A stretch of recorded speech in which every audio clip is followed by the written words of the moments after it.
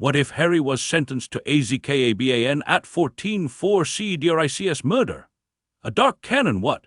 If Fanfic 7 Chapters Chapter 1, the cup returned, the first thing Harry would remember, later, after the cell, after the wall, after the long erosion of 3 years, was the sound the cup made when it hit the grass.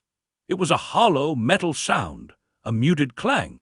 The Triwizard cup, gold and battered and still humming faintly with leftover portkey magic, rolled twice on the lawn beside the maze and then was still.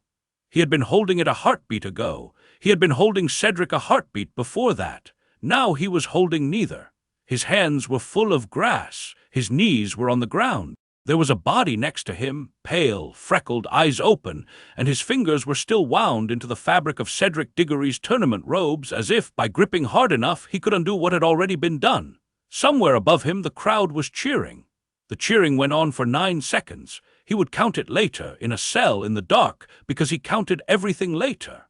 9 seconds of Hogwarts roaring in celebration before the first scream began. It was Cho Chang in the Ravenclaw section. She had stood up to see better and seen too well. Then a second scream, lower and closer, from a man. Amos Diggory had been by the judge's platform, waiting for his son to be the first one back.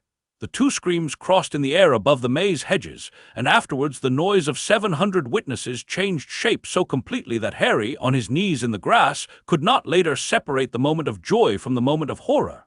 They had been one sound that simply curdled. He looked up. He did not understand what he was looking at. He understood that there were people running. He understood that the Diggory's faces, Amos, who he had only ever known as a loud man with a mustache, and Mrs. Diggory, who he had never met, who had come to the 3rd task in her best green cloak, had stopped being faces and become something else. 2 pale ovals like masks. He understood that Dumbledore was running. Dumbledore was an old man and could not run very fast, and there was a strange dignity even in the wrongness of his running, his beard streaming, his hand pressed flat to his hat. Harry watched the headmaster come and could not get his mouth to say a single word that mattered. The words he had were, "He's back," Voldemort, Wormtail, Crucio, Father, Bone, Servant, Blood, Foe, the graveyard, my wand against his, Priori Incantatum, they came back. James and Lily, they came back, they spoke to me, they told me to hold on. What he said when Dumbledore reached him was nothing. He opened his mouth and made a sound like a small animal pulled out of water, and Dumbledore went down to one knee and put a hand on his shoulder, and the hand was shaking. "Harry," Dumbledore said, "Harry, listen to me, you must." That was when Amos Diggory got there. Amos came up behind Dumbledore at a dead run. He was a heavy man, and Harry remembered later thinking it was unfair that a heavy man could move that fast, because no one should be allowed to cover that much ground in the time it took to lose your only child. Amos stopped short of his son's body. He did not kneel. He stood and looked. He looked for a long time, perhaps 4 seconds, although Harry would never trust the count of those 4 seconds. Then he made a noise. It was not a scream. It was the sound a roof beam makes the moment it gives way. He went onto his knees finally, and his hands went out and stopped 2 inches above Cedric's chest, as if his hands had been told not to touch. And then his head came up and he looked at Harry. There was no hatred in it yet. That came later. What was in it then in that first second was a question. How is my son like this and you not? And Harry, 14, kneeling in the grass beside a boy he could not save, found that he had absolutely no answer that would fit inside a father's mouth. He tried. He's back," he said. His voice came out thin and squeaked at the edges. "Voldemort, he's back. Quiet, boy," Amos said. His voice was not loud. It was the voice of a man saying a single word over a grave. "Quiet. I didn't. Quiet." Then more people came, and the moment broke into 100 little moments that Harry never afterwards put back together in the right order. Madame Pomfrey, somehow, with a stretcher. McGonagall, white-lipped, taking Harry by the elbow and pulling him gently up. Cornelius Fudge, the Minister of Magic, arriving with a ministry porter behind him carrying papers of all things, on a lawn next to a corpse, and Fudge's face was the wrong shape, set in the wrong expression, the face of a man trying to choose what he was going to be panicked about. Mad-Eye Moody was there for a moment, and then he was not. Snape was somewhere. Harry caught a sleeve of black coming through the crowd and then losing the crowd, going the other way fast. Karkaroff was already gone. Harry would never see him again. Madame Maxime had Fleur de Lacre by the shoulders, and Fleur was saying, my sister, where is Gabrielle?" Although Gabrielle was in the stands and safe, she just wanted to make sure. In the middle of all of this, in the middle, somehow, of being lifted up, of his vision swimming, of the world taking on a thinness like wet paper, Harry heard one sentence that lodged in his head and stayed there. It was Fudge. Fudge said it to the porter very quietly in the voice you used when you wanted to be overheard. He said, "Don't let the Diggorys near the boy. Don't let anyone near the boy until I say, this is going to be a question of what we tell the country in the morning." That was the sentence. It went into Harry's head and it did not come out. It was lodged there even as he was carried, half on his own feet and half by McGonagall, up the slope toward the castle. It was in his head as Madame Pomfrey pushed him onto a bed in the hospital wing and pressed something hot and bitter to his lips. It was in his head as the world went grey and grainy at the edges and he slept, finally, without meaning to, his hand still curled around the absence of the Triwizard cup as if he were still holding it. This is going to be a question of what we tell the country in the morning. He was 14 years old. He had just watched a boy die. He had just watched his own blood drip into a cauldron and bring back a thing without a face. And the Minister of Magic, 2 minutes after, had been thinking about the morning newspaper. That sentence was the first stone in a wall that did not yet exist. There would be a great many more. He woke in the hospital wing. It was night. He did not know what night. He did not know how many nights had passed. There were curtains drawn around his bed. He could see a wedge of the room through a gap, a strip of moonlight on the stone floor, the corner of a bedside table, a glass of water. Madame Pomfrey had drawn the curtains then. Madame Pomfrey was reliable about curtains. He held on to that as a fact, briefly, because he needed facts. He sat up. The room did not spin. Whatever Madame Pomfrey had given him had worn off enough. His head hurt very precisely behind his eyes. His scar did not hurt. That was strange. His scar had hurt all year on and off, and now, in the hour after the graveyard, it did not hurt at all. It was as if the scar, having delivered its warning, had been satisfied and gone to sleep, or as if something had drained out of it. He swung his legs over the side of the bed. His feet found the cold stones. He was in pajamas. Someone had put pajamas on him. His tournament robes were folded on a chair across the room. Cedric's robes had not been folded. Cedric's robes were not there at all. Cedric was, he made himself think it, Cedric was in the entrance hall. He had heard someone say it before he went under. They have laid the boy in the entrance hall for the parents. He understood in a slow and stupid way that he had been within 40 feet of Cedric's body for several hours and not known it. He stood up. The curtain at the foot of his bed twitched and parted and a face came through. It was not Madame Pomfrey. It was not McGonagall. It was a young Auror in plain black robes with the silver M of the ministry pinned at her throat. She was perhaps 25. She had brown hair and a very tired face, and she looked at Harry not unkindly, but the way you would look at a dog that had bitten a child, the way you would look at a thing whose nature was being decided in some other room. "Mr. Potter," she said, "please sit down." He sat down. "My name is Auror Tonks," she said. Not the Tonks you may have heard of. I'm a different Tonks. I'm here on ministry business. I have to ask you to remain in this bed. There are people coming who want to speak with you. Do you understand?" He understood. "Where's Professor Dumbledore?" he said. His voice was sandpaper. He drank from the glass beside the bed. The water tasted like minerals. "Professor Dumbledore is not at the castle at the moment, Mr. Potter.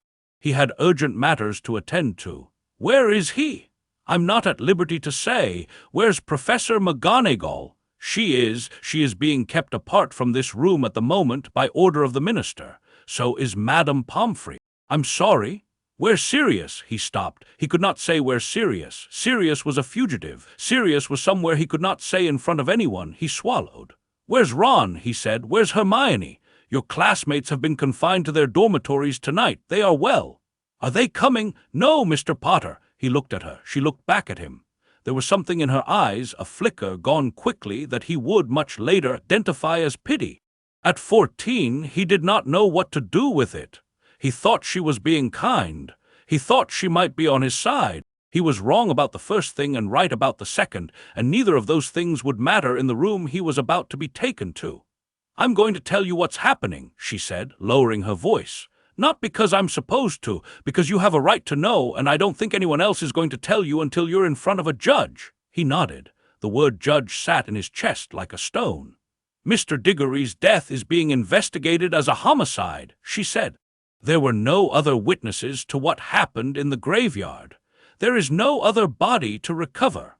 The killing curse was used, and your wand contains the trace residue of unusual magic. The minister has issued a temporary detainment order pending tribunal. You are to be questioned tonight. Tomorrow morning there will be a preliminary hearing. There may be a full tribunal as early as Friday. Friday, he said. His mouth felt very large and clumsy. Friday? Yes, that's 3 days. Yes. I didn't kill him. Pettigrew killed him. Wormtail, he used the killing curse. Voldemort, the aura flinched at the name. He saw it. He did not yet know what that flinch was worth. Voldemort told him too. He said kill the spare. They thought Cedric was. They didn't want a witness, Mr. Potter.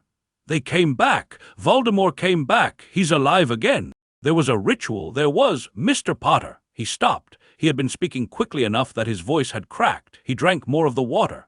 I believe you may believe what you are saying, she said slowly, and the careful construction of that sentence was the precise moment that the inside of Harry Potter's chest first registered the future.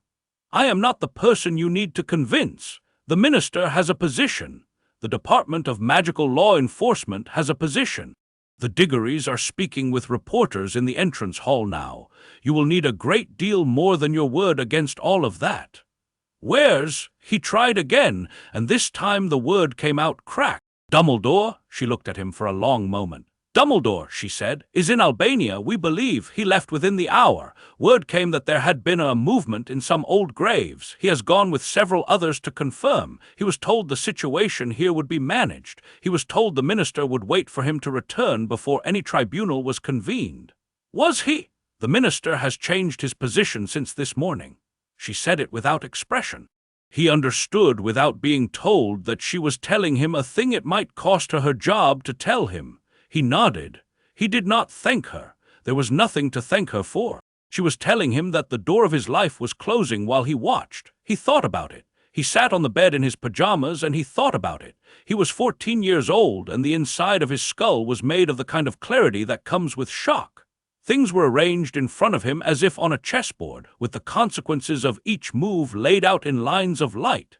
If Dumbledore was not coming back in time, if the minister had a position, if the Diggorys had a position, if Sirius surfaced and tried to help, he would be a fugitive interceding for an accused killer, and that would only make it worse. If Ron and Hermione tried to help, they were 14-year-old witnesses, and one of them was Muggle-born, and one of them was a Weasley, and neither would weigh anything against the Diggorys' grief. If Snape tried to help, Snape would not try to help. He had no one in the building tonight. He realized this with a clarity that did not allow for hope. He was the only person in the room arguing his side, and he was a 14-year-old boy with no sleep and a glass of water, and a story that involved a dead Dark Lord rising again from a cauldron of bone and blood. He had nothing to give a tribunal except the truth, and the truth at the moment was so large that no one would have room for it in the time he was being given. He was going to lose this. He sat very still and understood that he was going to lose this. He waited to feel afraid. The fear did not come. There was just a kind of empty space behind his sternum, the way a house feels when the furniture has been carried out. "Aura Tonks," he said. "Yes." "Will my friends be allowed to see me before the tribunal?" "No, Mr. Potter." "Will Hagrid, will anyone?" "No, Mr. Potter." He nodded. "I'd like to write a letter," he said, "to Sirius Black." She stared at him. "To my godfather, Sirius Black. He's my godfather. I'd like to send him a letter." "Mr. Potter, he's innocent. I know what the country thinks. I know what the ministry thinks. He's innocent. He's also my godfather. I am legally entitled to one piece of correspondence before my preliminary hearing. The ministry's own statutes say so. Article 11 of the Detainee Communication Act of 1873. I read it in a history book at 12. He was making it up. There was no Detainee Communication Act of 1873. He had never read any such history book. But it was a thing he had learned to do with the Dursleys when he had to make Uncle Vernon back down, to say a fact in a voice so flat that the listener felt stupid for not knowing it. I'll have to check on that, she said. Her face had gone slightly red. Please do. It's a moot point regardless, Mr. Potter. Even if you could write him, no one knows where to deliver it. Sirius Black is a fugitive. He nodded. He did not answer. He had only wanted her to leave the room. She left the room. When she was gone, he closed his eyes for 1 second. Then he opened them and got out of the bed and went to the chair where his tournament robes were folded. His wand was not in the robes. His wand had been taken. Of course it had. There was a piece of parchment on the chair and a small ink pot and a quill and a single galleon. For a moment Harry thought wildly that it was a bribe, and then realized it must be the prize money. Someone in the bureaucratic flatness of a ministry inventory had emptied the contents of his pockets and laid them here neatly so that they could be sealed in evidence. He took the parchment. He took the quill. He took the ink pot. He sat on the floor with his back against the wall. The chair was too high and he wanted to be small, and he wrote a letter that was 11 words long. He wrote, "Sirius, if you can hear me, I told the truth." He folded it once. He put it inside the pillowcase of the hospital bed and pushed it down into the corner where the laundry charms would not reach. It was the closest thing he could give himself to faith. He had no way to send it. He had no owl. He had no idea where Sirius was. But he had told the truth, and he had written it down, and somewhere in the castle the truth he had written existed and was not yet rewritten. It was, in that moment, the only thing in his life that was still entirely his. He got back into bed. When they came for him at 3 in the morning, he was awake and ready. The tribunal sat on the 3rd day at noon. It was not, technically, a full Wisengamot. It was an emergency session, convened under powers the minister had not invoked in 11 years. There were 32 members present of the 50 seats. Madam Bones was there, white-faced and visibly furious about the speed of the convening, but Madam Bones did not chair the body and could not stop it. Cornelius Fudge chaired. He sat in the high chair at the front of the chamber, in his lime-green bowler hat, which he removed and replaced 4 times during the proceedings, as if he could not decide what he wanted to look like. Harry was led in by 2 Aurors at 5 minutes past noon. He was in his school robes, which someone had washed.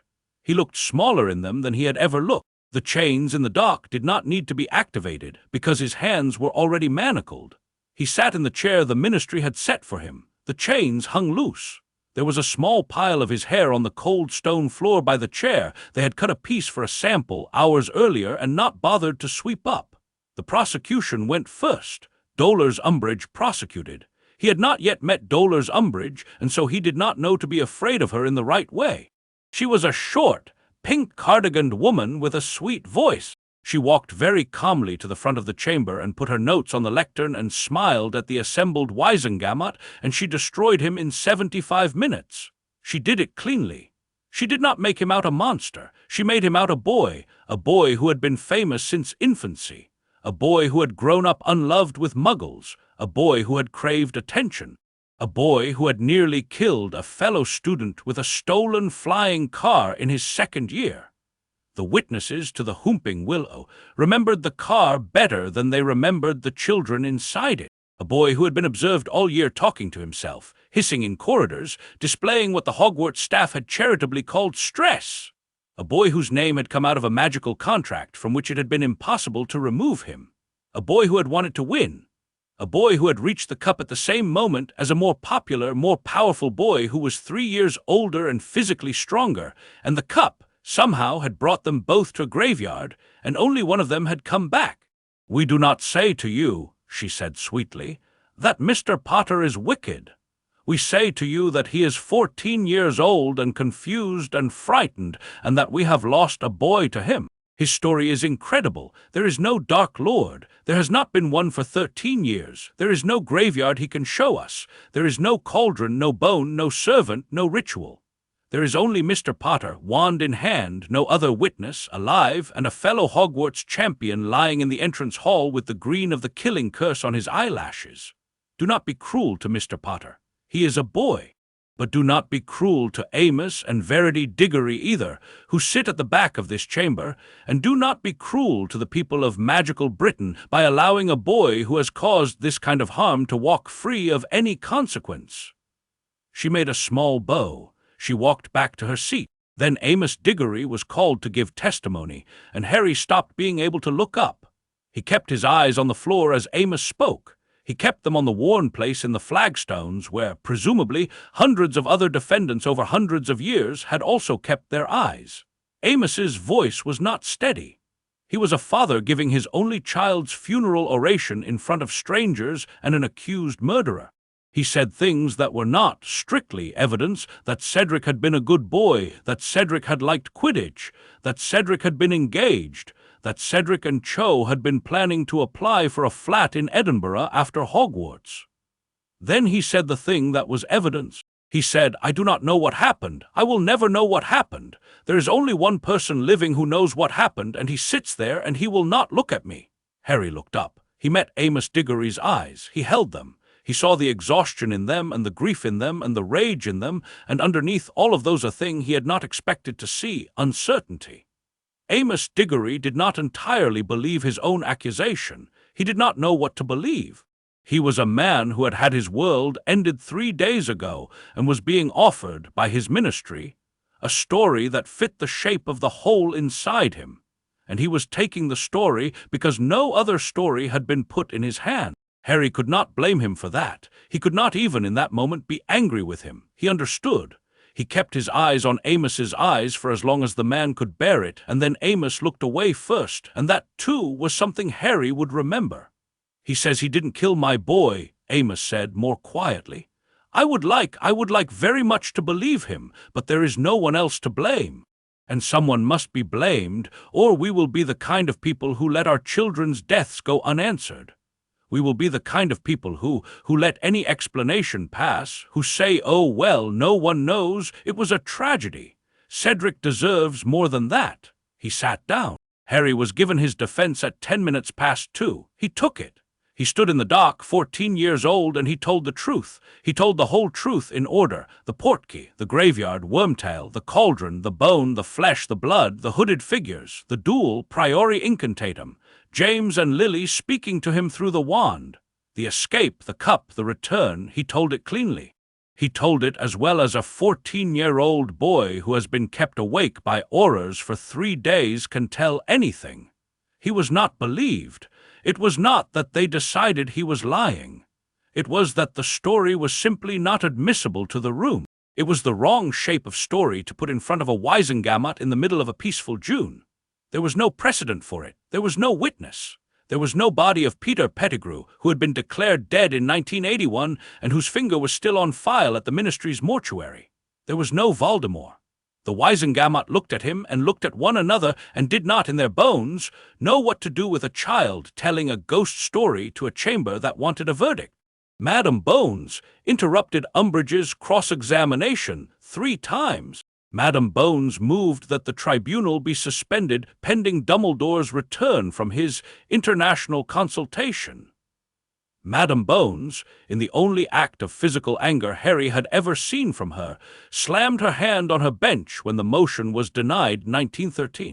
Madam Bones, when the vote was finally called at 25 minutes past 5 in the evening, stood up at her seat and said, in a voice that filled the chamber, "I want it recorded in the rolls of this body that this trial has been conducted on a boy of 14, in the absence of his named guardian, in the absence of the chief warlock, in 3 days, and that I am voting no, and that history will remember which seats voted yes and which voted no, and that if the boy is innocent, I will spend the rest of my career making sure those seats are not in this chamber a year from now."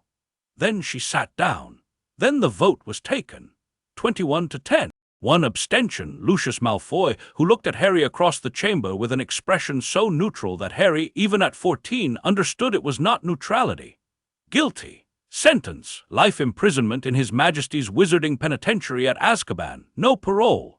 The juvenile wing on grounds of age until the prisoner's 17th birthday, at which time he would be transferred to the adult wing in the ordinary course of confinement. Fudge tapped his gavel once. Amos Diggory wept in the back of the chamber. He wept the way men weep when they have got what they asked for and discovered, too late, that it was not what they needed. Cedric Diggory put a hand on his shoulder and did not look at Harry at all.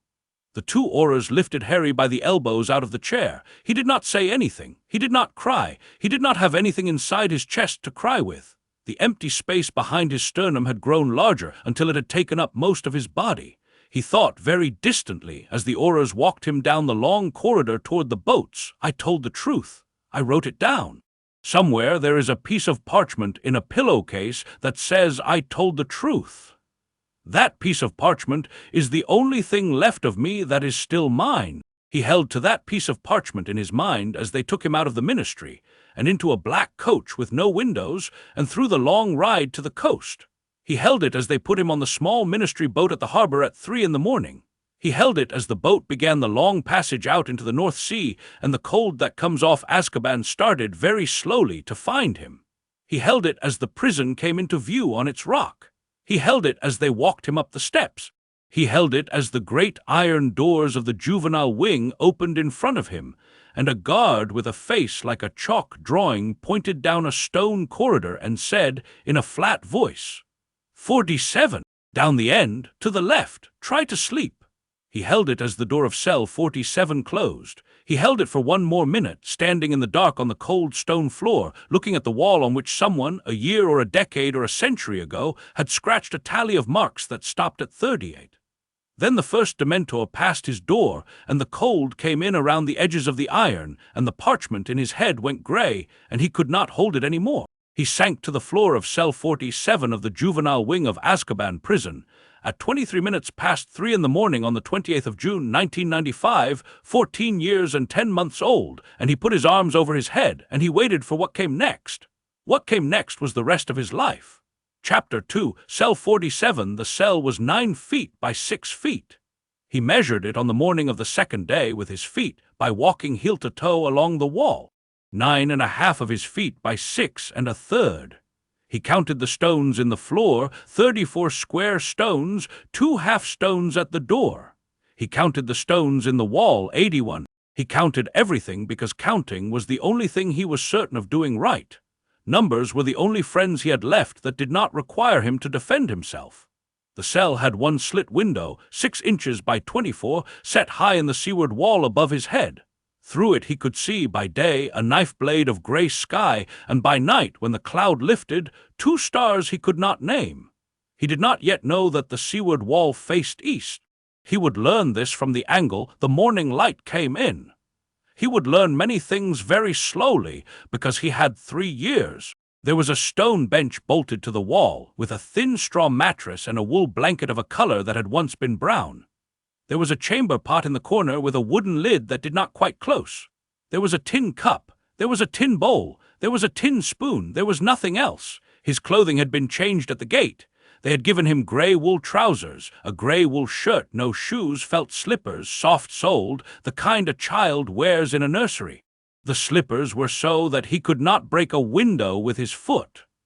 The slippers were so that no Death Eater, in some hypothetical future, could pry the metal from his boots and shape it into a weapon. Harry did not yet know that he was being kept in shoes designed for a future he was not going to live. He only knew that they were warm and that the cold of the stone came through them anyway. His scar did not hurt. This continued to be strange. His scar had hurt all year. It had hurt at the beginning of summer when Voldemort had stirred. It had hurt in the autumn when his name had come out of the goblet of fire. It had hurt through the spring, through the dreams, through the long mounting wrongness of the term. Now it did not hurt. He could not tell whether this was because the connection between him and the thing in the graveyard had been broken by the priori incantatum, or because the Dementors had numbed everything, including the scar, into a dull regional ache. He thought about this on the 3rd day. He thought about it carefully. He thought about it not because the answer mattered, but because thinking about something specific and answerable was a way of staying himself. He had not yet been broken. He understood that he would be broken.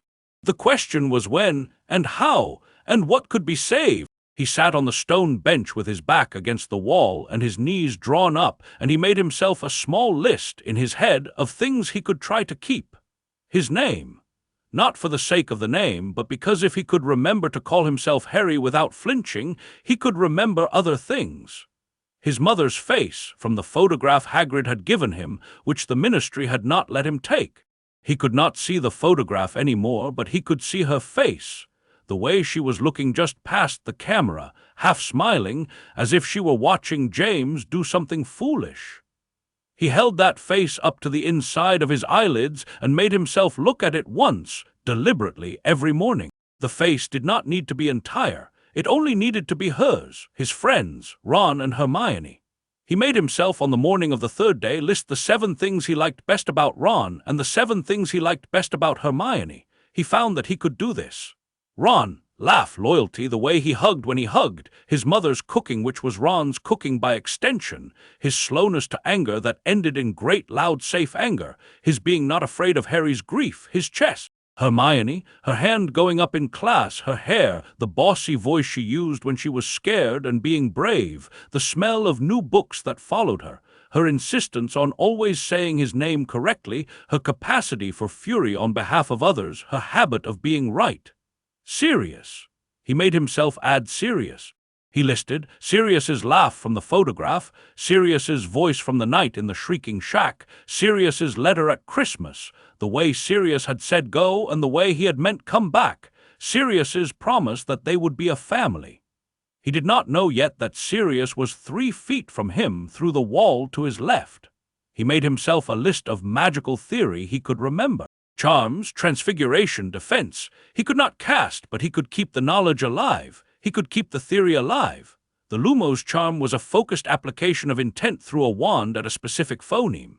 The Patronus charm, he made himself think about the Patronus charm, even though it hurt. He made himself rehearse the wand movement in the air with his finger, although he had no wand and the air was so cold he could see his breath. He thought, I will be allowed a wand again. I do not know when. I will be allowed a wand again, and on the day I am, I would like not to have forgotten what to do with one. These were the things on the inside of his head. On the outside of his head, on the cell floor, on the wall, in the corridor where the world was, things were considerably worse.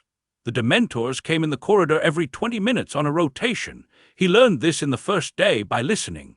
The Dementors did not have feet, but the cold came with them, and the cold was a sound, a sort of subsonic dropping in pressure, like a window had been opened in a house. The cold preceded them by about 10 seconds. Then the cold thickened and the corridor went silent and his lungs went small in his chest, and a Dementor would glide past his door and the air in the cell would turn to a wet gray jelly and Harry would put his face against the stone floor because the stone was the warmest thing left. 20 minutes, 20 minutes, 20 minutes. He counted them by counting his breath. 12 breaths a minute when calm, 18 when not. He counted them as a game. The game was, do not think during the passage. The game was, think before, recover after. He gave himself a 30-second buffer on each side. The 30 seconds before the Dementor, he used to choose a single memory, one of his good ones, to keep clutched against his chest like a hot stone. The 30 seconds after, he used to inventory which other memories had been taken from him during the passage and which were still there. The Dementors did not, in fact, take memories. He learned this over the first week. What they took was the warmth in memories. The memories were still there afterwards. They were just leached. The memory of Mrs. Weasley's hug on platform 9 3/4 his second year, he remembered it in the cell on the third day, was no longer the hug. It was the words, Mrs. Weasley hugged me. He could see the scene without being inside it. It was a photograph of a hug. It was not warm. This was the thing he had not known about Dementors, and that no one had taught him because no one taught children about Dementors in detail at Hogwarts. They were vague monsters in lessons. They were the things the third years learned to push back. They were not, in the classroom, things that lived next to you for the rest of your life. He found he had absolutely no preparation for what they were when they were close and constant, and there was nothing he could do. What he did, what he taught himself to do in the first week was this. When the cold came in, he stopped fighting. He had been fighting at first. He had been trying to think of his mother, trying to think of Quidditch, trying to think of Hogwarts, trying to think of anything Patronus-shaped that would keep them away. He could not cast. The wandless attempts produced nothing. Trying to think happy thoughts in the presence of a Dementor without a wand was like trying to warm a house by remembering a candle. After 3 or 4 passes, he understood that fighting was burning the warmth he had faster than the Dementors were taking it. So he stopped. When the cold came in, he went still. He lay on the floor and breathed very shallowly. He closed his eyes. He did not summon any happy memory because the Dementor would eat it. He summoned instead a single fact that was not a memory, that 2 + 2 was 4, that ice melts at 0, that he was Harry James Potter and he was 14 and he had been put in this cell on the 28th of June 1995. Facts did not feed Dementors. Facts were not warm. He held to a fact with his eyes closed until the cold passed. 20 minutes later, he held to another fact. It was a survival strategy of a very particular kind. He could feel, even in the first week, that it was costing him something. He was not feeding himself happy memories, but he was also not letting himself near them, and the unused happy memories were drying out. He did not have a choice. He could keep them and lose them all to the Dementors in a month, or he could put them in a high shelf inside himself and let dust gather and hope to take them down again later, intact. He chose the shelf. He understood in the first week that he was making decisions that would shape the rest of his life. He understood this with the cold, awful clarity of a 14-year-old who has been forced into the kind of arithmetic adults are not asked to do. He chose the shelf, and the choice would mark him. The juvenile wing had 12 cells. He learned this in the first 3 days by ear. The cells ran in a line down a single corridor on the upper floor of the eastern tower. Numbers 36 to 47, the guard had said, with 47 being his and being the last cell at the end. Each cell had a slit window and an iron door with a feeding slot. The doors were thick. The walls were thicker. Sound did not travel well from cell to cell, but it traveled. And the corridor itself, between the cells, was a long stone tube that amplified everything. The first sounds he placed were the breakfast sounds. A trolley wheeled by the warder at 6 in the morning. A tin clatter as a bowl was passed through each slot. A small grunt or whisper of thanks from each occupant. 12 thanks. He counted 12 on the first morning, including his own grudging muteness. So there were 12 children in the wing. He had not been told this. He had assumed, perhaps because of the size of the corridor, that the wing was emptier. The second sounds he placed were the names. There were 3 names he learned in the first 3 days because the children shouted them in their sleep. The first was Mulciber, which a boy 3 cells down sometimes called out around 2 in the morning, in a thin voice, in what Harry took to be a nightmare. He did not know what a Mulciber was. He gathered, eventually, that it was a family name. He gathered later that the boy's name was Marcellus, and he was 16 years old, and he had been arrested at 12, the spring after the war ended, along with 3 other Death Eater children who had been with their parents at the time of the raids. Marcellus had been here 4 years. Marcellus had been 12 when he was put in cell 44. Marcellus had grown up in this corridor. The second name was Amycus, which a boy 2 cells down said sometimes during the day, in a voice that was not nightmare but conversation, as if he were talking to a brother in another cell. Harry never heard the brother answer. He learned later that the boy's name was Galen Caro, and that the older Caro brothers, Amicus and Alecto, had escaped capture and were free, and that Galen, 15, had been the only one rounded up. Galen still talked to his brother every morning. Galen was the youngest in the wing besides Harry. The third name was Mother, which all of them said at various points in various tones. Harry did not say any name. He had not yet decided whether to be a voice in the corridor or to be a silence. He chose silence at first because he did not know who his neighbors were, and silence was a defensive position. Silence kept his name his, but the silence was broken on the 7th night very suddenly by a voice on the other side of the wall to his left. The voice said, "Lily." It was a hoarse voice, a rasp, a voice that had not been used in months. The wall was thick enough that the word was muffled to a kind of vibration in the stone. Harry felt it more than heard it, but he heard it. Lily, 2 syllables, Lee, Lee. He sat very still on his stone bench. The voice said again, quieter, Lily, number, sorry, I'm sorry. I thought there was a long pause. The voice said, who's there in 47? Harry did not breathe. The voice did not insist. The voice waited. The voice was patient with the silence in a way that Harry recognized, in some part of himself, as the patience of an adult who has been in a small room a long time. "All right," the voice said almost to itself. "All right, new and not talking. That's all right, you don't have to." Then the voice was quiet for the rest of the night. Harry sat on the bench and did not sleep. He sat on the bench and tried to put the syllables lily into a shape. He tried to make himself think that perhaps it had been a different word. Perhaps it had been someone else's lily. There were probably many lilies in the world, even in Azkaban, surely, and he failed to make himself think that. The voice had said lily on the other side of his cell wall in the middle of the night in Azkaban after 13 years of believing his mother was the only lily that mattered. He did not have a name for who it could be. He had several. He listed them on the bench in the cold. A friend of his mother's, in here for some reason. An enemy of his mother's, in here for some other reason. A guard, half-mad, talking about a lily who was not his lily. A prisoner who knew his mother's name from the war and had used it because the war was the only context in which adults said Lily Potter aloud. A Death Eater taunting him. Someone he could not name because there was a category of person he had not yet thought of. He was tired enough eventually that he stopped listing. He lay on the straw mattress with his face to the wall and he listened very carefully to the small sounds of the cell next door. Breathing. The occasional shift of weight on a stone bench. A cough. Then, around 3 in the morning, he heard the voice say one more thing, very quietly, very tired. It said, "Good night, kid, whoever you are, good night." And Harry, on his side of the wall in cell 47, with his face 6 inches from the stone and the cold thickening as a Dementor passed in the corridor outside his door, Harry, who had not spoken a word out loud since the tribunal, answered. "Good night," he said with his mouth against the stone. He felt more than heard the silence on the other side of the wall change. In the morning, the warder brought breakfast. The warder was a man called Halloran, who Harry would come to know well over 3 years. Halloran was 63 years old, sober and tall and a little stooped, with white hair cut very close to his head.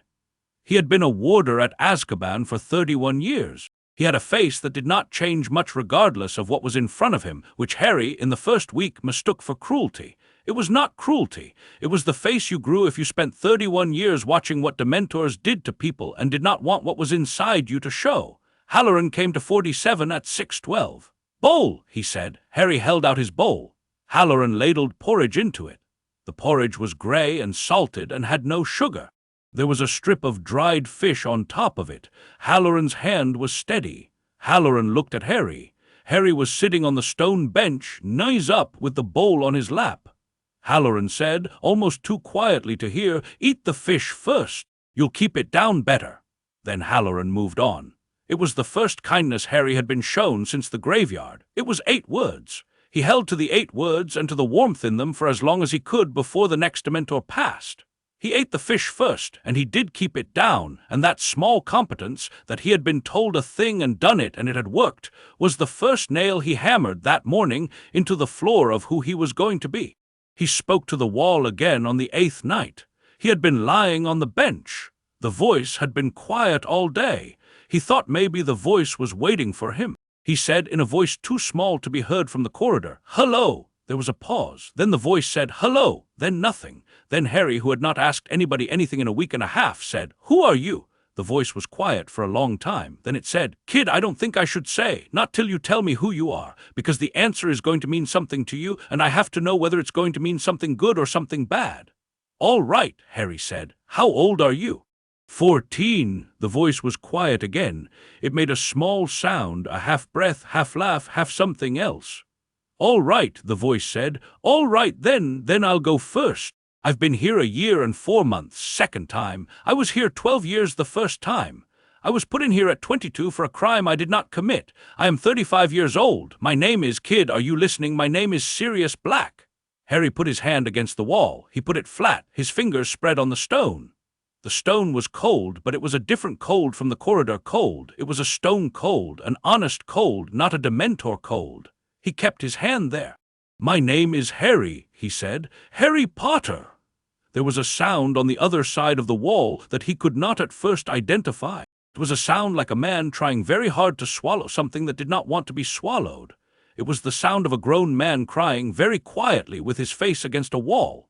Harry sat on his stone bench and listened to his godfather cry, and after a moment he understood that he too was crying, although he had not done that since the graveyard, and he had not known he still could.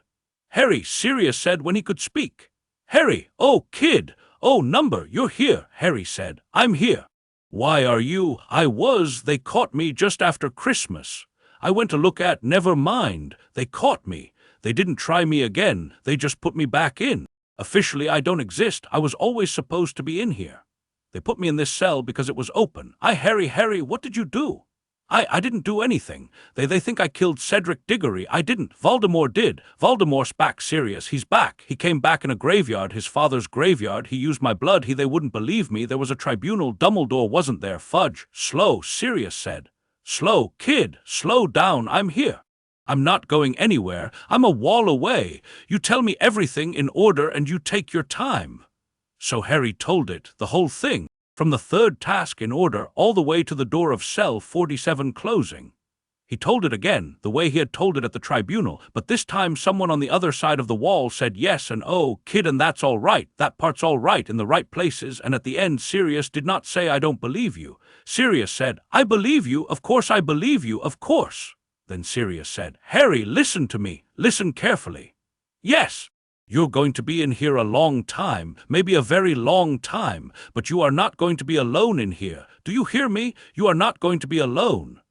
Yes, Harry said, and I am going to teach you everything I should have taught you growing up, kid. Through this wall, we're going to use it. We're going to do magic that doesn't need a wand. We're going to do the magic that's just in your head. And we're going to do it because you're going to walk out of here one day and they are going to be very sorry they put you in. All right, Harry said. All right, Sirius said, then softer, all right. Go to sleep, Harry, sleep if you can, I'll be here in the morning. Harry lay down on the straw mattress. He did not let go of the wall. He kept his palm against it as he closed his eyes, in case if he took it away the voice on the other side might prove to have been a dream. He went to sleep in cell 47 on the 8th night of his life imprisonment with his hand on the wall of cell 46, and for the first time since the graveyard he slept without dreaming. The other children in the wing did not at first accept that he was Harry Potter. He learned this in the second week. They started shouting at him through the corridor at mealtimes when the warder was not standing too close. Galen Carrow shouted first. Galen had a thin, high voice and he asked, with the air of someone whose afternoon was suddenly more interesting, "Are you really Potter?" Harry in cell 47 did not answer the first time. "Potter," said Galen. "Are you Potter? They said it was you. Are you?" "Yes," Harry said. The single word echoed down the corridor. There was a pause. Then Galen said, considering, "Why?" It was the strangest question. Harry sat with the bowl on his knees and thought about it. Galen Carrow, 15 years old, son of Death Eaters, was asking him why he was in here. Galen did not believe Harry had killed Cedric, because Galen had been raised by people who knew exactly what kind of work killing curses were, and did not believe a 14-year-old Hogwarts student had cast one on a senior Hogwarts student in the middle of a Triwizard Tournament. Galen wanted to know what was actually true.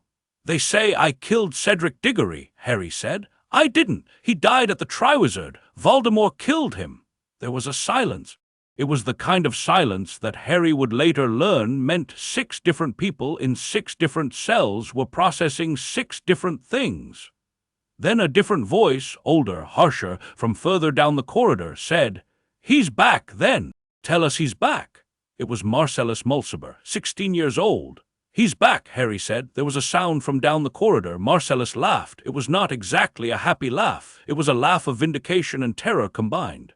"Hear that, Galen," Marcellus said. "Hear that, you idiots. He's back. He's back. We told them and they didn't listen. He's back and Potter's the one telling them and they put Peter Potter in here for it. Beautiful, beautiful.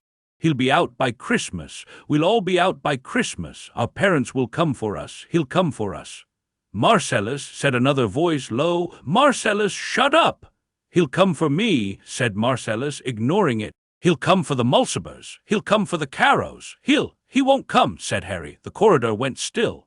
"He won't come," Harry said again, louder. He did not know where the words came from. He was sitting on a stone bench eating cold porridge in a cell at the end of a corridor in a prison in the middle of the North Sea, and he was telling a corridor full of Death Eaters' children that their father's lord would not come for them.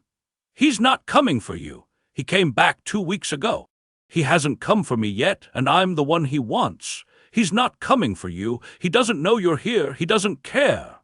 There was a very long silence. Then Marcellus said, in a voice quite different from the one he had used a minute before, "How would you know?" "Because I was in the graveyard," Harry said. "I saw who he called. He didn't call Mulciber Sr. He didn't call any Carrow. The ones who came to him were the ones with money and influence still in the ministry. Lucius Malfoy, not Avery, Macnair, Crabbe, and Goyle. He called the ones who could still do things for him on the outside. He left in the cold the ones who had failed him. Your father," he said it to Marcellus, "although he had no idea which Mulciber it was, your father didn't come. That's the truth. You can decide what to do with it." There was another long silence. Then, from the wall to his left, very quietly, Sirius said, "Easy, kid."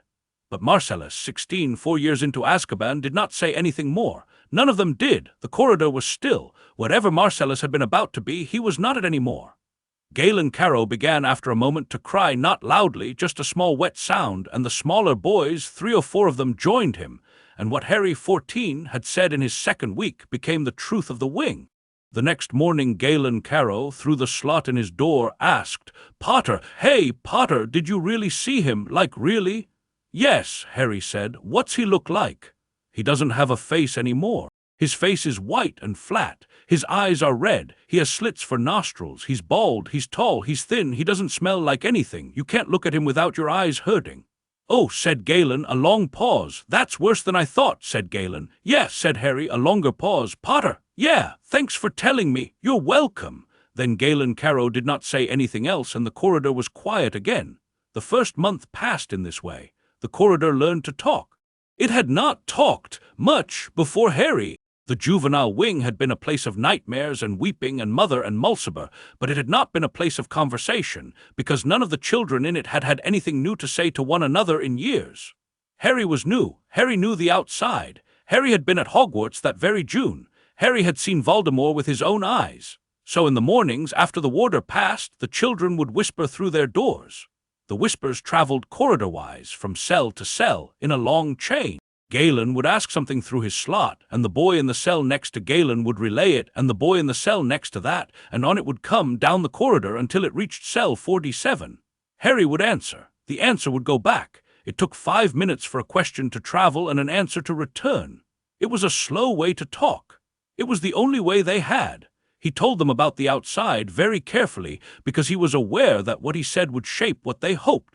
He told them what year it was, they knew, but they had not heard it said by someone who had been in school, and who was minister, and what Hogwarts looked like in summer. He told them about a girl in his year called Hermione Granger who was the best in his year at every subject.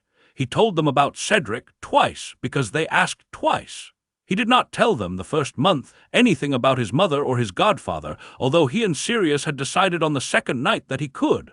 In the evenings he talked to Sirius through the wall. Sirius, in cell 46, told him everything. Sirius told him about James, the way James had laughed, the things James had done at school. The day Sirius had ridden onto the front lawn at Godric's Hollow on a borrowed flying motorbike to meet the baby. Sirius told him about Lily, the way Lily had thrown a vase at Sirius once when she found out he had spelled James's bedroom door shut. The way she had then poured Sirius tea and explained in detail why he was a fool. Sirius told him about Remus and Peter and the long collapse of their friendship. Sirius told him about his own brother Regulus and his own mother and his own father and the long black house in London with the elf and the painting and the locket. Sirius told him about the war, not the war the books described, but the war as it had been to live through, with friends going missing in 2s and 3s and Christmases that emptied year on year, until in the last year there had been 6 people at the Order's Christmas dinner where 3 years before there had been 28. Sirius told him about Azkaban, the first time, 12 years. "You don't have to tell me," Harry said. "I do," Sirius said. "Because you have to know what it's going to do to you, and you have to know what it didn't do to me and how. Listen to me carefully, kid, listen." Sirius told him. He told him that the Dementors could not take what you had not given them. He told him that the trick was not to fight them. The trick was to be small and gray and uninteresting to them, and to keep the warm things somewhere they could not find. He told him that the way he, Sirius, had survived 12 years was by holding the single fact, not a memory, a fact that he was innocent. The Dementors could not eat a fact. They could eat the joy in a memory, but they could not eat a sentence of pure information. The sentence Sirius had held for 12 years against the stone of his old cell had been, "I am innocent, and I will get out, and I will see James's son." "You held that for 12 years, Harry said. "I did."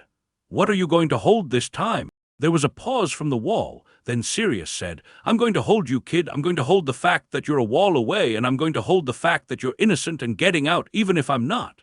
"Don't say that," Harry said. "It's all right. Don't say that." "All right, I won't. Tomorrow I'll teach you the first thing. Tomorrow I'll teach you the wandless light." "You can do wandless light." "I can. I learned it the second time around. We've got time. Sleep, kid." He slept. The first month ended on the 27th of July. He did not know it was the 27th of July until Halloran said so at breakfast. Halloran did not normally say the date. Halloran did not normally say anything except eat the fish first.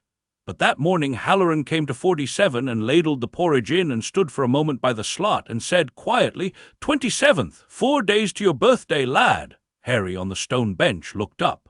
"Pomfrey sent something," Halloran said, "from the school for your birthday. I'm not allowed to give it to you. I am allowed to tell you it was sent. I am allowed to tell you that the school sent something to a boy in cell 47 and that I noticed. That's the most I can do." "Thank you," Harry said. Halloran nodded. He moved on. Harry sat on the bench. He held the bowl in his hands, and the steam came up off the porridge and warmed his face for a moment. He looked at the slit window above his head.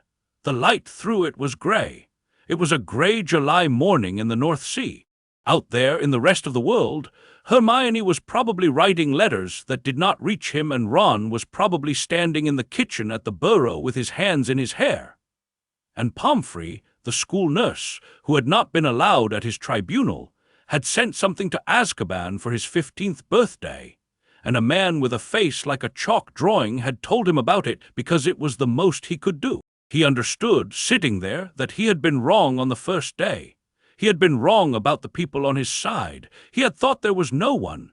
He had been telling himself for a month that he had no one in the castle and no one in the country and no one in the world except a man in cell 46.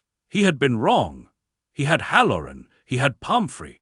He had almost certainly McGonagall somewhere, and Hagrid, and Madame Bones with her hand on her bench, and Tonks the young Auror, and possibly others whose names he did not know.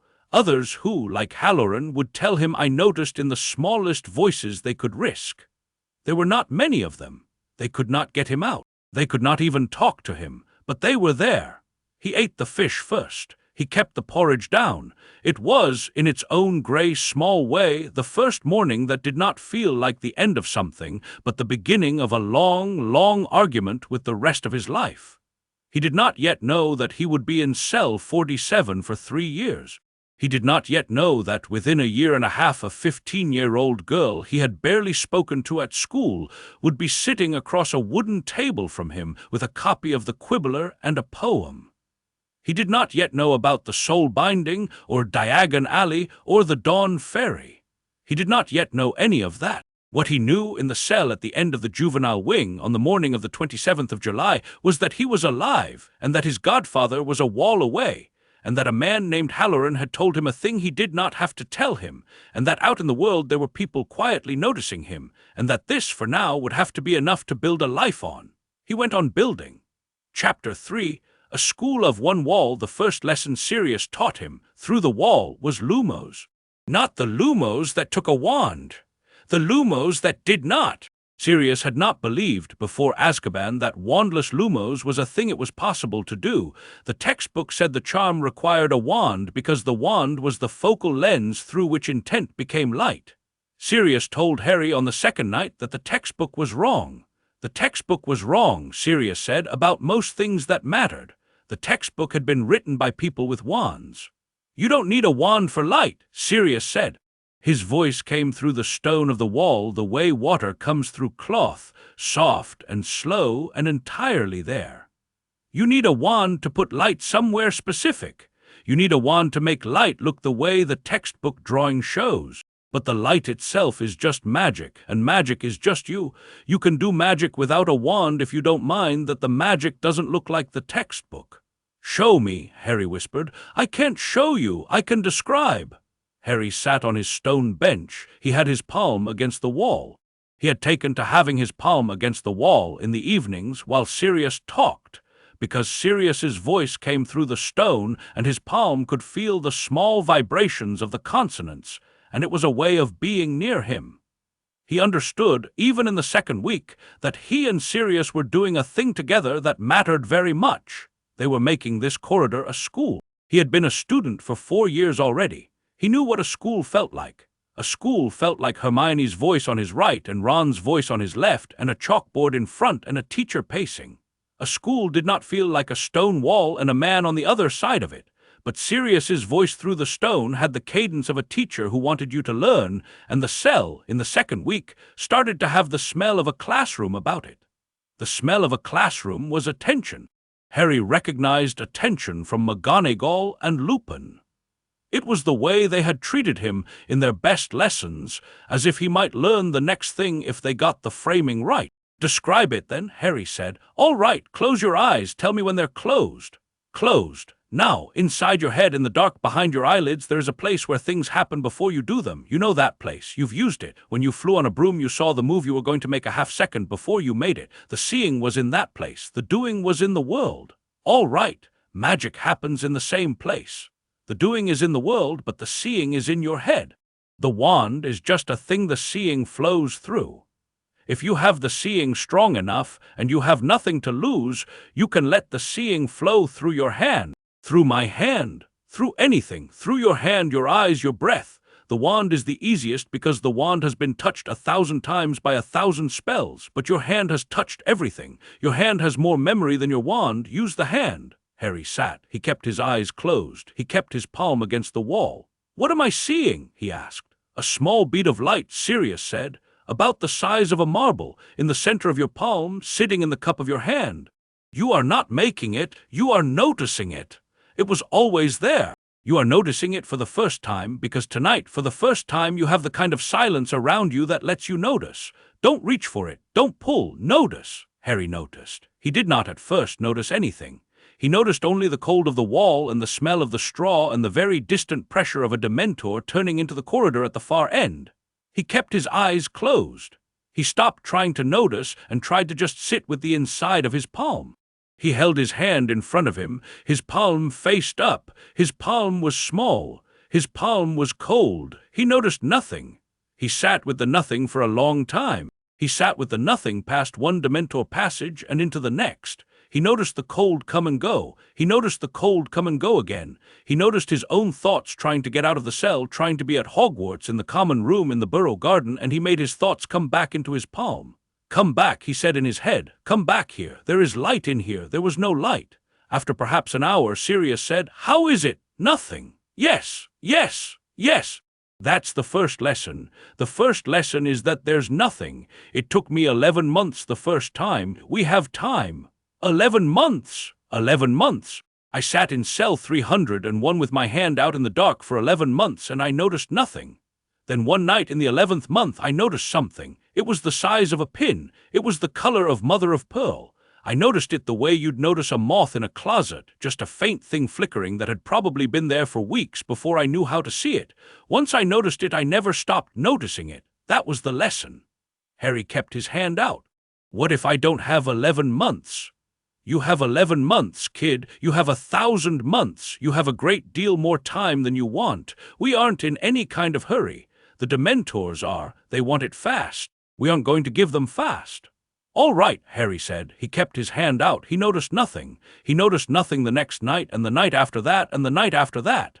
He noticed nothing for what Sirius called the slow weeks. He learned in the slow weeks the discipline of noticing nothing without giving up. The discipline of noticing nothing was, Sirius said, the actual lesson. The light was just the proof at the end of it. Most prisoners, Sirius said, did not survive the slow weeks of noticing nothing because they took the noticing nothing as proof that there was nothing to notice. They were wrong. There was always something to notice. It just took the time it took. Harry took the time it took. The summer passed. He did not mark the days, he only noticed when the slit window above his bench changed color. In late August the wedge of sky he could see went from white to a pale washed blue, and the morning light got a little later, and there were 3 days in a row in early September when the wind off the sea smelled of something growing. Then the color drained again. By the end of September the slit was gray at noon. By October it was gray at all hours, and on some days it was so dim he could not tell whether it was morning or evening except by the shape of the meals. Halloran came once a day. He said little. He noticed everything.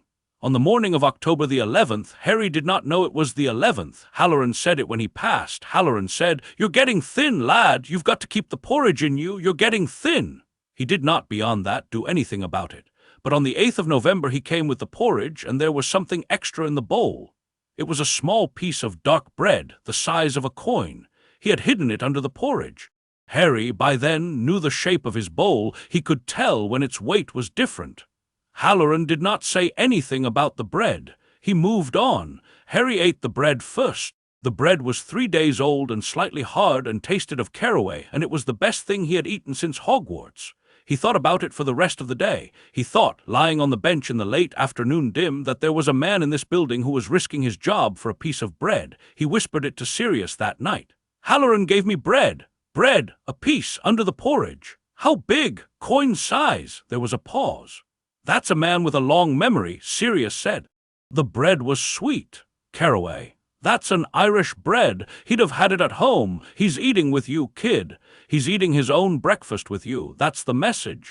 Harry put his palm against the wall. "I don't deserve—" "Yes," Sirius said. "You do. You deserve every bit of bread that's smuggled to you. Take it. Eat it. Eat it in front of the slit. Look at the sky while you eat it. Let yourself be the kind of boy a Halloran would give bread to. Don't make him do it for nothing." Harry ate the bread, after that, very deliberately. He ate it the next morning, and the morning after, when there was a sliver of something more than porridge in the bowl. A sliver of cheese on the 3rd day, a curl of dried apple on the 5th, on the 7th day, nothing, because Halloran had been too closely watched by the duty supervisor at 5:50. Harry did not punish him for the empty bowl. He ate the porridge and was thankful for the porridge. He understood that he was being rationed, in a way, by both the ministry and the kindness of the warder. He understood that the warder's rations would come when the warder could deliver them, and not when Harry wanted them. He understood that he was being taught a thing he had not been taught in his first 14 years, to receive what was given to him in the size it was given, without asking for more. He noticed nothing in his palm for 3 months. Then, on the night of December the 18th, he noticed something. It was the size of a grain of rice. It was a kind of off-white, like wet bone.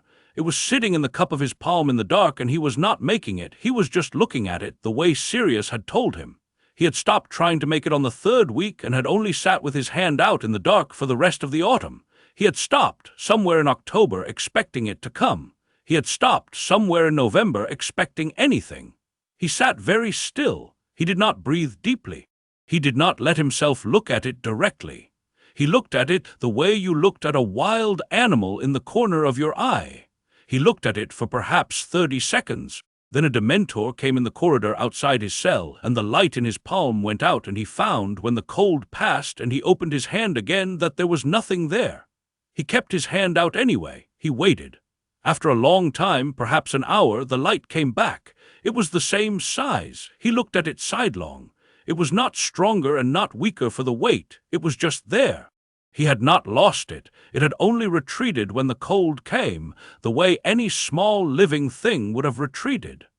He understood, sitting in the dark in cell 47 on the night of December the 18th, that he had been wrong about magic for 14 years. Magic was not, as the textbook said, a force that came out of you on command. Magic was a small alive thing that lived in you and had to be coaxed, like a hedgehog out of leaves. It was as afraid of Dementors as you were. If you wanted it to come out, you had to make it feel safe enough to come out, and if you wanted it to stay, you had to make a place in which it could stay, and if you wanted it to do things for you, you had to ask it like a friend rather than command it like a slave. The textbook, Sirius had said, was written by people with wands. The wand was a thing to which the small alive magic in you had to be taught to come, the way a hawk was taught to come to a glove. Wandless magic was the magic before it had been to glove school. It was small, it was timid, it was easily frightened by Dementors. It did sometimes come into your palm if you sat still for 3 months. Harry said very softly to the dark, "I see it." Sirius did not at first answer. There was a long pause from the other side of the wall. When the voice came, it was quieter and more careful than he had ever heard it. "What size?" "Grain of rice." "Color?" "White, off-white, like wet bone." A pause. "That's the right color," Sirius said. "Don't try to grow it, don't try to hold it, just notice it. Notice it tomorrow, notice it every night. We'll grow it later. For now, kid, you've already done the thing most prisoners never do. You have proven to yourself that there is something in you the Dementors cannot touch. It went out when the Dementor came. Did it come back? Yes. Then they didn't touch it, they scared it. Scaring is different. All right, sleep, kid, sleep. That was a good night." He slept. He was 15 on the 31st of July. Halloran came that morning at 6:12. Halloran had on his usual face. He ladled the porridge into the bowl and stood by the slot for a moment and said, "15, lad." "Yes," said Harry. "There's been an attempt," Halloran said. He did not look at Harry. He looked at the wall above Harry's head. He said it as if reading off a notice. "There's been an attempt by your form mistress to send you a parcel. The parcel has been refused. You should know it was sent." McGonagall, Harry thought. McGonagall had sent him a parcel for his 15th birthday. "Thank you," Harry said. "Don't thank me," Halloran said. "I'm not allowed." He moved on. Harry ate the porridge. He looked at the slit. The July light through it was thin and white, and went across the cell floor and ended at his felt slipper. He held a small idea, a small wordless idea that on a summer morning in Scotland a woman in a tartan dressing gown had sat at her desk and packaged for him a thing he was not allowed to have. He held the idea for the rest of the day. That night Sirius said, "Tell me what they sent." Halloran didn't say. "Guess." "A book," Harry said. "It would be a book. McGonagall would send a book." "What book?" Probably Hogwarts, a history." "Why that?" "Because Hermione always says everyone should read it. Because McGonagall would think of Hermione. Because she'd think it was something I could hold without being too sad. The history of Hogwarts isn't a thing you mourn the way you'd mourn a photograph." There was a pause. "That's good," Sirius said. "That's a good guess. Smart of her. Tell me what's in chapter 1. "I don't know. I've never read it." "All right, then we'll do something else. I'm going to teach you Hogwarts. I'm going to teach you Hogwarts the way I learned it, room by room, and you're going to learn it well enough that when you walk back into it one day you'll know your way without thinking." "All right. Start at the front gate." "The front gate is iron. There are winged boars on the pillars." "Good. Take 5 steps in." So Harry, on his stone bench, with his back against the cold wall, walked back through the front gate of Hogwarts with his godfather on the other side of the wall walking next to him. In this way they passed the autumn of his 15th year. They walked the castle in their heads. Sirius would say start in the Great Hall, and Harry would close his eyes and stand in the Great Hall, and Sirius would say go up the stairs to the right of the head table, and Harry would, in his head, go up the stairs. They went through every room Harry had ever been in, and a great many rooms Sirius had been in that Harry had not. The kitchens, the trophy room, the astronomy tower, the corridor where Sirius and James had set a series of dung bombs in 1972 and got 6 weeks of detention. The classroom on the 4th floor where Lily had once shouted at Sirius in front of 17 Hufflepuffs and made him cry. The corner of the Black Lake where the giant squid liked to come up and have its tentacles scratched. The little gargoyle behind the tapestry of Boris the Bewildered, who, if you offered him a Honeyjuke's chocolate, would tell you a story about the founder. Harry did not know about most of these places. Sirius made him know about them. Harry would close his eyes in cell 47 and walk, with his hands in his pockets, through corridors he had been in and corridors he had not, and slowly the castle started to live again in his head as a place that was not lost. It was a strange way of teaching. It was a way of telling Harry, this place still exists and you still know it, and on the day you walk back into it you will not be a stranger. It was also a way of teaching Sirius that he was still a man who knew the castle, who could walk it in his head from gate to top tower. That, in the 2nd year of his 2nd incarceration, was as important as the lesson Harry was receiving. In November of his 15th year, on a morning when the rain hit the slit window sideways, Halloran came with the bowl and said, "Black." Harry froze. black, Halloran said louder as if to a man who was hard of hearing. Then very quickly, very low, he stopped eating last week. He started again because of you. I am telling you because I think you should know. If he stops eating again, lad, tell me. Yes, said Harry. Halloran moved on. That night Harry sat with his palm against the wall and said, You stopped eating last week. There was a long pause. Halloran told you? Yes, Halloran shouldn't have. He told me. Why did you stop? A pause, a breath. I thought one morning that you'd be all right without me. I had been doing my numbers. I was figuring whether you would come out of this better if I was in this corridor with you for 2 more years or out of it, and the numbers were... Don't do your numbers about me, Harry said. His voice came out harder than he expected. Don't ever do your numbers about me. You don't get to do that. Harry, you don't get to. You said you would be here. You said you would hold the fact that I was a wall away. That was the thing you said. You said you would hold it. You don't get to do numbers about whether to keep holding it. That's not a thing you get to do. Serious. Not to me. Not to me? His voice was shaking. He was crying. He had not cried out loud since the first night Sirius had told him who he was, and the crying came up out of him now in great clumsy wet noises that filled the cell, and he did not try to hide them. There was a long silence on the other side of the wall. Then Sirius said, in a voice so small Harry could barely hear it through the stone, All right. All right what? All right, I won't do the numbers. I won't stop eating. I'm sorry. I'm so sorry, kid.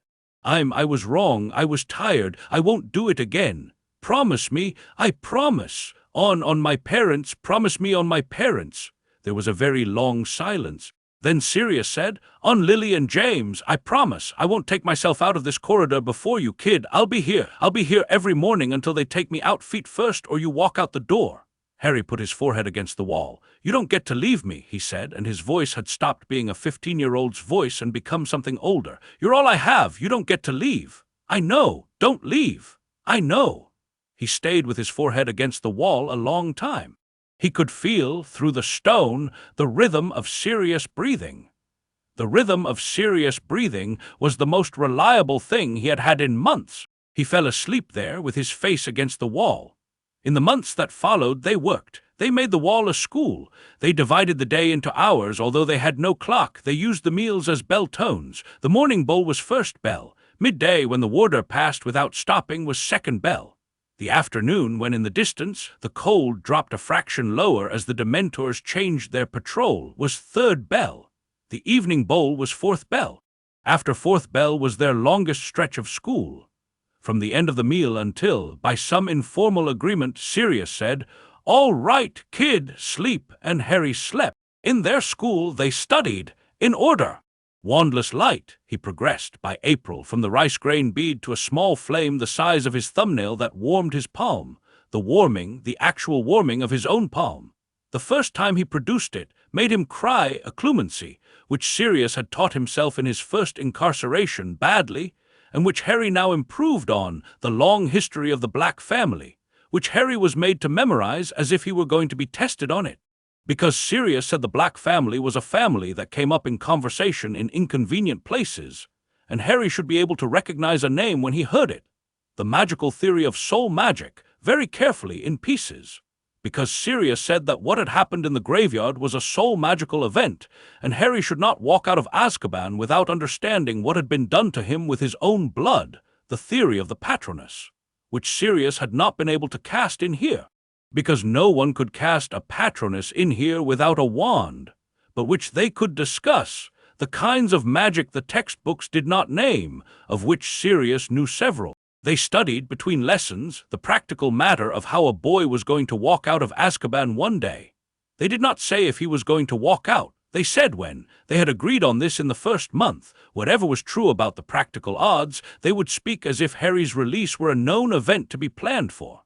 They were not going to let the Dementors hear them speak as if it were not. So they planned.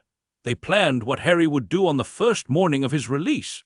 They planned what he would say to the journalists. They planned what he would say to Amos Diggory, if Amos Diggory would have him, and what he would say to Cho Chang, who would be 20 by then. They planned what spells he would relearn first, on the outside, and in what order. They planned for the version of Harry who would walk out at 17 when the law said he would be transferred to the adult wing on the off chance that the move opened a window. They planned for the version of Harry who would walk out at 30. They planned very carefully for the version of Harry who would not walk out, what he would do with the rest of his life in here, what work he would set himself, what knowledge he would pass to whomever came after. The planning was, in itself, a magic. Harry felt it. The planning was the thing that kept his future a thing he could hold. The Dementors could not eat a plan any more than they could eat a fact. The plan was a sentence, and the sentence was, I'm going to walk out of this place one day in one direction or another with my hands free, and I'm going to do the following things. The sentence sat in him like a hot stone. He held it through the cold passes. He held it through the long winters. In May of his 15th year, May of 1996, although he did not know the date until later, the warder rotation changed. Halloran did not come one morning. A different warder came. He was a man perhaps 30, with a thin neck and red knuckles, who did not look at the prisoners. He shoved the bowl through the slot at speed. He did not say eat the fish first. He moved on. The new warder was called Pyle. Pyle did not slip bread. Harry sat on his bench that morning with a porridge bowl that had no bread under it and a sliver of dread in him that he had not felt in months. He had not realized until that morning how much of his interior life had been propped on the weight of Halloran's 7 minutes a day. Halloran had been an axis. With Halloran the morning had a shape. Without Halloran the morning was the corridor and the cold and Sirius and the wall and nothing else. He told Sirius that night. Sirius said, he's been moved. Don't worry, he'll be back. Halloran always comes back. He's been here 30 years. They cycle him in and out so he doesn't go strange. He'll be back in a month. How do you know? Because I was here 12 years and he was here the whole time. What if he doesn't come back? Then we work with Pyle. Listen to me, kid. We had Halloran, now we have Pyle. Pyle is a thinner reed. We don't trust Pyle. We be small and gray around Pyle. Don't show him the wandless light. Don't show him anything. He's not a man for noticing. All right. And Harry? Yes. You'll get a letter this month from your school. They will not let it through, but they will tell you they have it because they have to. The ministry has to log all attempted correspondence. Watch for it. The letter, even unread, is a thing for you. It's a hand reaching toward you in the dark, and you can feel the hand even if you can't take it. Hold to the letters that are sent and not read. They are real. A letter came in late May. It was the only letter that year that anyone outside the prison sent him. He was told by Pyle in 5 words that a piece of correspondence had been received and refused. He was not told from whom. He found out later, much later, that it had been from Hermione Granger, and that it had been 17 pages long, and that she had been writing him a letter a week for 11 months, and that this had been the first one her parents had been willing to send through the legal channel rather than via more roundabout means that did not work. He did not know any of this in May. What he knew in May was that a letter had come and been turned away at the gate. He held to it. He held to the fact of the letter as if it were a small hot stone. He held to it through the next Dementor pass and the next and the next. The letter was a hand reaching toward him in the dark. He could not touch the hand, could feel it. Halloran came back in June. Harry knew before Halloran spoke by the rhythm of the trolley wheels. Halloran's trolley made a particular small click on every 4th wheel. Pyle's did not. Harry heard the click on the morning of the 16th and sat up on his bench and waited, and Halloran came at 6:12 and ladled the porridge in and stood at the slot for a long second. "Sorry, lad," he said. "It's all right. 3 more weeks of leave I had to take. They'd have noticed if I refused." "It's all right. I'm back. Eat the fish." "Yes." Halloran moved on. Harry sat with the bowl on his knees. There was a piece of bread under the porridge. He ate the bread first. Through the wall, Sirius taught him the soul binding on a Tuesday in October of his 16th year. It was a Tuesday because the ministry trolley came on Tuesdays with new straw for the mattresses, and the trolley made enough noise in the corridor to cover their voices, and Sirius wanted them covered for this one. He did not want any warder, even Halloran, to overhear them on this particular subject. "I am not supposed to know this," Sirius said quietly. "I learned it from my mother's library. My family kept books that other families burned. The book that taught me this was in the 3rd drawer of the dresser in my mother's bedroom in the London house. It was bound in red leather. It had no title on the spine. It had no title because the title was the kind of thing you did not write on a spine. The book taught 5 soul magics. 4 of them I will not teach you because they should not be taught. The 5th is the soul binding. All right. The soul binding is a kind of mirror. It does not damage the target. It does not unmake the target. It does not require death. It is not, the way the killing curse is, a verb of violence. It is a verb of recognition. It says to the target, I see you. I see all of you. And the binding then locks the target to themselves, locks them to every part of themselves they have ever made or kept or hidden. The target cannot, after a binding, escape any aspect of themselves. The target is made one person instead of a person who has scattered themselves. Why, said Harry, would you want to make someone one person? Most of the time you wouldn't. Most people have not done anything to themselves that they cannot bear to see all at once. Most people, if you tied them to themselves, would be uncomfortable for an evening and then settle. The binding does no real damage to most people. It is, as I said, a verb of recognition. There was a pause. But if your target, Sirius said, has made horcruxes, if your target has cut their soul up and put pieces of it in other things, if your target has spent 40 years scattering themselves into bone and ring and locket and cup and crown and snake and boy, then the binding, when it forces the target to be one person at last, has to fail. The target cannot become one person. The target has not been one person in 40 years. The binding sets the target's own soul against itself. The pieces try to come together, and the pieces cannot find one another, and the failure is, he did not finish. What is the failure? The failure is the man dies. He dies cleanly. He dies of his own arithmetic. The man who has made the horcruxes dies of trying to be himself and failing. That is what it is. It is not gentle, but it is not, kid, the killing curse. It is not you taking a life. It is the target's own life, the way they have made it, being asked to be a life and refusing. The binding only asks the question. The dying is in the answer. Harry held his hand to the wall. He held it there for a long minute. You're teaching me this, he said, because of him. Yes, you're teaching me this for him. I am. You don't think I'll ever beat him with a wand. I think you'll never have to. I think when the day comes you will not duel him, kid. You will not duel him with curses. You will be 16 or 17 years old, and you will not be a duelist. You will be something else. You will be a boy who has spent 3 years in a cell with a man who taught him a binding. You will speak to him, and you will recognize him, and you will bind him to himself. And the world will think it was a duel, because the world cannot tell the difference between a duel and a recognition, and it will not matter, kid, what the world thinks. What will matter is that he will be dead, and you will not have used the killing curse, and you will not be what they tried to make you. Harry sat with that for a long time. Teach me, he said at last. All right, said Sirius. All right, we have time. So Sirius taught him the binding. It took 10 months on and off through the rest of his 16th year. It was not a thing you taught quickly. It was a thing that had to be built inside the student piece by piece, the way a ship was built inside a bottle. Sirius described it, Harry built it. Harry described back what he had built. Sirius corrected, Harry rebuilt. There was no wand to point. There was no incantation to speak. The binding had no incantation because the incantation was the seeing. You looked at the target, and you saw them, and you said with your seeing, I see all of you. The binding was the saying. It was the slowest thing he had ever learned. It was also the thing, over time, that defined the shape of the year. It was the thing he was doing when the Dementors passed. It was the thing that was waiting for him in the dark every night when the world went down to a wall and a voice.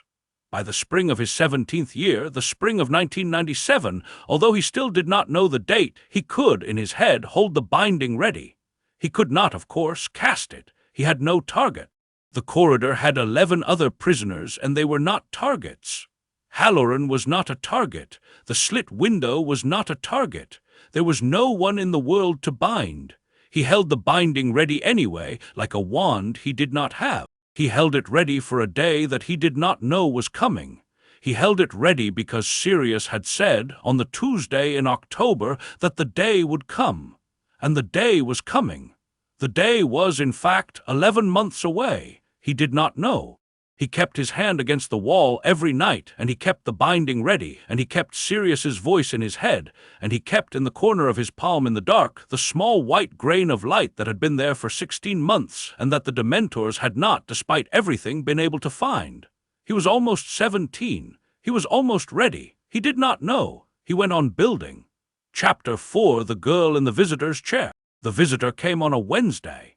It was the 17th of April, 1996. He was 15 years and 8 months old. He had been in cell 47 for 9 months and 21 days. He had not in 9 months and 21 days had a visitor, and he had not in 9 months and 21 days been told that any visitor had been turned away. There had been no one in the world who had asked.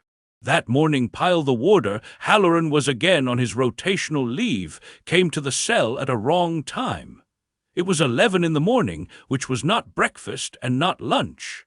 Pyle had with him not the trolley but a metal hoop and a clipboard. He stopped at the slot in cell 47 and consulted the clipboard, frowning. Potter! Harry was on his stone bench. He had been working on the wandless light very quietly, with his palm cupped under the blanket so that the small flame in his hand could warm him without being visible from the corridor. He let the flame go out. He looked up at the slot.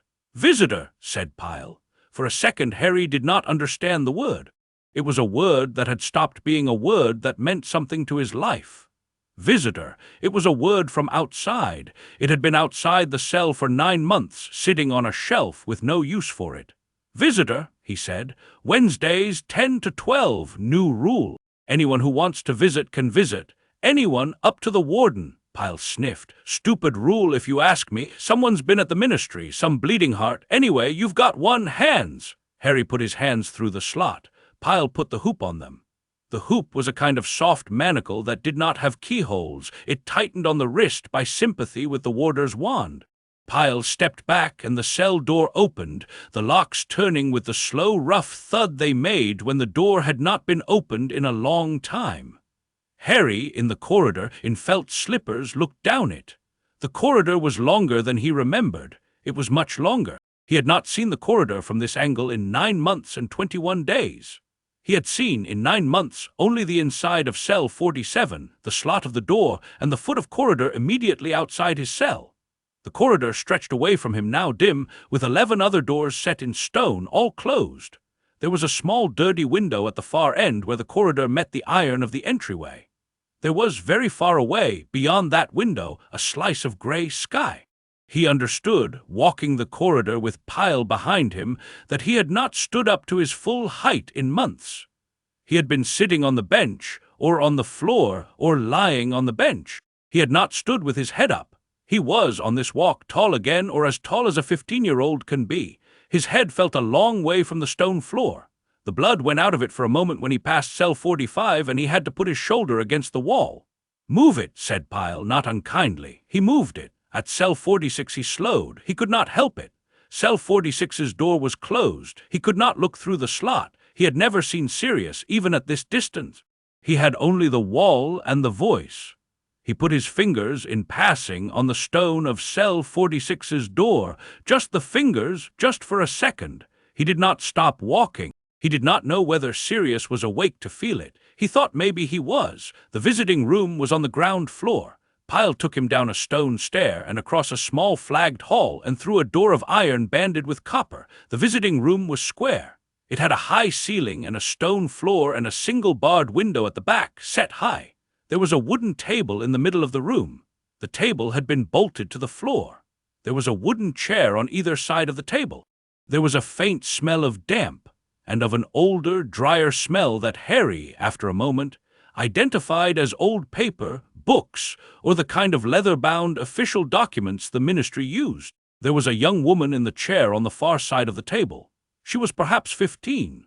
She had pale blonde hair that came down to her shoulders, very straight, with a small braid in it on the left side. She had pale eyes, the kind of pale gray-blue that, in a different light, would be the color of nothing. She had on a yellow dress that did not match the season and a hand-knitted cardigan in 3 colors that did not go together. She had on the table in front of her a folded copy of the Quibbler, a small paper bag, and a folded square of parchment. She looked up when Harry came in. He stopped halfway across the room. He knew her face. He had not until that moment remembered her face. Her face was a face from Hogwarts. He had seen her in the corridor and not paid attention. She had been a Ravenclaw 2 years below him, a girl people sometimes laughed at. He had not been kind to her, exactly. He had been nothing to her. He had walked past her in the corridor, and the laughter of her house had been a sound he had heard without listening. He could not at first remember her name. He stood in the middle of the room and tried to remember it. He had spent the year planning his future and rebuilding his past, and her name was nowhere in either project. She watched him try to remember. She did not, by her face, mind that he was trying. She was perfectly patient. She sat with her hands folded in her lap and waited the long, awkward seconds while a boy in a gray wool shirt tried to recall the name of a girl he had not thought he had ever met. He felt the seconds. He felt them grow. He felt piled behind him in the doorway, holding the door, getting impatient. He gave up. He walked the rest of the way to the table and sat down in the chair opposite her. The chair was cold. He put his manacled hands on the table. The hoops clinked once on the wood. He looked at her. "I'm sorry," he said. His voice was rough. He had not used it loudly in some time. "I don't remember your name." "Luna," she said. "Lovegood. Lovegood. Yes, Luna Lovegood. Yes." He looked at her. He had nothing else to say. He had not expected to be looking at any face that day. He had not, in fact, expected to be in a room with another person ever again that was not a warder. The fact of her face, small, calm, certain, was almost too much for him to take in. He felt his eyes stinging in a way he had thought they were no longer able to. "I came," she said, "because I believed you." All right. "I came because no one else will this month. I checked. The ministry has a list of approved visitors. The list is very short. Most people on it are reporters or curiosity seekers, and they have not been allowed in. I am not a reporter or a curiosity seeker. I'm a 15-year-old girl with no parents who can stop me and no school standing to lose. So they let me in. They did not think anyone would visit you.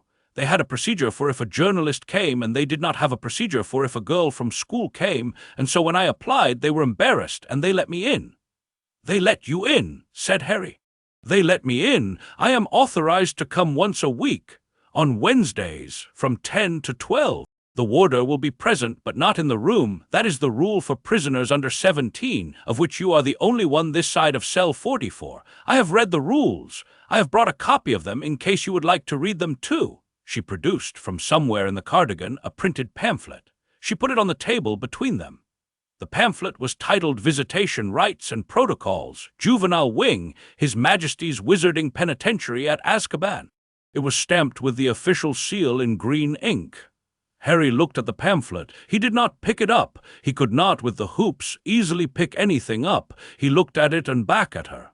"Why?" he said. "Why what? Why you? Why are you the one?" She tilted her head. The braid swung against her shoulder. She thought about it as if it were a question that deserved thinking about, which struck him, even in his first encounter with her, as a different way of being asked things than he was used to.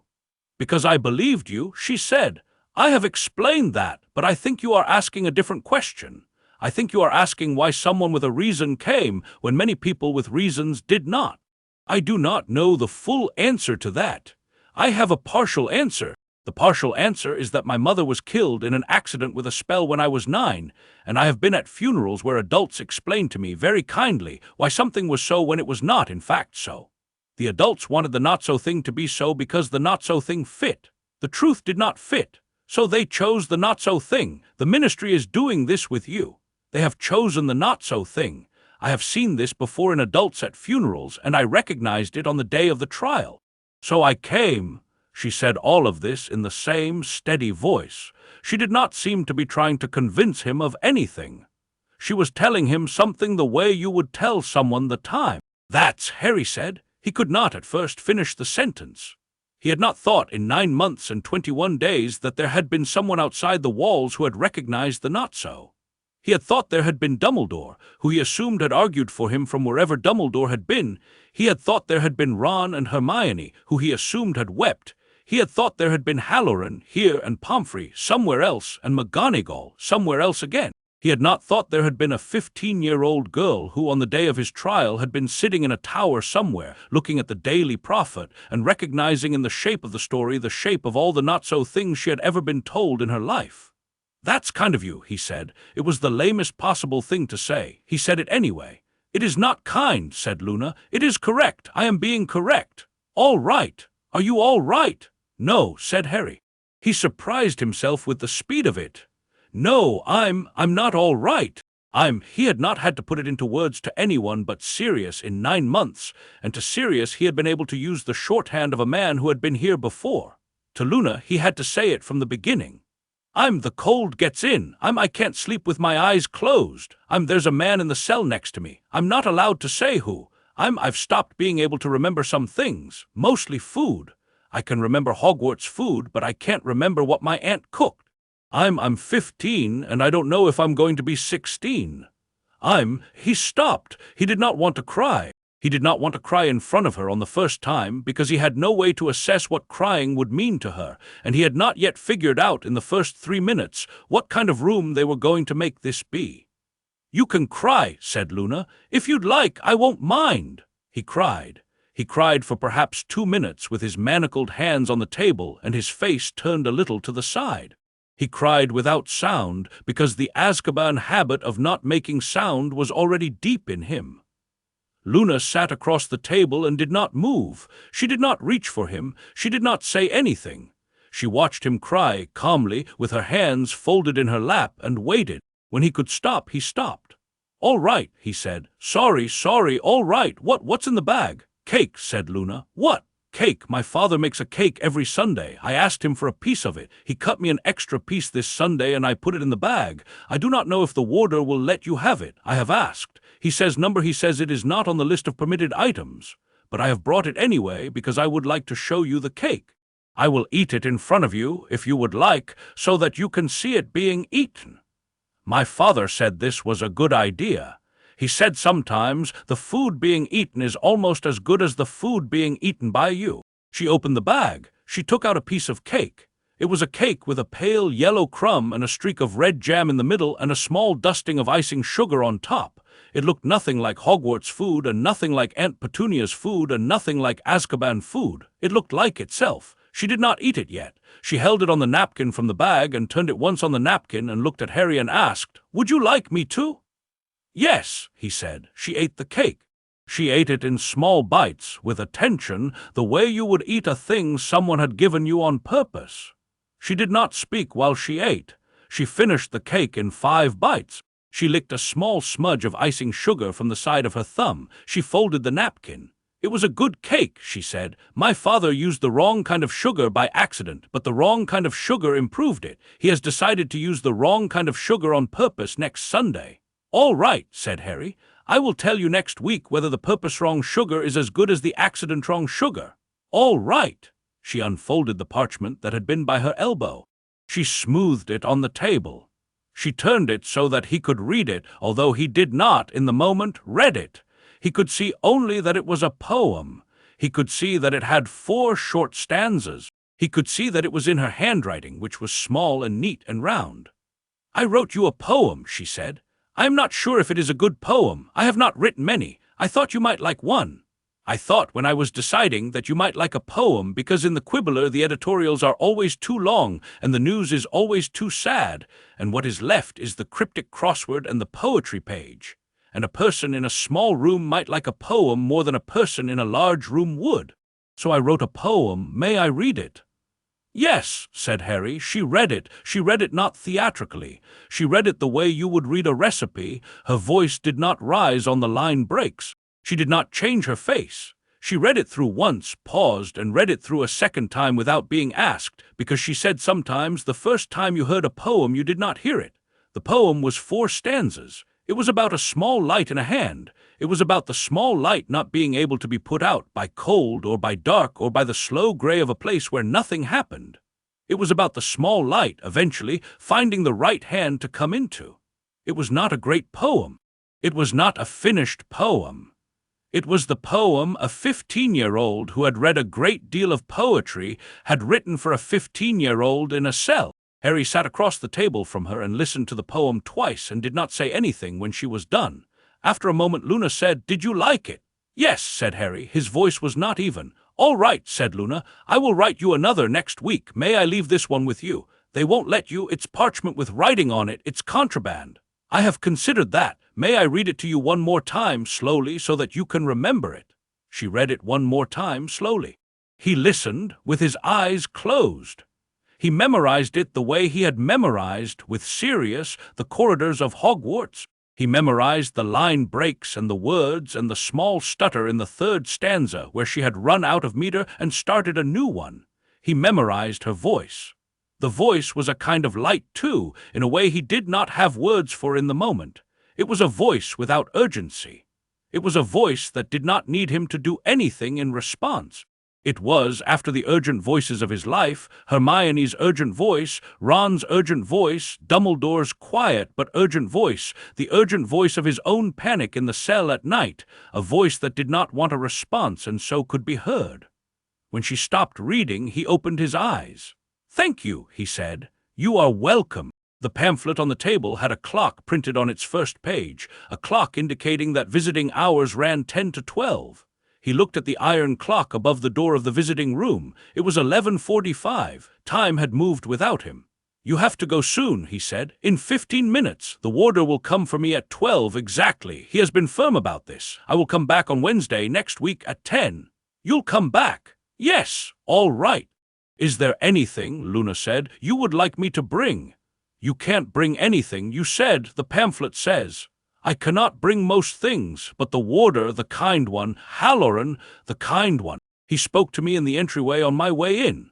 He said if I brought a sheet of plain paper, he would, on the way out of the visiting room by accident, allow me to leave it on the table, and that he would, by accident, not see it when he cleared the table afterwards. He said I could write what I liked on the plain paper. The plain paper would not be searched. He said this was a one-time accident and that it would not be a habit. But for the first time, he said, he could allow it." She produced from the same somewhere in the cardigan a folded sheet of plain paper. She put it on the table. She did not, for now, take a quill out, although she had clearly come prepared. "Tell me what to say on it," she said. "Tell me to whom?" Harry stared at the paper. He could write to anyone suddenly. He could write to Ron. He could write to Hermione. He could write to Hagrid. He could write to Dumbledore. He could write to Amos Diggory and tell him again that he was sorry, that he had been sorry every day in the cell, that the sorry sat in him like a stone heavier than the binding sat in him. He thought about it for a long time. "I want to write to Sirius Black," he said quietly. Luna did not, in her face, change. "All right," she said. I know, he is in the cell next to you. I have been working it out. The pamphlet says cell 47. The prisoner records I was permitted to view in the lobby. Only as a formality, you understand, but they put them on the desk and they let me see," said Sirius Black was returned to Azkaban after his apprehension on the 4th of January. "And cell 46 is at the end of the juvenile wing because the warders did not have an open adult cell, and so there are only certain people he could be next to. You are the most recent. I have been thinking about it. I have not told anyone. I have not told my father. Sirius Black is innocent, I think. I will write him a letter for you." Harry could not, for a moment, do anything. He had spent 9 months guarding the secret of Sirius's existence in the cell next door. He had spent it with a kind of muscular vigilance, never saying the name out loud, never letting the warders see his face when Sirius spoke, never letting Galen Carrow, who heard everything, hear his side of the wall conversations. He had been guarding the secret as a thing the ministry must on no account be allowed to discover, because if they discovered it, they would move one of them. And Luna Lovegood, 15, in a yellow dress, had worked it out from the prisoner records in the lobby. "You won't," he began. "I won't tell," said Luna. "I have promised myself I won't. I am very good at not telling, Harry. It is a thing I am good at. People have made the mistake of assuming I tell. I do not tell. What would you like me to write him?" "Tell him," his voice went uneven again. "Tell him I have a visitor." Luna picked up the quill she had also produced from the cardigan.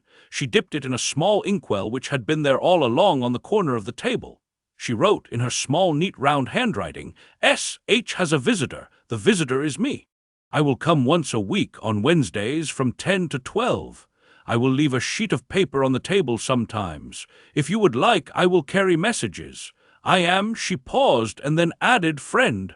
L.L." She held it up for Harry to see. "Is that right?" "Yes, all right. Tell him the things he said about being held while I'm in here are also true for me. Tell him I'm still holding him. Tell him to keep eating." Luna wrote it down underneath the first message. She did not add commentary. She wrote it in his words. She turned the paper.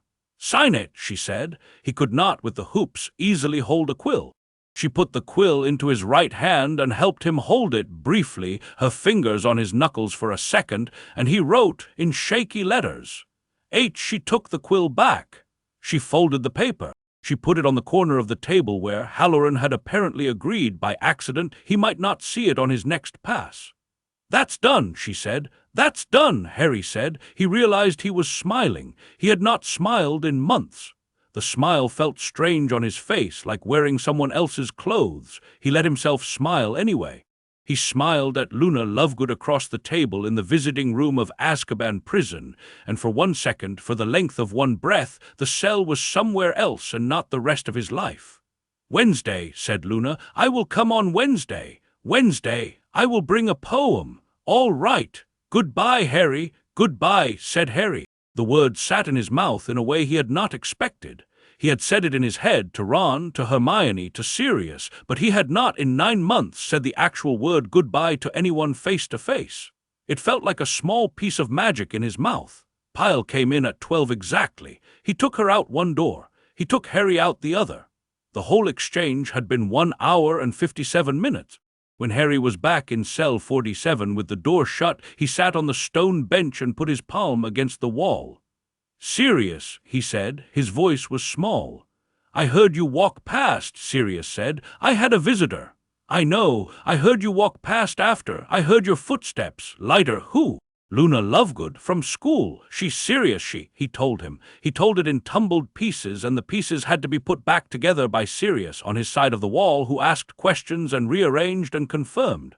When he got to the part about the paper and the message, Sirius was quiet for a long second. "She knows about me," Sirius said. "Yes." "How?" "The prisoner records. They were on the desk in the lobby. She just looked. They didn't think Sirius. They didn't think to hide them from her. They didn't think anyone would visit me. They didn't have a procedure." There was a sound from the other side of the wall. It was a soft, exhaled sound. It was a laugh, the first time Harry had heard Sirius laugh out loud in 9 months. It was a small, dry, exhausted laugh. It was the laugh of a man at the punchline of a joke he had been waiting to have made for him. "Kid," Sirius said. "Kid, listen to me. Listen carefully. I love you, kid. I love you too. This girl, hold this girl, hold her. She is the kind of person who exists once a generation. She is the kind of person the rest of us walk through life looking for. You met her in school and didn't see her, and now she is sitting in a chair in Azkaban for you. Do not let her go. Do you understand me? Do not let her go. You don't have to know what she is to you. You don't have to know what you will be to her. Just hold her hand and don't let her go. I can't even touch her hand. You will. Hold her in your head. Hold her there." Harry held her there. He held her, in fact, for the rest of the day. He held her face, the pale eyes, the braid, the cardigan, in the corner of his mind that did not let Dementors in. He put her there with his mother's face, on the shelf inside himself that was not for the cold to find. She had been on the shelf less than 2 hours, and she was already, in her own way, beside his mother. He did not know what that meant. He did not, at 15, have the framework to know. She would come on Wednesdays for the next 2 years. The visits after the first took on a shape.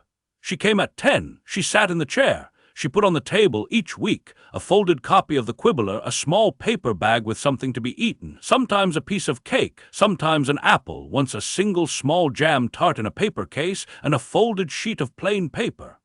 Halloran was usually the warder on Wednesdays.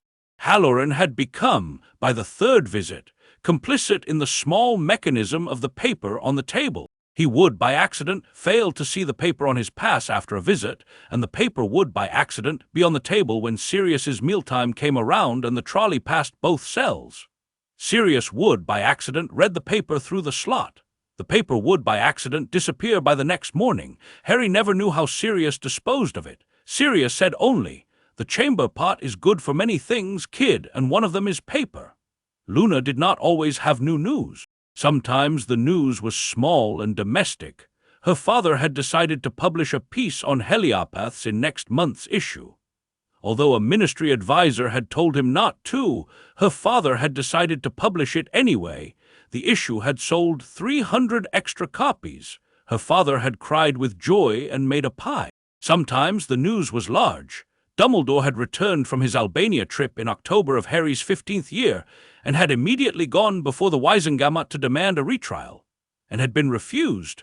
Dumbledore had then withdrawn from public life in protest, and had spent the next 4 months in seclusion at Hogwarts and the Burrow alternately.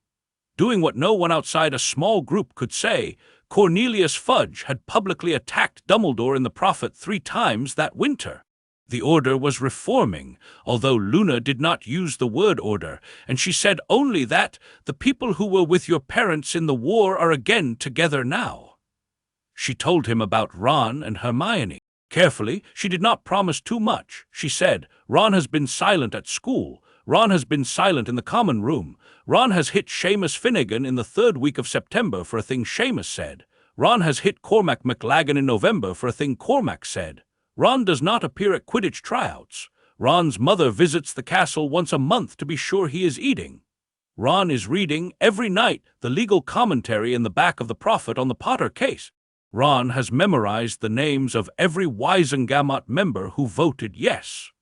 Ron is 15 years old and is making a list. She said, Hermione has been writing you a letter a week.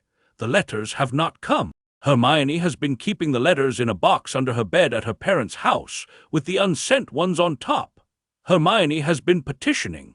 Hermione has filed 3 appeals on your behalf in the Muggle courts, on the grounds that as a citizen of magical Britain you have rights under the statute that have been violated. The Muggle courts have in 2 cases accepted her appeals. The magical authorities have in 2 cases refused to recognize them. Hermione is undeterred. Hermione has, in the spring, founded a society. The society is called the Society for the Reinvestigation of Wrongful Convictions. It has 6 members. It meets in a coffee shop in Edinburgh. They have very little money. They are not, in any practical sense, accomplishing anything. They have not given up, she said. Hagrid wept when he heard you had had a visitor. Harry, on his side of the table, took these reports in like food. He had not, before Luna's first visit, allowed himself to wonder very precisely how Ron was, how Hermione was, how Hagrid was. Wondering had been too costly. He had decided, in the first month, to let them be a category called my friends, and not let himself imagine particular faces and particular griefs, because the imagining had been the kind of warmth the Dementors would eat. After Luna started coming, he found, slowly, that he could imagine again. He could let himself think of Ron with his fist up at Seamus Finnegan. He could let himself think of Hermione under her bed with a box of unsent letters. He could let himself, on the bench at night, picture Hagrid in his cabin weeping. The pictures were warm. The Dementors came and went, and the pictures did not leach. He understood, slowly, in the first months after Luna started coming, that having one person who had said, I believed you outside the walls, had changed the inside of him. He had been a fortress. The fortress had had 1 inhabitant. He had become, over 9 months, a fortress with a single inhabitant who had been very small and grey and was being slowly outlived by the stone. Luna had not opened the gate of the fortress exactly. Luna had simply walked into the room he was in and sat down and said, I believed you. The fortress had not had to come down. The fortress had only had to admit that it was not the only thing left in the world. There was, outside the fortress, a city. He started to live slowly, like a man in a city he could not yet see but knew was there.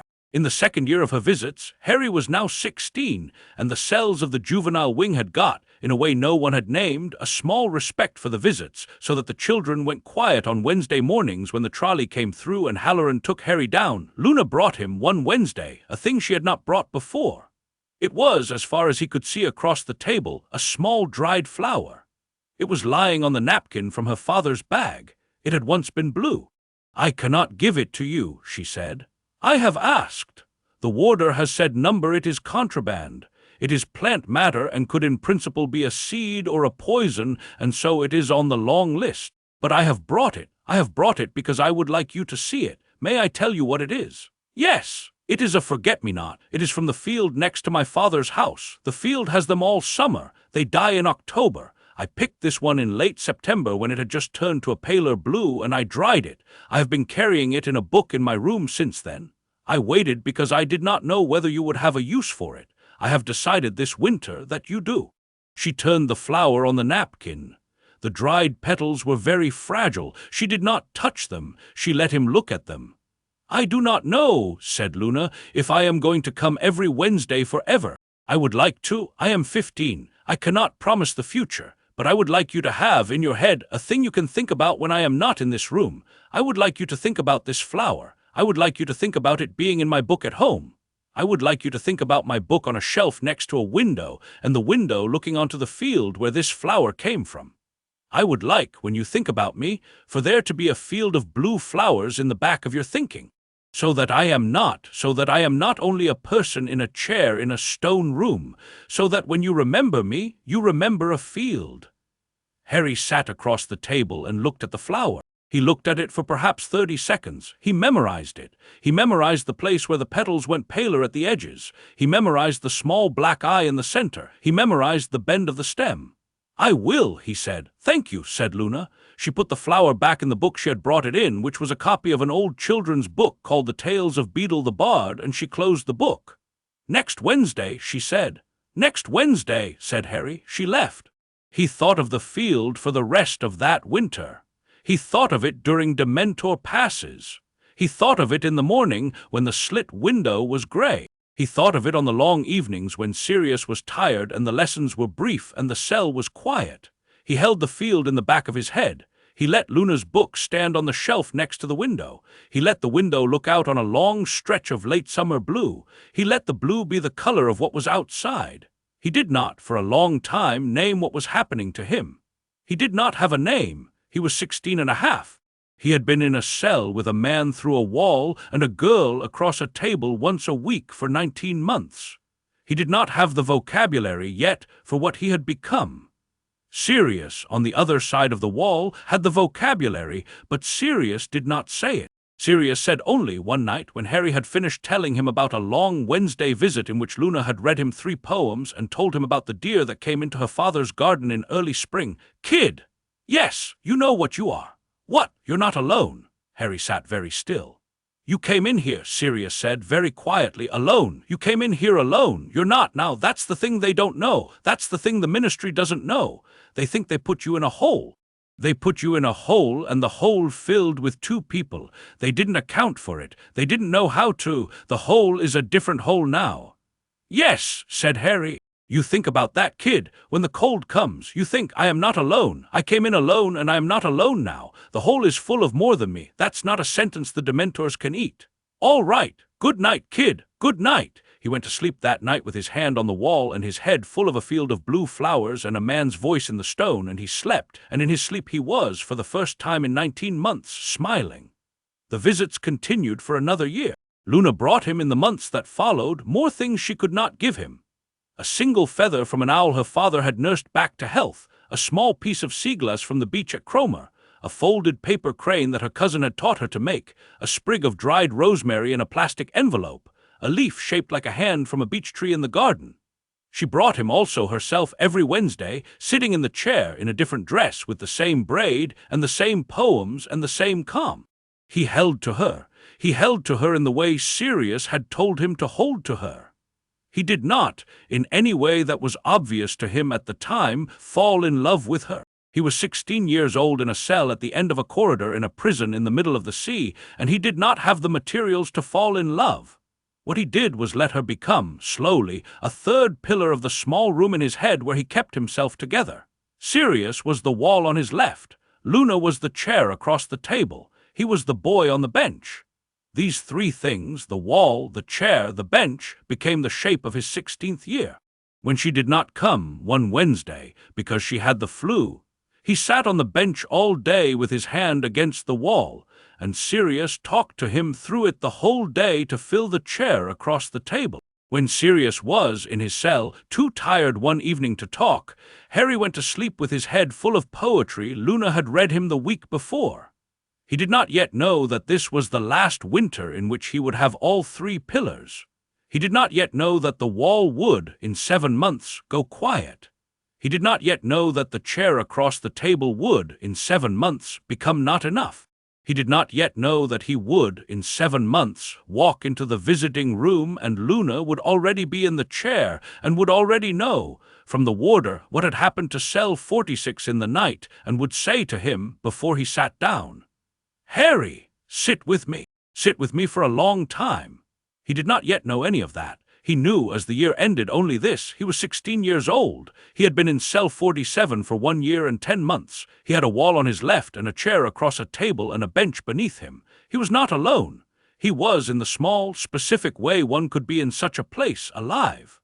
Chapter 5, The Quiet on the Other Side of the Wall. The thing that broke him did not begin as a thing breaking him. It began as a cough. Sirius had been coughing on and off through the autumn of Harry's 17th year. Harry was 16 and a half, still, by the calendar in his head. He kept the calendar with a precision now that surprised him, marking each day with a small line of soot on the underside of the bench where Halloran would not see it. He had a system of dots and tally marks that let him keep months in a hand-sized space. Sirius had been coughing in the way men in damp stone cells cough, the way Sirius had probably been coughing all 12 years of his first incarceration, although in the first incarceration there had been no one to listen to it. Harry listened to it. Harry, who heard everything through the wall, who had spent 2 years and 3 months listening to the breathing patterns of one man, could tell in October that the coughing had changed shape. It was no longer the dry intermittent cough of cold lungs. It was a wetter cough. It was a cough that came up from a place deeper in the chest. It had a small rattle in it in the back of the throat. He listened to it for a week before he said anything. When he said something, he said it carefully. "You're coughing." "It's nothing." "It's wetter. It's October. October's wet. Sirius, kid, it's a wetter cough. It's all right." He stopped pressing him. He had learned in 2 years that there were things Sirius would tell him and things Sirius would not, and that the things Sirius would not were not things one could pry out of him. He let it sit, but he asked Halloran. He asked Halloran in the morning of the 3rd day after the cough changed, at 6:12, when Halloran came with the bowl. He did not ask out loud. He held up his bowl and made his eyes meet Halloran's eyes, and he did not have to say anything for Halloran to understand the question. Halloran was a man whom one did not, after a while, have to say things to. Halloran said, very quietly, ladling the porridge, "Black's been seen by the medic." What did the medic say? Medic said cell damp. Medic said October. Medic said it's not. Halloran paused. "It's not anything specific." "Halloran, lad, is that what the medic actually said, or is that what the medic put in the paperwork?" Halloran did not, for a long second, answer. He looked at the wall above Harry's head. He looked at the slit window. He looked at the porridge. He said, "What the medic put in the paperwork. The medic is not at liberty to write down what the medic actually thinks. The medic is required to write down, in this prison, only what fits in the 4 lines on the form. The form does not have a line for what is actually happening to a man in cell 46. What is actually happening? Lad, Halloran." Halloran looked at him. 12 years, he said, plus the time it would have taken him to get under the surface a second time. He's exposed too long. The cell damp is real, but the cell damp would not be killing him if he had not had the 12 years. He's running thin. The medic knows it. The medic cannot write it. The medic can give him a draft for the cough. The draft is in the cell now. The draft will help. It will not fix the long thing." "How long?" Harry said. "I don't know." "Halloran, I don't know, lad. I have seen this before in this building. I have seen it twice. It is not a fast thing. He is not in danger this week. He may not be in danger this month. He may by spring be." He stopped. "He may by spring be." "Yes." Halloran's hand was on the slot frame. The knuckles were white. "I'm telling you," Halloran said, "because I think he won't. I think you should know." "Yes," Harry said. "I'm telling you because I think between the two of you, you may be the one who can keep him here longer. The Dementors take faster from a man who has stopped wanting. He hasn't stopped wanting. He wants for you. If you ask him to want, he will keep wanting longer. I have seen it both ways. I have seen a man stop and go in a week. I have seen a man hold for 2 years longer than the medics expected. The asking is the thing that makes the difference." "All right, eat your fish." "Yes." Halloran moved on. Harry sat on the bench. He did not eat the fish. He sat with the bowl on his knees and looked at the wall to his left. He held very still. He understood in that morning that the corridor in his life had a shape now, and the shape had a corner ahead of him. The corner was something he could see. The corner was, Sirius would die in this place, perhaps in months, perhaps a year. He had to take the corner and go on after it. He had to live the corridor on the other side of it. He had not in 2 years allowed himself to plan for the corridor on the other side. He had planned for his release. In 3 or 30 years, he had planned for what he would do. He had not planned for the version of his life inside this building in which Sirius was not on the other side of the wall. He understood in that morning that he had to plan for it now. He understood that planning for it was, in itself, a kind of love. He ate the fish. He kept it down. He said nothing to Sirius for 2 days. He had to work out, first, what he was going to say. He had to work out the wording. He had to put his own grief somewhere it could not be heard through the wall, because Sirius would hear it. Sirius could hear by now the smallest catches in Harry's voice.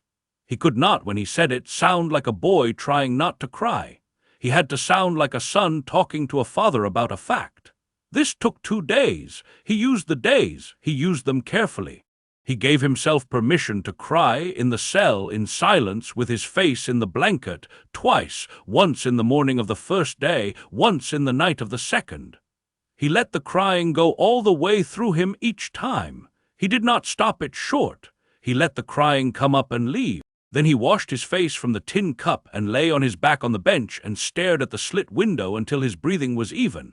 On the 3rd night, after the warder had passed and the corridor was quiet, he put his palm against the wall and said, "Sirius, kid, I want to talk to you about something. Talk. It's not a small thing. I'm here. It's about what happens if you go before I do." There was a long silence on the other side of the wall. When Sirius spoke, his voice was different. It was the voice of a man who had been waiting a long time for a particular conversation, and who, when it finally arrived, was relieved. "All right," Sirius said. Yes, kid, let's talk about it. I need to know things. Ask me.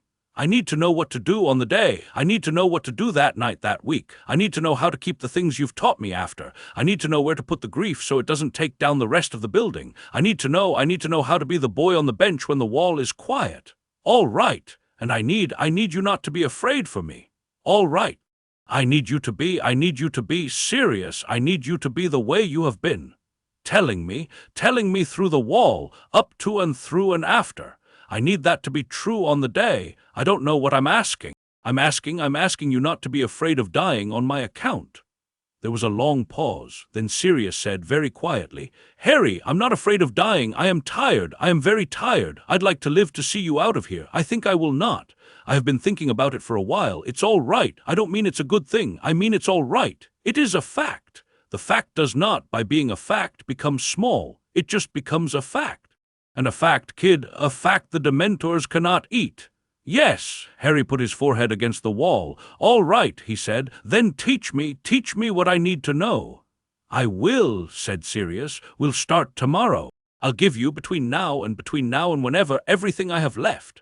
The way a man would give a son a house, room by room, will empty me into you, kid, the way a man empties a house when he moves. You'll have everything. You'll have it. It will not all fit. Some will be left in the corner. That's all right. You'll have most of it. All right. And Harry." "Yes. You are not to grieve me in advance. Do you hear me? You are not allowed. You may grieve me when I am gone.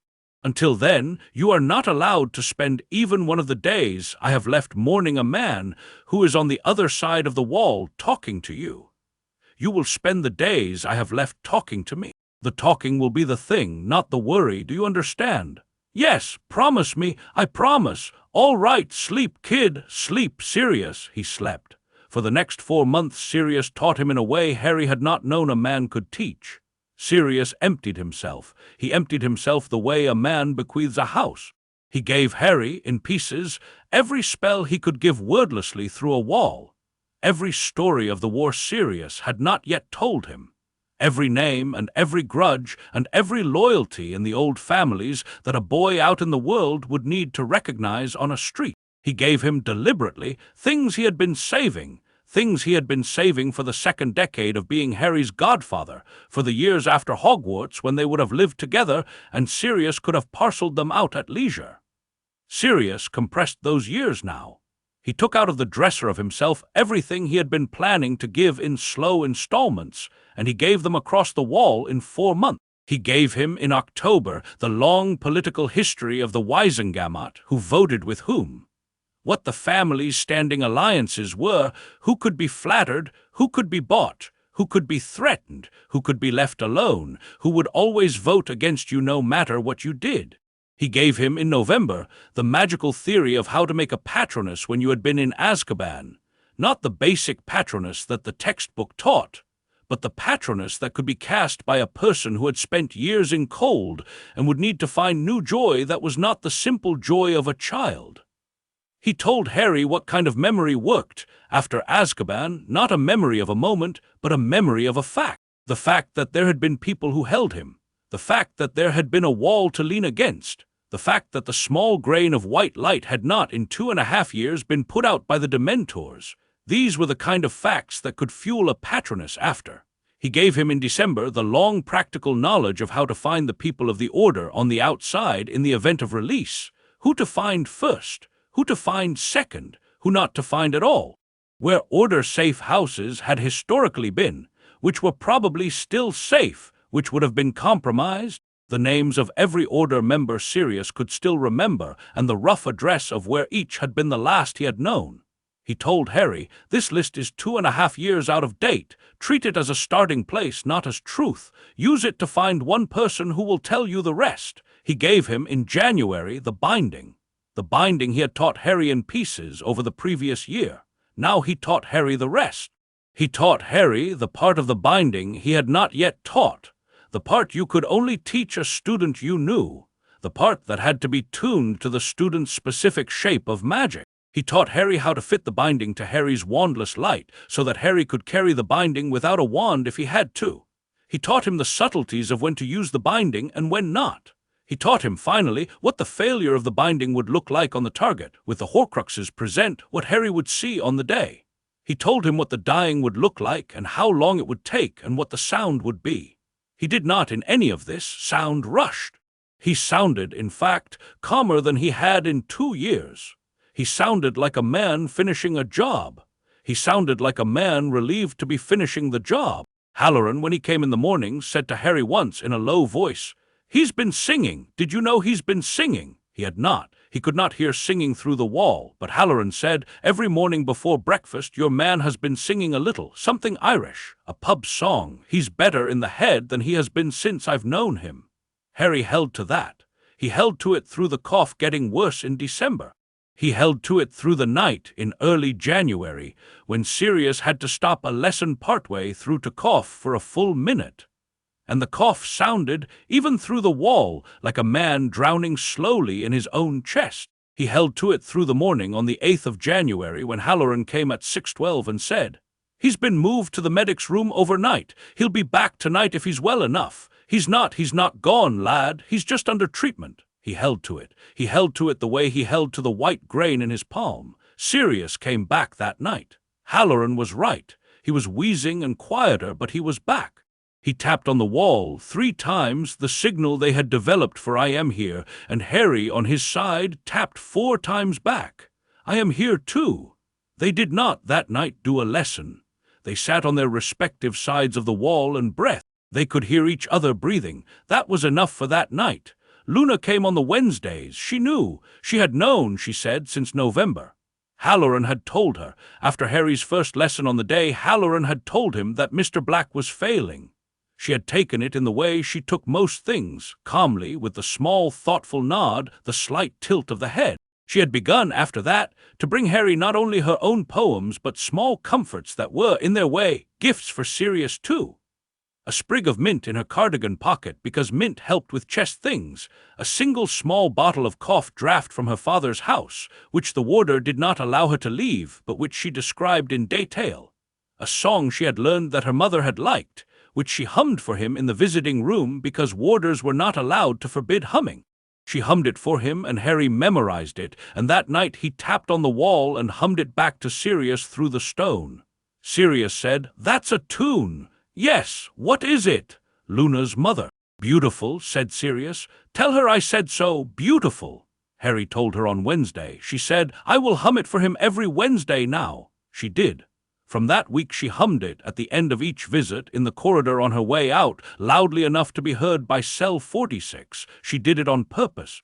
The warder permitted it because there was no rule against humming, and she did it without breaking stride, and there was no one in the visiting hierarchy who would write down on a form that a 15-year-old girl had hummed in a stone corridor.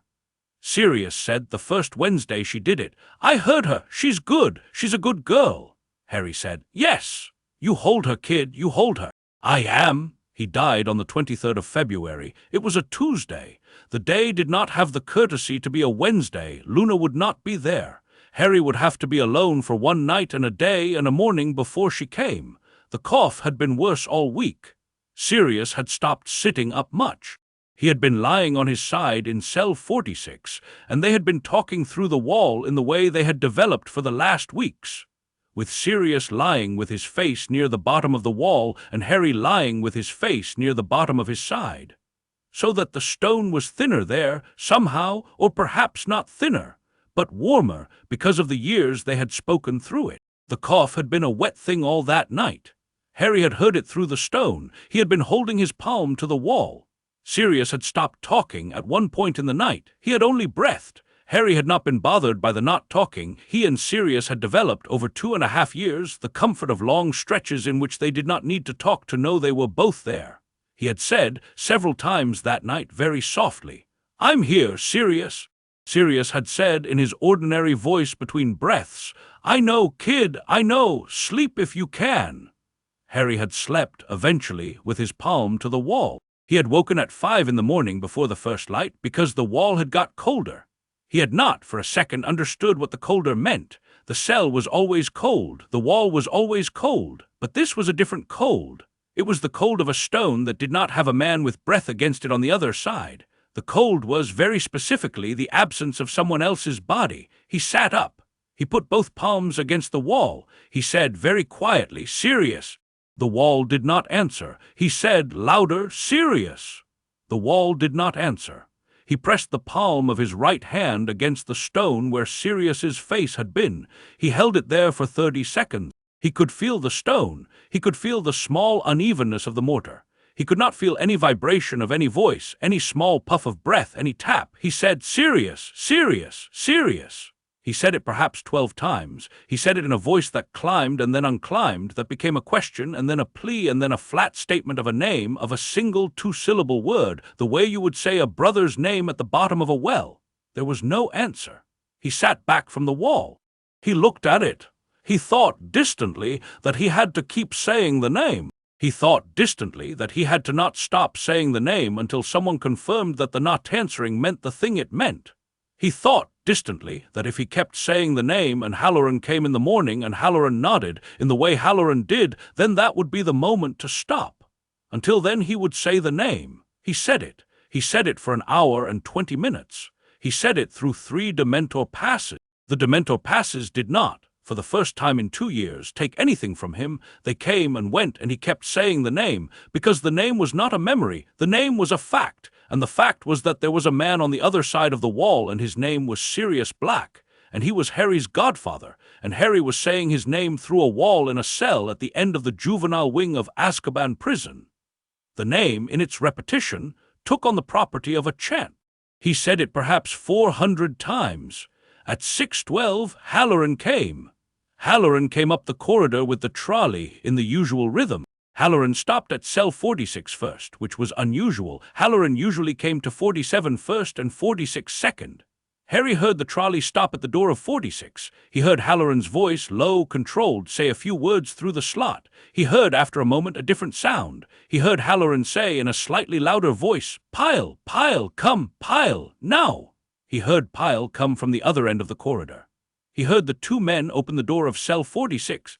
He heard the rough thud of the locks. He heard them enter. He heard the very low sound made by 2 men together of a body being lifted. He did not hear exactly what was being said. He heard Pyle at one point say, "When?" and Halloran answer, "Sometime in the night. Body's cold, body's cold." The 2 words came through the wall like a finishing blow. He sat on the bench with his palms still on the wall, and the words went into him and through him and out the other side, and the cell went very, very still. The Dementors in the corridor seemed to have stopped. Although they had not stopped, they were on the other end on their rotation. The slit window above the bench was a strip of pre-dawn nothing. The cell smelled, suddenly, of nothing. He noticed nothing about the cell. He noticed only that the wall to his left was cold in a way that meant Sirius was not on the other side of it. Halloran came to 47 a few minutes later. Halloran did not ladle porridge in. Halloran came to the slot and stood there with the ladle in his hand, not moving. He looked at Harry through the slot for a long second. He had on his old face. The old face was barely holding. "Lad," Halloran said. Harry did not answer. He could not. "Lad, I am sorry. I am sorry." He nodded once. The nod was not exactly an acceptance. The nod was only the smallest motion the muscles of his neck could make. "Eat something," Halloran said. "Eat something, lad." I will come back later. I will come back at noon between rotations. Eat something." He poured porridge into the bowl through the slot. The porridge went on top of the spoon which was on the bench from the night before and made a small splatter. He poured it anyway. He put the bowl through the slot on the floor. Then he went. He did not then manage to ladle for any other cell. Pile somewhere would take over. Halloran went down the corridor with the trolley, and the trolley wheels made the click on the fourth wheel that Halloran's trolley always made. And the sound went very small, and then there was the heavy iron sound of the corridor door, and then there was again only Harry in cell 47 with the porridge on the floor and his palms still on the wall. He did not move. He sat for the rest of the morning. He sat through the next 2 Dementor passes. He sat through the cold thickening and thinning. The Dementors did not. For some reason he could not, in the moment, explain to himself, find him. He understood distantly that what he was experiencing was not yet grief, in the form grief took for survivors. It was simply the absence of the wall. The wall had been a person for 2.5 years. It was now a wall. There was no name for the inside of him in that moment because the inside of him did not yet have a shape. At noon, Halloran came back. Halloran said, "Lad, the body's been moved. They will not allow a funeral. They will not, there is no procedure. The body will be interred in the ground at the back of the prison, in the small graveyard, by tomorrow at noon. I will be present. I will say his name. I will say it for you. I cannot promise more than that. I will say his name." Harry nodded again. "Eat the porridge." He did not eat the porridge. "Lad, Halloran." "Yes. Did he say anything to you last night when you saw him on the rotation?" Halloran paused. Halloran said carefully, "to tell you he was here. He said to tell you he was here until the end." "Did he say that to you tonight or before?" "He said it to me yesterday afternoon." "All right." "He also said," Halloran continued more quietly, "to tell you that the boy on the bench would be a man one day. He said, 'Tell the boy the man is coming. Tell him I am proud of who is coming.'" Harry put his face into his hands. He cried. He cried for 2.5 years all at once. He cried in big, silent, rending sobs that came up from a place lower than his chest. He cried with his shoulders shaking. He cried until he could not breathe, until his ribs hurt, until he had to put his head between his knees because the cell would not stay level under him. He cried for everything he had not allowed himself to cry for in 2.5 years, for Cedric in the entrance hall, for his mother and father, for Hagrid weeping in his cabin, for Ron's quiet at school, for Hermione's letters in a box under a bed, for the dinners he had never had with his godfather, for the future of Harry Potter that he had imagined the day he had got his Hogwarts letter, for the boy on the bench, for the wall. Halloran did not move from the slot. Halloran stood there the entire time. Halloran was, after 31 years in this building, a man who knew how to stand at a slot in a door while a child cried. He did not say it would be all right. He did not say anything. He stood there for the full half-hour it took.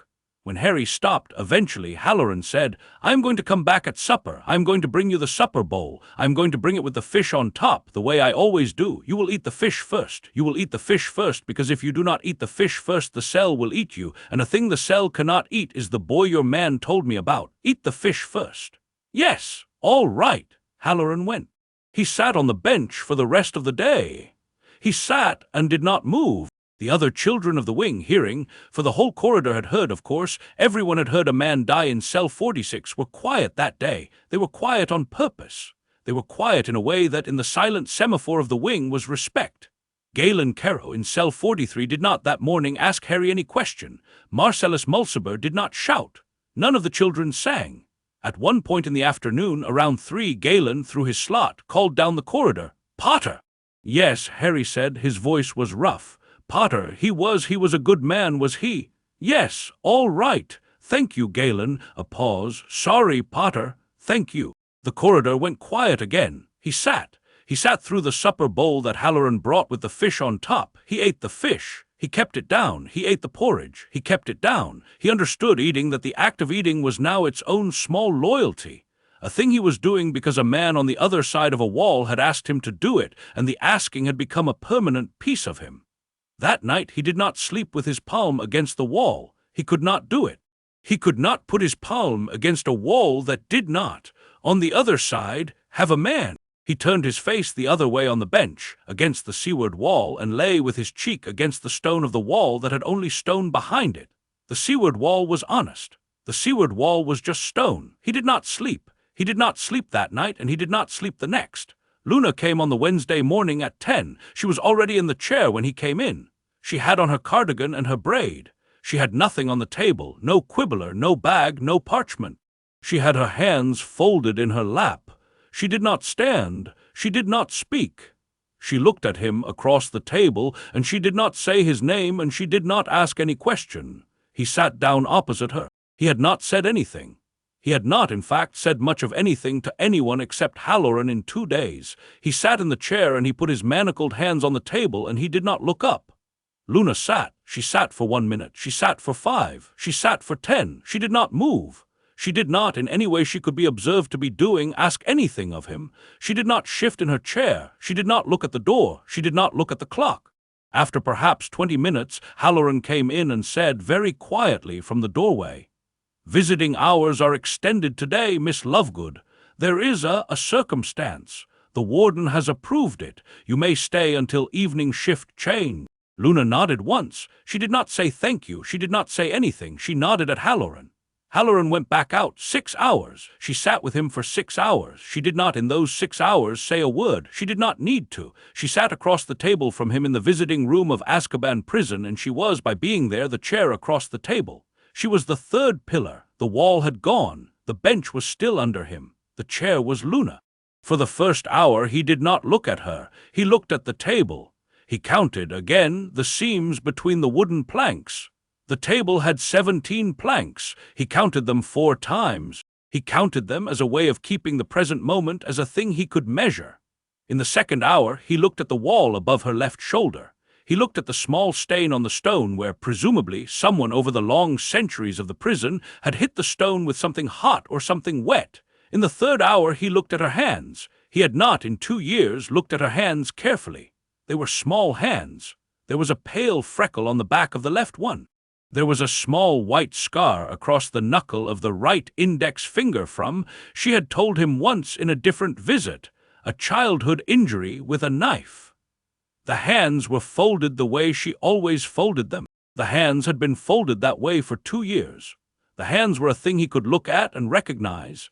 In the 4th hour he looked at her face. Her face was very still. It was watching him without watching him. She did not, when his eyes came up, do anything with hers. She did not smile, did not shift, did not, with her face, ask anything.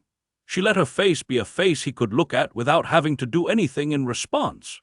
He looked at her face for perhaps 10 minutes.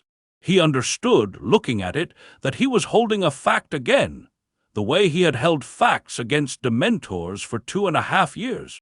The fact was, Luna Lovegood is in the chair across the table from me, and she will be in the chair across the table from me for as long as the warders permit her to be in the chair across the table from me, and she has come to be in the chair without my asking, and she does not require me to speak.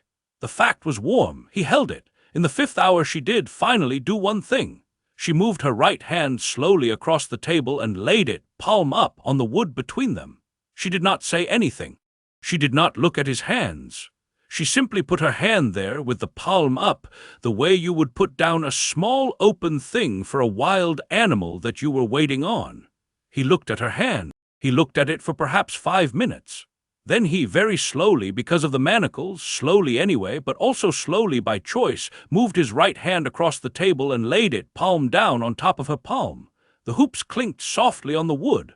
She closed her fingers gently over the back of his hand. It was the first time another person's skin had touched his skin in 2.5 years. He had not, until that touch, known how much of him had gone numb.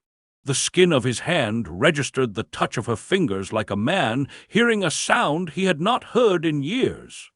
He understood in the touch that he was a body and that the body had been alone. The understanding did not undo any of the grief. The grief was still on the bench in cell 47 waiting for him, but the touch was the chair across the table made real, made warm. He did not at first cry. When he did in the 6th hour, it was a quiet crying. He cried with his hand under hers and his head bowed. She did not move her hand. She did not say it would be all right. She did not in any way ask the crying to be over. She let it be the size it needed to be. It was a long crying. When it was finally over, he was empty.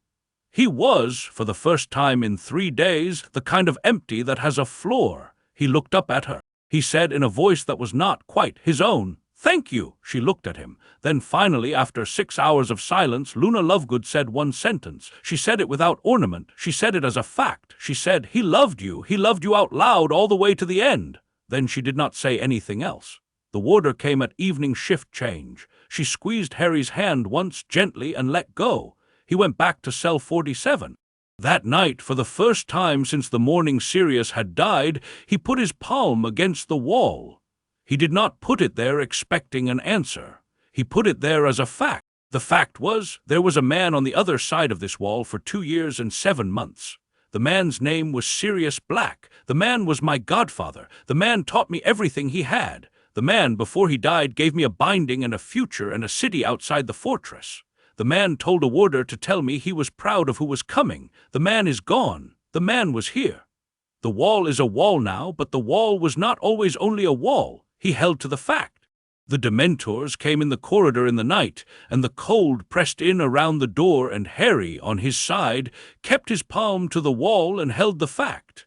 And the fact did not, when the Dementors passed, get smaller. The fact stayed the size it was. He had a girl across a table who had sat with him for 6 hours, and a man inside a wall who had loved him out loud all the way to the end, and these 2 facts were 2 stones in him, and the 2 stones together did not melt. He went to sleep. He went to sleep with his palm on the wall, the way he had every night for 2 years, and the wall was quiet, but he on his side was not. He was 16.5 years old. He had 4 months left of cell 47. He did not yet know that, but he was already in his head, beginning to know what he would do on the morning he walked out, and what he would say on the day he stood in front of the man who had put him in here, and what he would do with the binding when the time came. He was beginning to become the man Sirius had told Halloran was coming. He went on building. Chapter 6, the door that was no longer a door after Sirius died. Time changed shape. Time in the cell had, for 2.5 years, been a kind of standing water, a thing you measured by ladles, by Dementor passes, by the slow change of light in the slit window. Time after the wall went quiet was a different thing. Time was now slow, then sudden. Whole weeks dissolved into single afternoons stretched out and took up whole weeks. Harry did not, for the first month after Sirius died, mark the calendar under the bench. He stopped putting in the dots. He found he did not want to. The dots had been a thing for him and the wall to share. The wall would not see new dots, and he did not, by himself, have a use for them. He started up again in late March. He started up because, on the 2nd Wednesday after the funeral he had not been allowed to attend, Luna had said to him across the table, "You have to count again. You have to count or you will, this summer, walk out of this place not knowing what the date is, and there will be a journalist holding a microphone in your face who asks you what day it is, and you should know the day." "Walk out," Harry said. He said it the way one would say a word in another language. "Walk out," said Luna. "It is happening. I do not know when. It is coming. I do not yet have a date. I have a pattern. Listen." She told him the pattern. The pattern was this. There had been, in the past 3 months, 6 unexplained attacks on Muggle households in the West Country. The Daily Prophet had reported them as accidents. The Quibbler had reported them as Death Eater attacks, and had named with photographs 3 witnesses who had escaped each attack, and said they had seen masks and seen green light.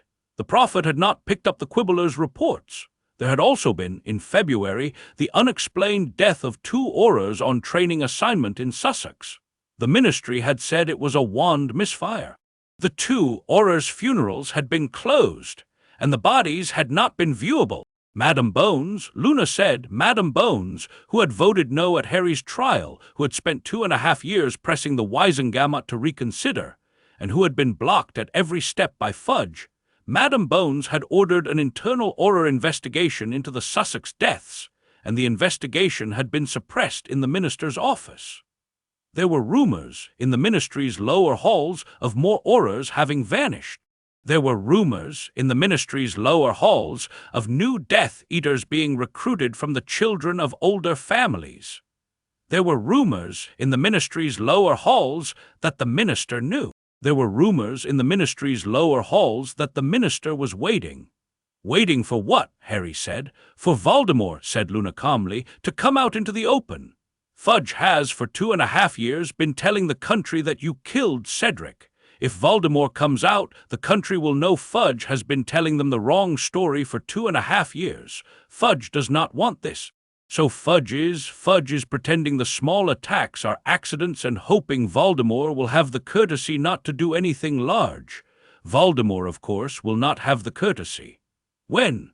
I do not know. Soon. The pattern is accelerating. There was 1 attack in November, 1 in December, 2 in January, 3 in February, 4 so far in March. The next month will be 5 or 6. By June he will have to do something visible because the rumors will have outpaced his secrecy. Something visible will end Fudge. Something visible will end your conviction. The Wizengamot will have no choice.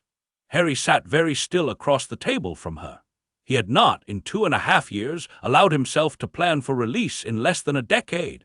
He had planned for it as a thing that would happen eventually, in some hypothetical adult future, when the world had moved enough times around the sun that a court could be persuaded to look again. He had not allowed himself to plan for it in the next 6 months.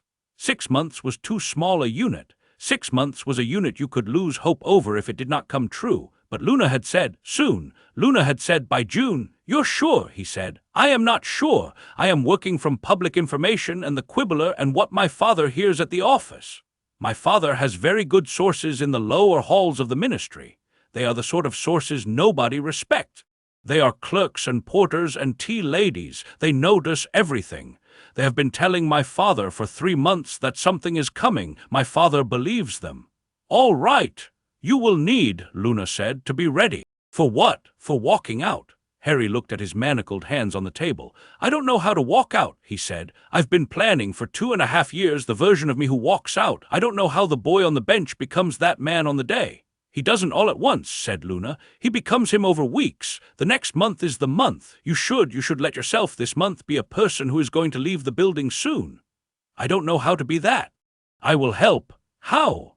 I will bring you every Wednesday until you leave something that is from the outside, a photograph, a leaf, a piece of food. I will bring you the world in fragments.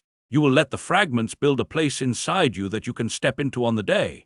You will not, on the morning of your release, walk out into a country you don't know. You will walk out into the country I have, week by week, put into your head. All right. Also, said Luna, you should write things down. They don't let me have parchment. They let you, since Mr. Black, have a small slate. She was right. They had given him a small slate in the 2nd week after Sirius had died, not as a kindness, but because Halloran had requested it on the grounds that the boy needs occupation. The warden's standing orders include not leaving juvenile detainees idle in the long term. Harry had not used it for anything yet. He had been keeping it under the bench. He had been suspicious of it because it was the first object the prison had given him that did not have a function. What should I write? He said. Lists, plans, the first thing you will say to a journalist, the first thing you will say to Ronald Weasley, the first thing you will say to Hermione Granger, first thing you will say to Amos Diggory, the first thing you will say to Cornelius Fudge, the first thing you will say to Albus Dumbledore, the first thing you will say to me on the morning I meet you at the gate. Write them down, practice them. The day will come faster than you expect. You should know what comes out of your mouth on it. The first words a man says when he walks out of Azkaban are the first words a country hears from him in 3 years. They matter. Harry nodded. Yes, he said. All right. That night in cell 47, he took the slate from under the bench. He wrote on it with the small chalk stub by the very faint pre-dawn light through the slit. The day will come, be ready. He stared at the sentence. He erased it. He wrote in slightly smaller letters, the day is coming, I am preparing. He stared at that. He kept it on the slate. For the next 3 months he wrote on the slate every night. April passed. Halloran said one morning at 6:12, Easter. Easter today, lad, the Sunday. Halloran put that morning an extra piece of bread under the porridge, a piece of bread he had brought from home with a thin smear of jam on it, which was, Halloran said in his expressionless voice, the best I could do without getting noticed. Harry ate the bread first. The bread had butter in the dough. He could taste it. He thought, eating, of the year before Hogwarts, when Aunt Petunia had let Dudley have a chocolate Easter egg the size of a football and had given Harry one of Dudley's old socks with 3 jelly beans in it. He thought of the jelly beans. He had not, until that morning, thought of the jelly beans. The memory came back warm. He was, very slowly, in the absence of the wall, learning to let warm memories come back. He could not have done it before Luna started bringing in the world. He could not have done it before Sirius had said you are not alone. He could now. He could, with effort, let himself sit on the bench in the evening and remember the jelly beans, or Mrs. Weasley's hug, or the look on Cho Chang's face when he had asked her to the Yule Ball. The memories were not warm in the way they had been before he had gone in. They were warm in a different way, the warm of an old jumper a man had taken out of a drawer after long not wearing it, that smelled of the year before but fit him still. April passed. Luna brought him, on the Wednesdays in April, the world piece by piece. The first Wednesday, a photograph of the Hogwarts gates, the iron gates with the winged boars on the pillars, taken at sunset with the long shadow of the boars across the lawn. The second Wednesday, a pressed leaf from a beech tree in the garden behind the burrow, which Mrs. Weasley had given her after one of Luna's visits there. The third Wednesday, a small jar of honey which she could not give him, but which she opened on the table between them and let him smell. The fourth Wednesday, a piece of newspaper, not the Prophet, which would have been too directly contraband, but a clipping from the Quibbler with her father's editorial on the Spring Runes calendar. She also brought him news. She brought him, in April, the news that Madame Bones had filed, formally, a motion to reopen his case. She had filed it in the 3rd week of April. The motion had been refused. The motion had then been refiled, with 3 new signatories, Madame Pomfrey, who had been called to give testimony she had not been allowed to give in 1995, Minerva McGonagall, who as acting headmistress of Hogwarts had at last asserted her standing to petition, and Severus Snape, of all people, who had, Luna said in March, walked into Madame Bones's office without an appointment and put a single sealed envelope on her desk and walked out without speaking. The envelope had contained, apparently, a memory in a file. The memory had been Snape's. Madame Bones had viewed it in a pensive. The memory had apparently been viewed only by Madame Bones, who had emerged from it pale and who had said nothing about its contents, but who had filed the new motion the next morning. Snape, Harry said. Snape! I do not know what the memory is, Luna said. I have not been told. My father has not been told. Snape has hated me since I was 11 years old.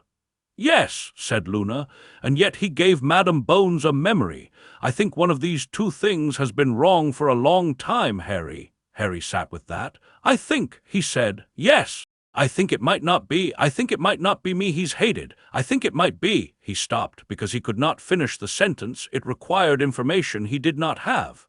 I think the memory must be one he had not, for some reason, been allowed to give before, by Dumbledore. Probably. He must have been holding it for Dumbledore. Dumbledore must have released him. It is consistent with the pattern, said Luna. The motion to reopen, with the new signatories, was still pending at the end of April. The Wizengamot had not scheduled it for hearing. The Wizengamot, with Fudge still presiding, was not going to schedule it. The motion sat on a desk in a back office and gathered dust. Then May happened. The 28th of July was a Monday. Harry remembered the day for the rest of his life. It was Halloran's last morning shift before a 4-day rotation. He came at 6:12. He had on, Harry could tell at once, a face that was not his usual face. The face was tight at the jaw. The face was pale. Lad, Halloran said. What? Listen to me. Yes, there has been an attack. What? In Diagon Alley. Yesterday afternoon, mid-afternoon, 2 o'clock. There were people. They came in masks, 10 or 12 of them.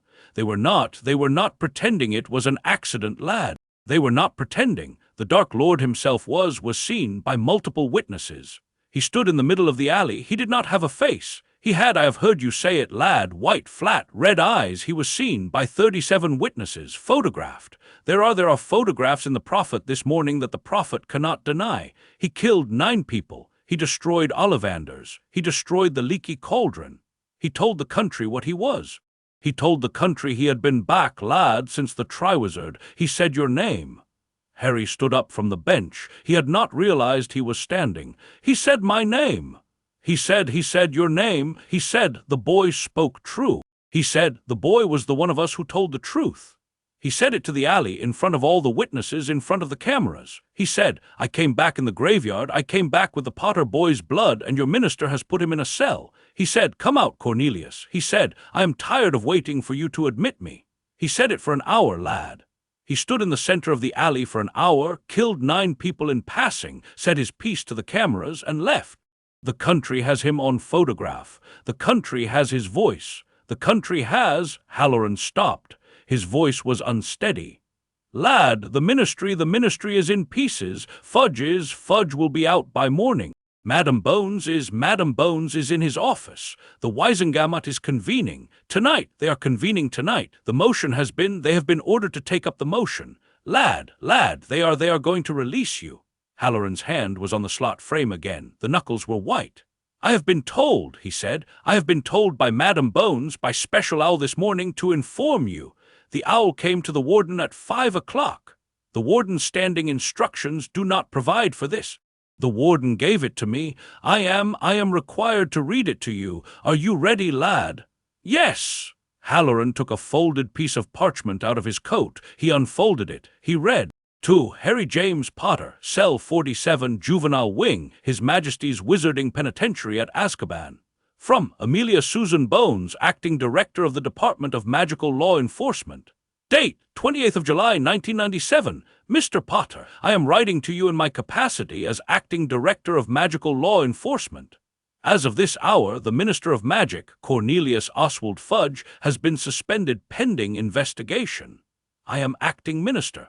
The Wisengamot has been called into emergency session this evening for the purpose of considering, formally, the motion to reopen the case of Diggory v. Potter that has been before this body since the 22nd of April. I expect the session to vote this evening in favor of reopening, and I expect the reopened case to find the original conviction unsound.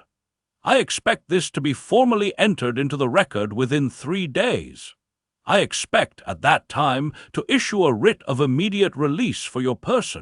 I expect, in short, Mr. Potter, that you will be removed from your cell at dawn on the morning of the 31st of July, your 17th birthday, transported by Aura escort under my personal supervision, and conveyed to Hogwarts School of Witchcraft and Wizardry, where Albus Percival Wulfric Brian Dumbledore has been appointed your guardian of record on an emergency basis, pending such longer-term arrangements as you may wish to make.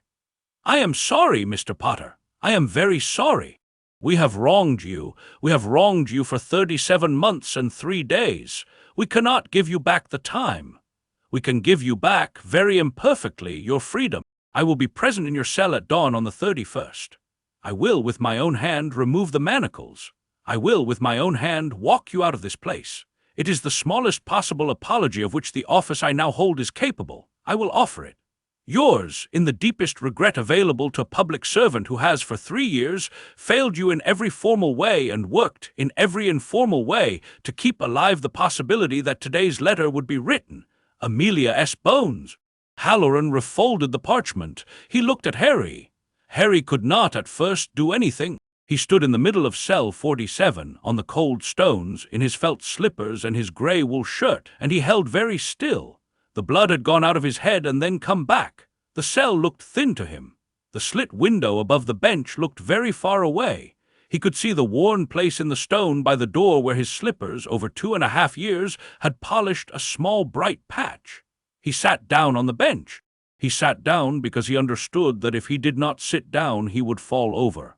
Lad, Halloran, yes, Halloran, what's the date?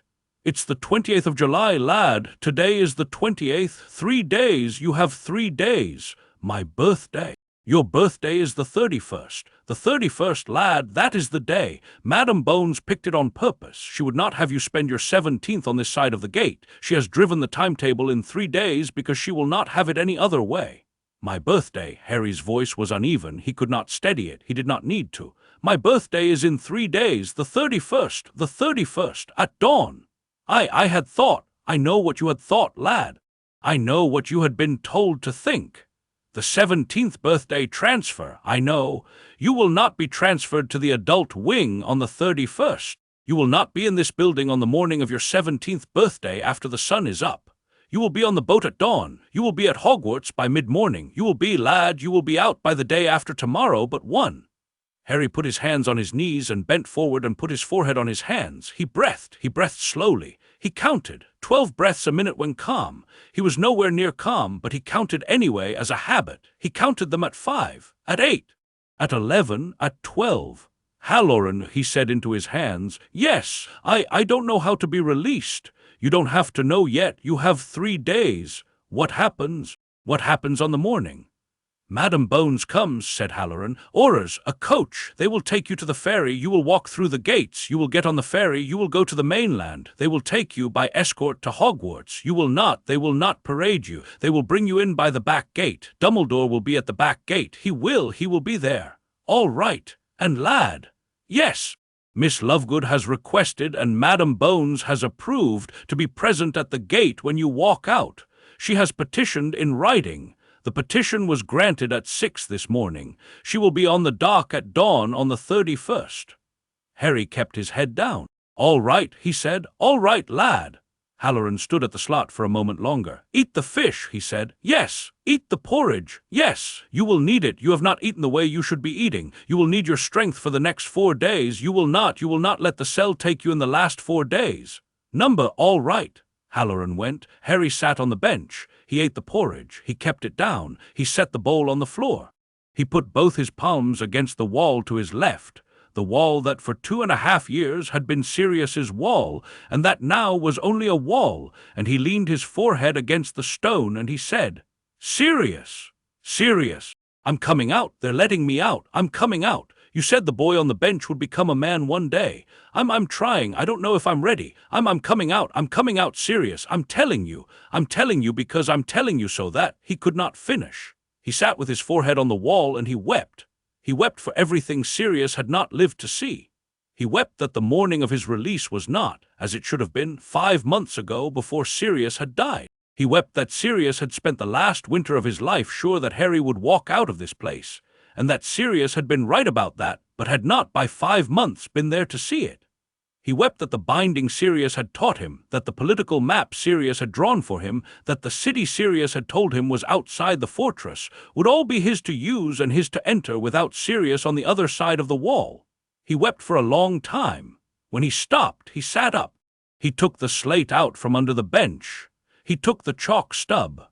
He wrote very slowly, very carefully, in the largest letters his palm could form, I am going to be ready. He looked at it. He erased it. He wrote, I am ready. He looked at the new sentence. He left it on the slate. He set the slate against the wall under his bench with the sentence facing in where Sirius's wall could see it. He understood that this was a kind of foolishness. The wall could not see anything. Sirius was not in the wall. He understood. He left the slate where it was anyway. It was the kind of foolishness a man could do when he was alone and was going to walk out of a place in 4 days. He lay down on the bench. He did not sleep. He did not need to. The next 3 days were a slow blur and a sharp clarity. He ate. He ate everything Halloran brought. Halloran brought in those 3 days more than the regulations allowed. Halloran brought him on the 29th an apple. He brought on the 30th a hard-boiled egg and 2 pieces of bread, each with butter. Halloran said only, last meals before the boat. And he said it with a face that meant, I am not pretending these are last meals. I am calling them that because you have not been fed properly in 3 years, and I am giving you in 3 days what I can. Harry ate everything. He cleaned the cell. He did not know why. He started cleaning it on the 29th, with the corner of his blanket, polishing the stone bench, brushing the straw off the floor, lining up the spoon and the bowl and the tin cup on a small shelf cut into the wall. He cleaned the cell the way one would clean a room one was vacating. He had been there for 3 years and 1 month. He had become, in some way, the cell's caretaker. He left it tidier than he had found it. He left the slate on the day of his departure, propped against the wall with the new sentence facing in, "I am ready." He did not erase it. He did not take it with him. It would, he assumed, be erased by the next prisoner, or by Halloran, or by no one. The sentence had served its purpose. It had been written. He talked to Galen Carrow. He had not talked much to Galen Carrow in months. Galen had grown. He was now 17 and would be transferred according to the same procedure to the adult wing in October. Galen, on the morning of the 30th, asked through the slot, "Is it true, then, they're letting you out?" "Yes," Harry said. "Tomorrow." There was a long pause down the corridor. Then Galen said, "Potter." "Yes." Tell them about us. Tell them about the wing. Tell them there are children in here. Tell them we were children when they put us here, and we have not done the thing they say we have done, most of us. Tell them, please." "I will," Harry said. Tell them Galen Carrow asked you to tell them." "I will." "All right, Galen." "Yes." Hold on, I'll be back here. I'm not going to come out of here and not come back. I'm going to come back, and I am going to make a great deal of noise about this corridor. Hold on." A pause. "You said he wasn't going to come for us." "I did. You were right, he didn't." "Well," Galen said, after a moment, in a small voice. "Well, maybe what? Maybe you'll come for us." Harry put his palm against the door of his cell. "Yes," he said. "Yes, Galen, I am coming back for you. All right." The corridor was quiet for a long time after that. Then slowly, one cell at a time, the other children of the juvenile wing called down, Marcellus Mulciber. Galen's older brother, who was not, in fact, his older brother, but a Carrow, cousin from a different line, Hadrian Carrow, who at 15 had been arrested for an accident with his father's wand that had killed a muggle in 1986. The boy in cell 39, who had never given Harry his name and whose voice Harry knew only as a small, thin sound, said, "Take me too, take me too, take me too with you when you come back." "All of you," Harry said. "I am coming back for all of you." The corridor was quiet. Then very quietly Marcellus Mulciber said, "Bye, Potter, bye, Marcellus, don't forget." "I won't." The morning of the 31st was clear. Dawn came late through the slit window, the eastern light first turning gray, then a colorless blue, then, at last, a pale gold that came down the cell wall and laid itself across the stone floor in a soft, slow band, the way it had not in the morning in any month he could remember. He lay on the bench and watched it come. He did not get up at first. He let himself watch the light cross the floor. He let himself know in his body that this was the last time the light would cross the floor of cell 47 for him.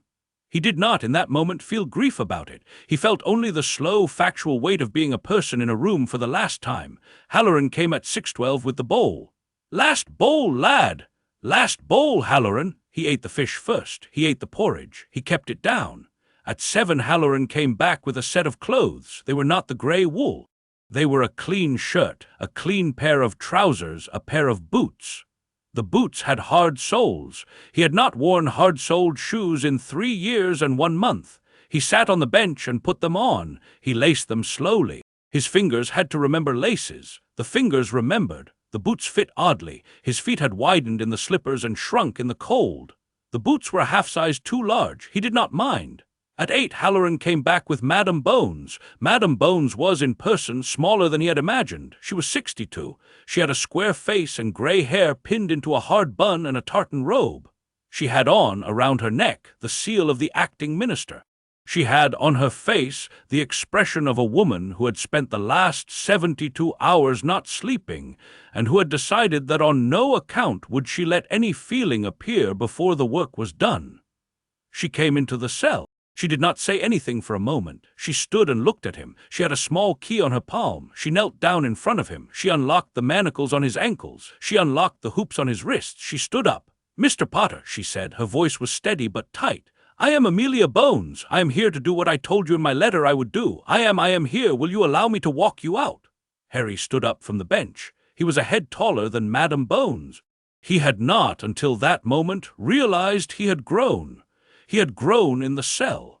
He had not, in 2.5 years, been measured against any other body. He looked down at her and he understood that he was a young man and not a boy, and that the country he was walking back into had not yet been told he was no longer the 14-year-old he had been when they had put him here.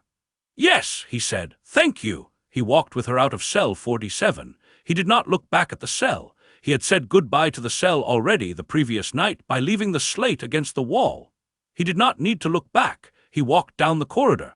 At each cell he passed, he stopped for a half-second and put 2 fingers on the door.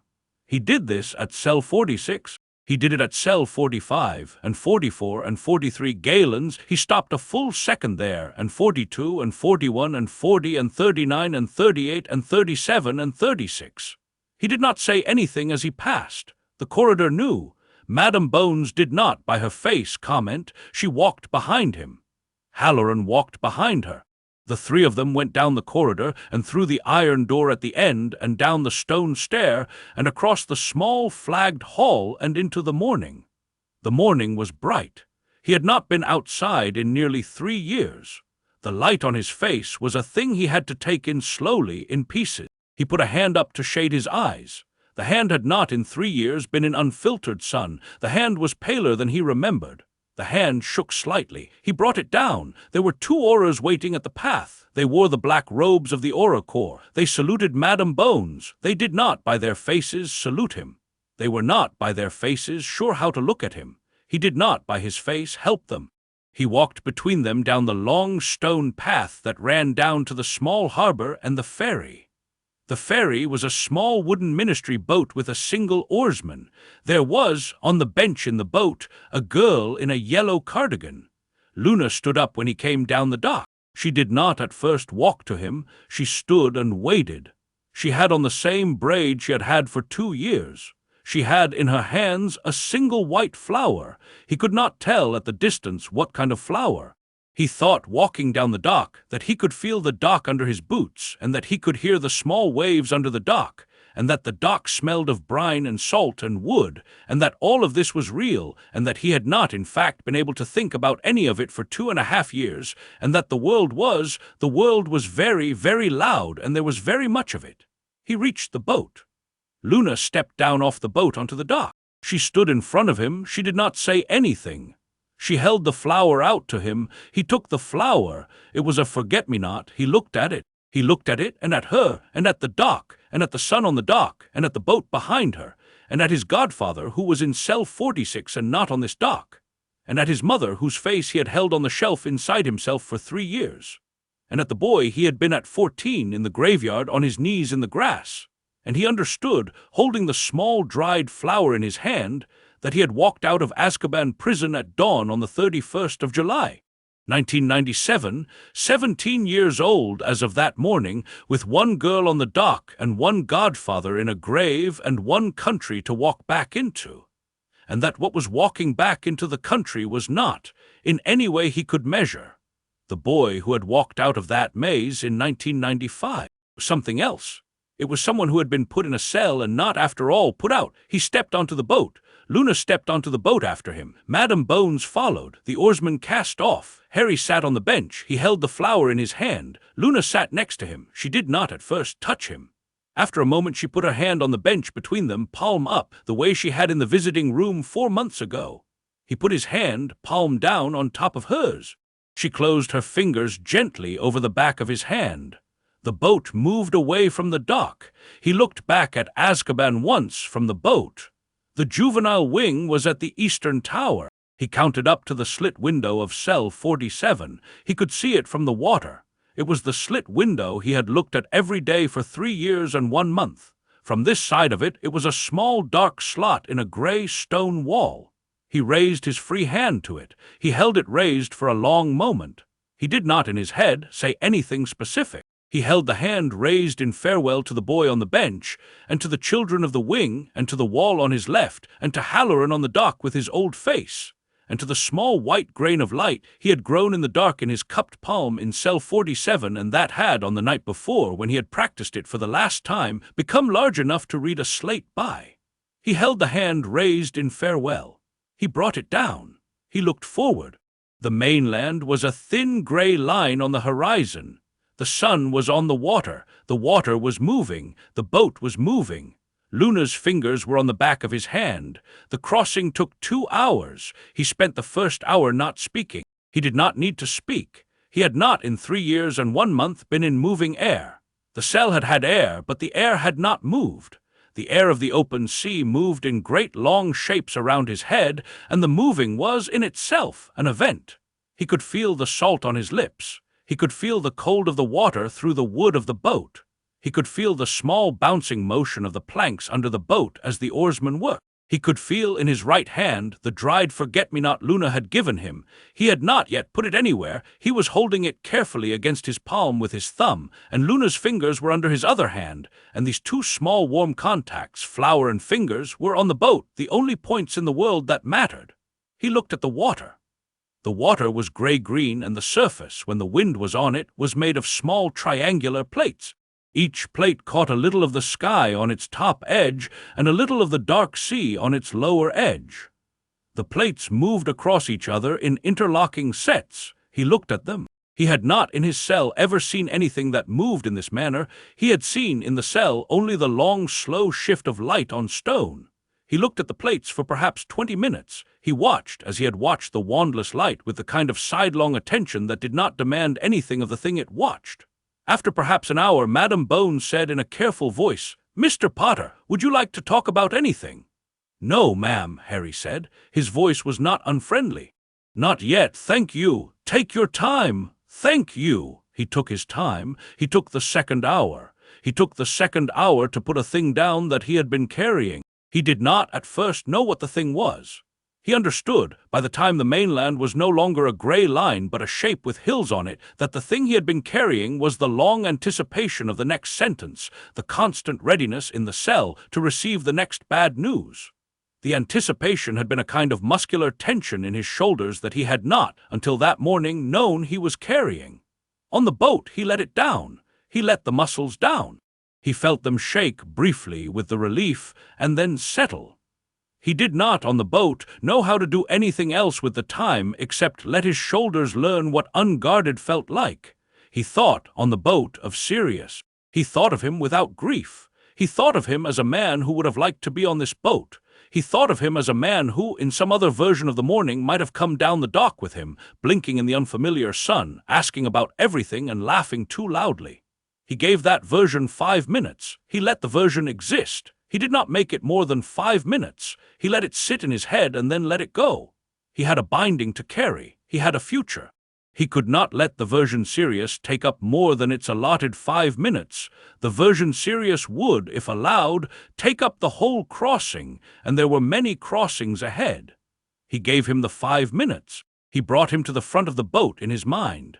He sat him next to Luna. He let him say something, "Beautiful day for it, kid," and then he sent him gently, with love, back to wherever a godfather goes in a man's head when the godfather is no longer in the world. He kept the seat warm. He looked back at Luna. She was watching the water, too. She had her free hand on the side of the boat. The wind had taken the small ends of hair out of her braid, and they were moving softly against her cheek. She had not, in 2.5 years of visits, looked like a girl in the daylight. She had looked in the visiting room like a girl by candle and windowlight in a stone room.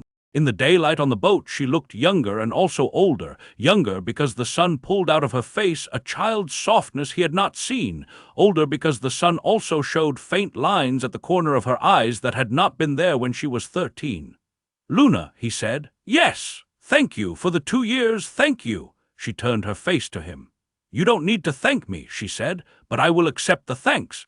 I will accept them because the thanks themselves are a thing you have been wanting to give for a long time and you have not had the chance. So, yes, thank you also for letting me thank you." "All right," he said. He almost laughed. The almost laugh sat in his chest like a warm coin. "Tell me one thing about the cell," Luna said, "that I do not know. Tell me one thing before we get off the boat, so that the cell is, when we get off the boat, less a place that only you know," he thought. "On nights when the wind came from the east," he said, "the slit window made a low whistling sound. The sound was, it was almost a song. It was 3 notes. Down, up, down. The notes were always the same 3. The first time I noticed it, I thought it was someone in another cell. It wasn't. It was the window. I learned to listen for it. I came to think of it as the cell talking, saying its own name.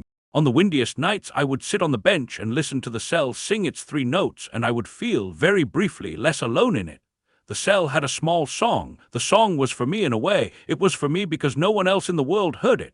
What were the 3 notes? He hummed them. She listened. She nodded. She hummed them back. That's a sad tune, she said. Yes, I will remember it. All right. Now I know one thing about the cell. Now there is a thing about the cell that is in me too. Now you do not have to carry the cell entirely alone. He looked at her for a long time. Luna, he said, yes, there is going to be a thing in the months ahead. A thing I have to do, to finish. The man who came back in the graveyard, I am going to. I know, said Luna calmly. You know. I have been thinking about it for 2 years. You have been preparing for it. I have known you have been preparing for it. Sirius taught you the binding. You will use the binding. You will do it at Hogwarts. You will do it in the next 2 months. He will come for the staff table and you will be there. I have not told anyone. I am telling you that I know because I do not want you to have to tell me. I want you to come to me on the morning after and not the morning before. I want on the morning of to be in the room. I want to be in plain sight where you can see me. I would like that, please. Will you give me that? Yes, said Harry. Thank you. All right. I will be at the Ravenclaw table. I will be in my cardigan. I will be the girl in the cardigan. I will be there. All right. She turned her face back to the water. The shore was much closer now. They were perhaps 15 minutes out. He could see, against the green of the headland, a small structure that was the Ministry's coastal landing, a wooden dock with 2 posts, an empty bench, and a stone path that led up to a road. There was a coach on the road. There were 2 Aurors standing by the coach. They had on the black robes of the Auror Corps. They were waiting. Madam Bones, Harry said. Yes, Mr. Potter. Will I be seen by anyone between here and Hogwarts? Number the road is closed. The coach is shuttered. We will take you in by apparition from the gates of Hogwarts grounds at the lower carriageway where there is no public access. Professor Dumbledore will meet you at the back gate by the kitchen garden. You will not be looked at by anyone in the country today, Mr. Potter, unless you wish to be. I have given orders. The Auror Corps has given its word. Thank you. Yes, Madam Bones. Yes. Galen Carrow in cell 43, Hadrian Carrow. In cell 41, I think, Marcellus Mulciber in cell 44, and the others, all of them. There are 12 in the wing. Will you look at their files? Yes, they were children when they were put there. Yes, some of them did things, some of them did not. Yes, they have been in there since the First War. Yes, will you, Mr. Potter? I will. I had already begun before you said it. I had begun on the day after Voldemort's appearance at Diagon. I had requested the files. I have, on my desk this morning, every juvenile file in that wing. I will review them. I will, in the next 6 weeks, transfer every juvenile prisoner under 17 out of Azkaban and into a holding facility on the mainland where their cases can be reopened in light of new evidence. I'm not saying everyone will be released.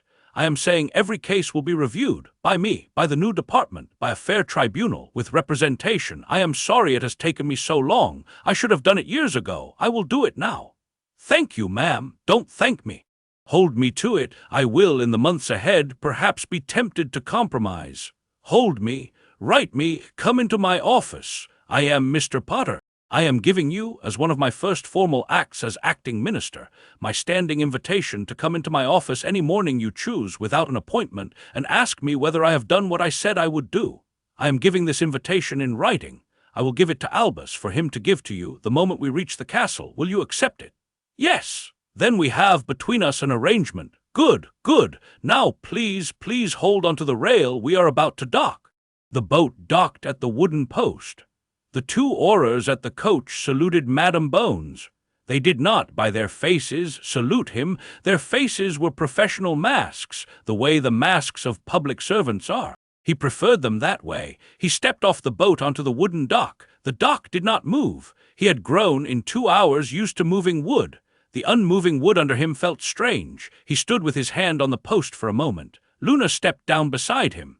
The Aurors brought up a small folded blanket from the coach for Madam Bones, as it turned out, who was older and feeling the salt cold. Madam Bones declined it and walked past it. Madam Bones walked with the small folded blanket draped over the bench of the coach. Madam Bones did not, in the morning of his release, allow herself any small comforts that were not also his. He understood very clearly, walking up the path to the coach, that Madame Amelia Bones was a person he would, in the years ahead, work alongside. She would be the second adult in his life, after Dumbledore, whom he would trust without reservation. She would be, in some ways, more important to the next 20 years than Dumbledore would be, because Dumbledore was old, and Madame Bones was 62, and Madame Bones would still be minister when Harry was 25 and 30, and Madame Bones would be the architect of the new law. He held to that. He held to her. He kept her on the path to the coach on a small new shelf in his head, a shelf he had not in the cell made because he had not known she was coming. He made it now. He put her on it. He put Halloran on the same shelf next to her. He put on the shelf below her Pomfrey and McGonagall and Hagrid, none of whom he had yet seen but who he understood by Luna's reports were waiting for him. The shelf was filling. The fortress was becoming a city. He got into the coach. Luna got into the coach. Madame Bones got into the coach. The two Aurors closed the doors. The coach pulled away from the landing, smooth and quiet, on the closed road. He went to Hogwarts. Chapter 7. The room with the staff table. The 2 months between the ferry and the battle were, for Harry, the slowest 2 months of his life. He had not expected them to be slow. He had expected them, when he had thought about release at all, to be a kind of single rushing tide of the world coming in on him, colors and faces and meals and embraces and questions, all at once, all rushing, all warm in a way the cell had not been warm. He had expected to be carried along by them. He had expected the rest of the country to be the wave. The rest of the country was not the wave. The rest of the country was a stunned, quiet thing in the first week, and after the first week, an embarrassed, half-apologetic, half-curious thing that did not know how to look at him. He had been the country's monster for 3 years and 1 month. He had now, by Wisengamot vote, ceased to be the country's monster. The country could not, in 3 days, undo what it had spent 3 years and 1 month being. The country tried. The country failed. The country, in the end, looked at him with a complicated mix of grief and apology and small new fear. Because there was a thing about a young man who had walked out of Azkaban at 17 that nobody quite knew what to do with. He had been gone too long to be a boy anymore. He had not been out long enough to be a man. He was something else in between, and the country, when he passed it in corridors and in entrance halls and on the platform at King's Cross, edged a little away from him in the manner of people who do not yet know whether the new thing in the room is a kind of person or a kind of weather. He did not mind. He had not, in 3 years, expected to be embraced. He had expected to be, perhaps, let alone. He was, mostly, let alone. Dumbledore had arranged it on purpose. Dumbledore had brought him in through the back gate of Hogwarts at mid-morning on the 31st of July, with Madame Bones and Luna in tow, and had put him in a small set of rooms on the 2nd floor of the headmaster's wing, 3 rooms with a fire, with windows that opened, with a bed that had a real mattress. He had stayed in those rooms for the first week. He had not, in the first week, gone down to the Great Hall. He had not, in the first week, seen any students. The school was empty for summer holidays. He had seen, in that week, Dumbledore, twice a day Madame Pomfrey, every morning, with a long, calm series of healing draughts and a worried face that gradually became less worried, McGonagall, on the 2nd day, who had come into his room, knelt at the foot of his bed and said, in a voice he had never heard before, "I am so sorry, Mr. Potter, I am so sorry." Hagrid, on the 4th day, who had not knelt because Hagrid did not kneel for anything, but who had simply put his enormous arms around Harry on the small sofa in the sitting-room, and wept for 20 minutes without speaking a word, Severus Snape, on the 6th day, who had come into the room, stood by the door, and said, "Potter, I am instructed by the headmaster to inform you that I gave Madame Bones a memory in March of this year, and that the memory contained an account of what I had observed in connection with the death of Cedric Diggory and the resurrection of the Dark Lord. I am further instructed to inform you that I have done so on Professor Dumbledore's authority, after years during which it was not strategic for me to do so. I am not here for forgiveness. I am here for record."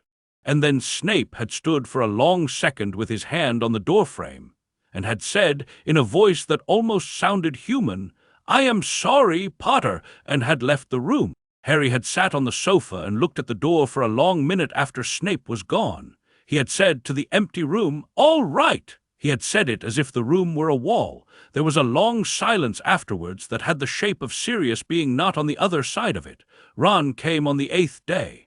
Ron had been waiting at the burrow for 8 days. Dumbledore had asked him to wait.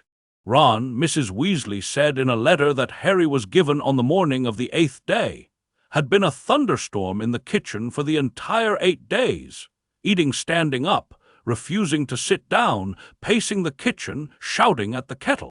Mrs. Weasley had finally apparated him personally to the Hogwarts gates that morning because she could no longer bear the kettle being shouted at. Ron walked into the sitting room of Harry's small set of rooms at 11 in the morning, with his red hair longer than it had been at 14, with a thin mustache he had been trying to grow which did not work, with his fists clenched, and stopped in the doorway. He looked at Harry. Harry looked at Ron. Ron, 17 years and 4 months old, with the mustache that did not work, with his jaw working, with his eyes filling, said, You absolute. Then he could not say anything else. He came across the room and put his arms around Harry the way Hagrid had, without restraint, without thought, and did not let go. Harry put his arms around Ron. Ron was the first person other than Luna whom Harry had embraced in 3 years and 1 month. He embraced him for a long time. He embraced him until Ron's shaking stopped, which was a longer time than the embrace of a man whose shaking had not started. Then he embraced him for the duration of his own shaking, which was a different duration. They embraced in the doorway and then on the sofa and then standing in front of the fire. And after that, they sat on either end of the sofa and they did not say anything for an hour. The not saying anything was its own conversation. It was not, on Ron's side, awkward. Ron had been Harry's friend long enough to know that there were silences which were full and silences which were empty, and to wait through the full ones without trying to fill them with words. Hermione had taught him this over the years. Hermione, Ron said when he finally spoke, would have known how to ask what to ask. Ron did not know what to ask, so Ron was, he said, going to sit on this sofa and wait for Harry to tell him things and not ask anything, because he was a thick git from Devon who did not know the right questions to ask a person who had been in Azkaban for 3 years. You're not a thick git from Devon, Harry said. His voice was rough but warm. I am a bit, said Ron. You're not. I am. You wrote me 100 letters. I wrote you 67. Hermione kept count. Hermione kept count of yours too. She has the count somewhere. She'll show you. Harry, she is coming tomorrow. She's coming tomorrow. Dumbledore said tomorrow. She has been. I know, said Harry. Luna told me. Luna, said Ron. He paused. Luna's been every Wednesday for 2 years. Yes, she's Harry. What? She's not the same girl who was in our year. She's not. She came back from the first visit and she went to the burrow. She went to my mum. She told my mum about you. She told my mum what you looked like in that visiting room. My mum has, Harry. My mum has had a kettle on the stove for 2 years in case Luna wanted tea. Just in case. 2 years with the kettle warm. My mum loves her. My mum loves her like she's hers. All right. I wanted you to know that. All right. There was another long pause. What do I do? Ron said slowly. What do I do, Harry? You're back. You're back. What do I do? You sit on the sofa, said Harry. All right. You sit on the sofa, and tomorrow you come and sit on the sofa, and the day after you come and sit on the sofa. That's all you have to do. That's all you have ever had to do, Ron. You just sit the way you always have. I can do that. I know. Ron sat on the sofa. Harry sat on the sofa. They sat on the sofa. Hermione came on the 9th day. Hermione's hair had grown almost to her waist. She had cut a fringe across her forehead which made her look both older and younger at once. She had on glasses, which she had begun wearing in 5th year because her eyes had started giving out, she said, from too much reading. She was carrying a wooden box. The wooden box was tied with green ribbon. The wooden box was very full. She put the wooden box on the table. She did not put her arms around Harry yet. She stood across the table from him, with the box between them, her hands flat on the lid of the box, and she said, These are your letters. I wrote them. There are 172. I kept them in this box under my bed. The first 6 I sent through the legal channel, and they were refused. After that, I stopped trying to send them. I wrote them anyway. I wrote you a letter the first Sunday of every week for 2 years, and a letter on every Friday afternoon of the school year, and a letter on every Tuesday in the summer, and a letter on every birthday, yours, mine, Ron's, my parents'. I have brought them. I have brought them in this box because I do not want, when I put my arms around you, to be putting my arms around you for the first time without you also having had the option to read them. The letters are how I have been your friend every day for 3 years. I have been your friend every day for 3 years, Harry. I want you to know that before I touch you." She stopped. Harry looked at her. He had not in 3 years seen Hermione's face. He had had Luna's report. He had had Ron's report. He had not, could not, have had Hermione the way he had her that morning in his sitting room at Hogwarts, with her hand on a wooden box of 172 unsent letters. He stood up. He walked around the table. He took the wooden box out from between them. He set it gently on the floor. He stood up straight. He looked at her. "Hermione," he said, "put your arms around me, please. Put your arms around me, and I will read every letter in that box this week, and then we will sit on the sofa, all 3 of us, and we will talk for as long as it takes, please." She put her arms around him. She cried into his shoulder for 15 minutes. He cried into her hair. Ron, in the doorway, where he had been standing on purpose to give Hermione her first 10 seconds alone, cried into the doorframe. None of the 3 of them tried to be quiet about any of it. They sat on the sofa. All 3 of them, they talked. In the weeks that followed, the world came back to Harry in small pieces. He read the letters in the box. He read them in order. He read them sitting on the sofa with the fire going and a blanket over his knees and the curtains drawn against the late summer light. He read them slowly. He read perhaps 10 a day. He cried at most of them and laughed at some of them and shook his head in love at all of them. Hermione had written, in those 172 letters, every detail of her life for 3 years. She had told him every newt she had taken and every grade she had earned. She had told him about the Society for the Reinvestigation of Wrongful Convictions and its 6 members and its coffee shop in Edinburgh. She had told him about her parents, who had, she said, never once stopped believing in him. She had told him about the books she had read in order by year. She had told him she had become, very quietly in her 6th year, a kind of, she did not know how to name it, a kind of organizer. There were children in the Order's various safe houses, Hermione wrote. There were children whose parents had died in the small attacks. There were children from the Muggle-born registration office, files that the ministry under Fudge had begun to circulate. Hermione had spent her 6th-year evenings, with the Order's permission, helping to find foster placements for children.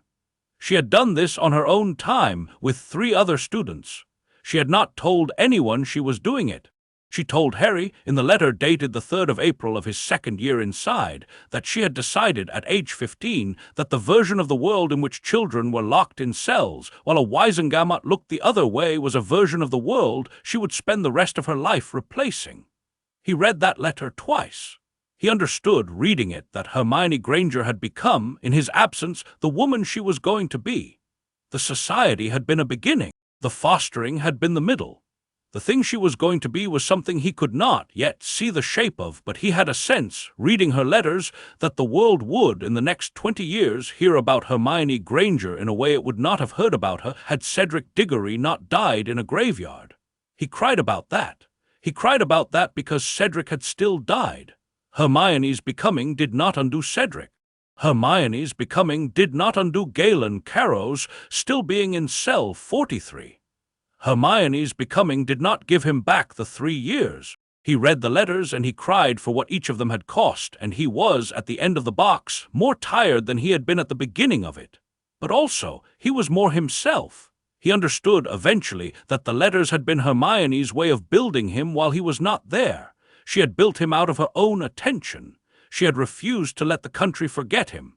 She had refused, even in private, to let herself forget him. The boy on the bench in cell 47 and the boy in the box of 172 letters had been 2 separate, parallel projects, conducted by 2 separate, parallel people who had each, on opposite sides of an iron door, refused to give up on him.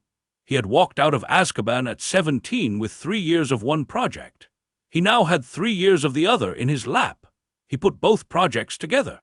The combined Harry, the Harry who had spent 3 years on a stone bench and the Harry who had spent 3 years in a wooden box, was, by the end of August, almost a single person. Almost. He needed, for the last piece, to do the thing he had been preparing to do. The order had reformed in pieces over the previous 2 years. By August of 1997, it was a loose net of perhaps 40 people, scattered across magical Britain, with Dumbledore at the center and Madame Bones as a kind of secondary axis since her elevation to acting minister. The order had, in those 2 years, located and removed Horcruxes. This had not been a project Harry had known about.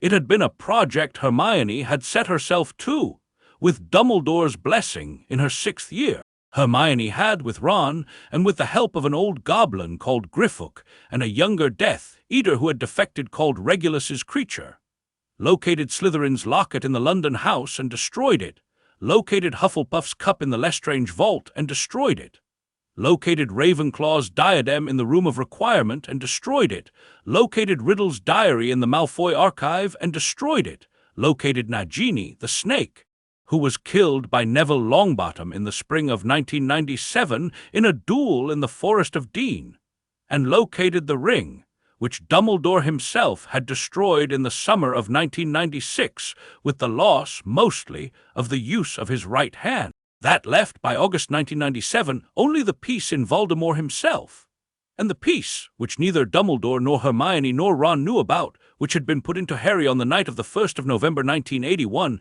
and had been confirmed by Snape's memory and by the conversation Dumbledore now had with Harry on the 3rd day of his stay at Hogwarts in the headmaster's office with the late July light coming in the high windows.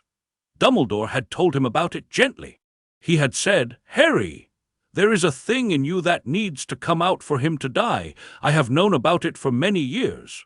I have not, until now, told anyone but Severus. I did not tell you because I had thought at one point that the way it would come out would require a great deal of you. I no longer believe that. I believe, after listening to you describe what Sirius taught you through the wall, that you have learned a way of removing this thing that I had not considered possible. I would like, Harry, to ask you what you intend." "I intend," Harry said, "to bind him to himself. The binding will require him to be one person. He is not one person. The piece inside me does not have to be removed. It only has to be unable to find itself. When I bind him, the binding will call all the pieces of him toward one center, and the center cannot hold, and they will all fail, including the one in me. The one in me will fail with the rest. It will not be torn out. It will simply stop being a piece. The binding does not damage me because the binding is asking the question, I see all of you. The piece in me is not all of me. The piece in me is small. The binding will not see it as my own self when it asks me. It will see it as a guest. The guest will be told to leave. It will leave." Dumbledore had been very quiet for a long moment. "Sirius taught you this?" "Yes." Sirius Black taught you the soul binding?" "Yes." "Through a wall in Azkaban, over the course of how long?" 10 months, on and off, with the rest of the year on the theory." "Harry, yes. I am going to tell you a thing I do not say often because I am vain about it and I do not want you to think me overly excited. The soul binding is one of the 7 hardest things in our craft. It is taught at, when it is taught at all, at the very highest levels of mastery. It has been taught in the last 100 years to perhaps 14 students. There has been no student in 2 centuries who has learned it from a description through a wall. I want you to understand what your godfather did in the years he was alongside you. I want you to understand that I would, in 2 months in this office, with a wand in your hand and the books open, not have been able to give you what he gave you through the stone of a cell wall. I understand. Do you?" "Yes." Dumbledore had looked at him for a long time. He had then slowly taken a small embroidered handkerchief out of his sleeve and pressed it to his eye briefly and put it back. "Sirius Black," he said, I should have done a great many things differently." "You should have." "Yes, it's done. Yes. Will you help me with what comes next?" "Anything." "Then help me get him into a room with me. That's the only thing I need. The rest I can do." "All right. Make it Hogwarts. Make it the Great Hall. Make it the staff table. He will come for the staff table. He has always wanted to stand at the staff table." "How? He will hear that I am back. He will hear within the month. He will, when he hears, come to find me. He cannot help it. He has spent 2 months publicly trying to find me. I have been here. He has not been able to come into the castle while you have kept it closed. The wards have held him. He will come the moment the wards are open. I am asking you, sir, to open the wards on a chosen morning. I am asking you, sir, to invite him in. I am asking you to make it look like an attack. I am asking. You are asking me, said Dumbledore, to use my school as bait. Yes, there will be children in the castle. There will be staff. I know, the Order will be present. The Auror Corps will be present. The casualties they will not be 0. They will be far smaller than the casualties of a war that continues for another 2 years. The duel between him and me will be brief. It is not, sir, a duel. It is a recognition. The recognition will take perhaps 4 minutes. He will, in those 4 minutes, kill some Order members. He will kill some children. He will not, when he raises his wand, see the recognition coming. I will be standing at the staff table. I will be standing in plain sight. I will say to him, what will you say? Hello, Tom, you made a mistake. You let them put me in Azkaban for 3 years. 3 years is enough to learn what you are. Dumbledore had sat in silence for a long time. Yes, he had said. Yes, Harry, we will do it. We will set the trap. We will be ready. The casualties will be ours to grieve. Yes, I have already grieved. Yes, I am ready. You are ready. They set the date for the 23rd of September. It was a Tuesday, because Tuesdays were the day Voldemort tended to be active. He had attacked Diagon on a Sunday in July only because the symbolism had been right, but his routine attacks had, the Order had observed, fallen disproportionately on Tuesdays. He had a habit, the way men of long memory do. The Order took the habit as a gift. They emptied the school of half its students on a pretext. The pretext was an emergency renovation of the dungeon. The 3rd and 4th years went home. The 5th, 6th, and 7th years remained. The older students could fight if it came to it, and Hermione and Ron had insisted on it. Neville Longbottom had insisted on it. The entire reformed DA, 24 students by then, had insisted on it, and Dumbledore had not been able, with a clear conscience, to send them home. They evacuated the kitchens. They placed Aurors on every floor. They placed the Order on the staircases. They placed Madame Bones at the gates. They placed Severus Snape, of all people, at the staff table next to Harry, on Harry's left side. Snape had not objected to this assignment. Snape had said only, I had assumed, Potter, you will need a wand hand free. I will protect that side. Thank you, Harry had said. You are welcome. It had been the longest conversation between Severus Snape and Harry Potter in 7 years. The morning of the 23rd was grey. There was a low cloud sitting on the lake. The lawn was wet. There were perhaps 400 students in the castle, and perhaps 80 staff and Order members and Aurors. The great hall had been laid for breakfast. The 4 house tables ran their length. The staff table stood at the front. The high windows behind the staff table showed the lake and the mountains and the cloud. Harry was at the staff table at 7 in the morning. He was wearing black, a black robe Dumbledore had given him, made well with no insignia. He had on the boots Halloran had given him. He had in his right hand a wand, his own wand, recovered from the Ministry's evidence locker on the morning of his release, 11 inches, holly, phoenix feather, returned to him by Madame Bones in person on the 2nd day at the castle. He had on the small white grain of light in his left palm under the table where no one could see it. He had practiced bringing it up at need. He could call it in less than a second. It was the size of a small candle flame now. It warmed his palm. It would, when he needed it, warm his wand hand too. Luna sat at the Ravenclaw table. She had not that morning wanted to be in the 7th-year row at the back of the hall, but Harry had asked her the night before to be there, to be in plain sight, to be sitting with her house, to be the girl in the yellow cardigan who had been there from the beginning. She had agreed. She had on her cardigan. She had her hair in the braid. She had a teacup in front of her which she had not yet touched. Hermione and Ron were at the Gryffindor table. They had each had a wand on them under the table. They had each, on the previous evening, asked Harry one last time if he was sure. He had said yes. They had said all right. They had not asked again. Neville was at the Gryffindor table with them. Neville had grown 4 inches over the previous year. Neville had killed Voldemort's snake in March of 1997 with the sword of Gryffindor on a moonless night in the Forest of Dean. Neville had a quiet patience now, a patience he had not had at 11 or 14, that came from killing a Horcrux and continuing afterwards to eat breakfast every morning. Neville smiled at Harry when their eyes met. The smile was small. The smile was the smile of a man who knew Harry was going to do a thing in a few minutes and was prepared to back him. Dumbledore was at the staff table at Harry's right. Dumbledore had a wand in his lap. Dumbledore had his hand, his blackened, ring-cursed right hand, resting on the wand. Dumbledore looked tired but composed. Dumbledore looked, in fact, almost cheerful, in the way a very old man can look cheerful at the prospect of finishing a job. The wards came down at 7:14. They came down by Dumbledore's command. Dumbledore raised his other hand, and there was a small pulse in the air of the great hall, a pulse that the staff felt as a kind of inward shift, like a slight change in air pressure, and the wards of Hogwarts School of Witchcraft and Wizardry opened, for the first time in 3 years, to anyone who chose to come in. It took Voldemort 9 minutes. He arrived in the front courtyard, with 22 Death Eaters behind him at 7:23. The first sound the castle had of him was the long pulse of 3 concussive curses against the front doors. The doors did not, this time, hold. They had not been warded to hold. They came open. He walked into the entrance hall. He walked across the entrance hall and into the great hall, and the doors of the great hall opened in front of him because they had been told to open.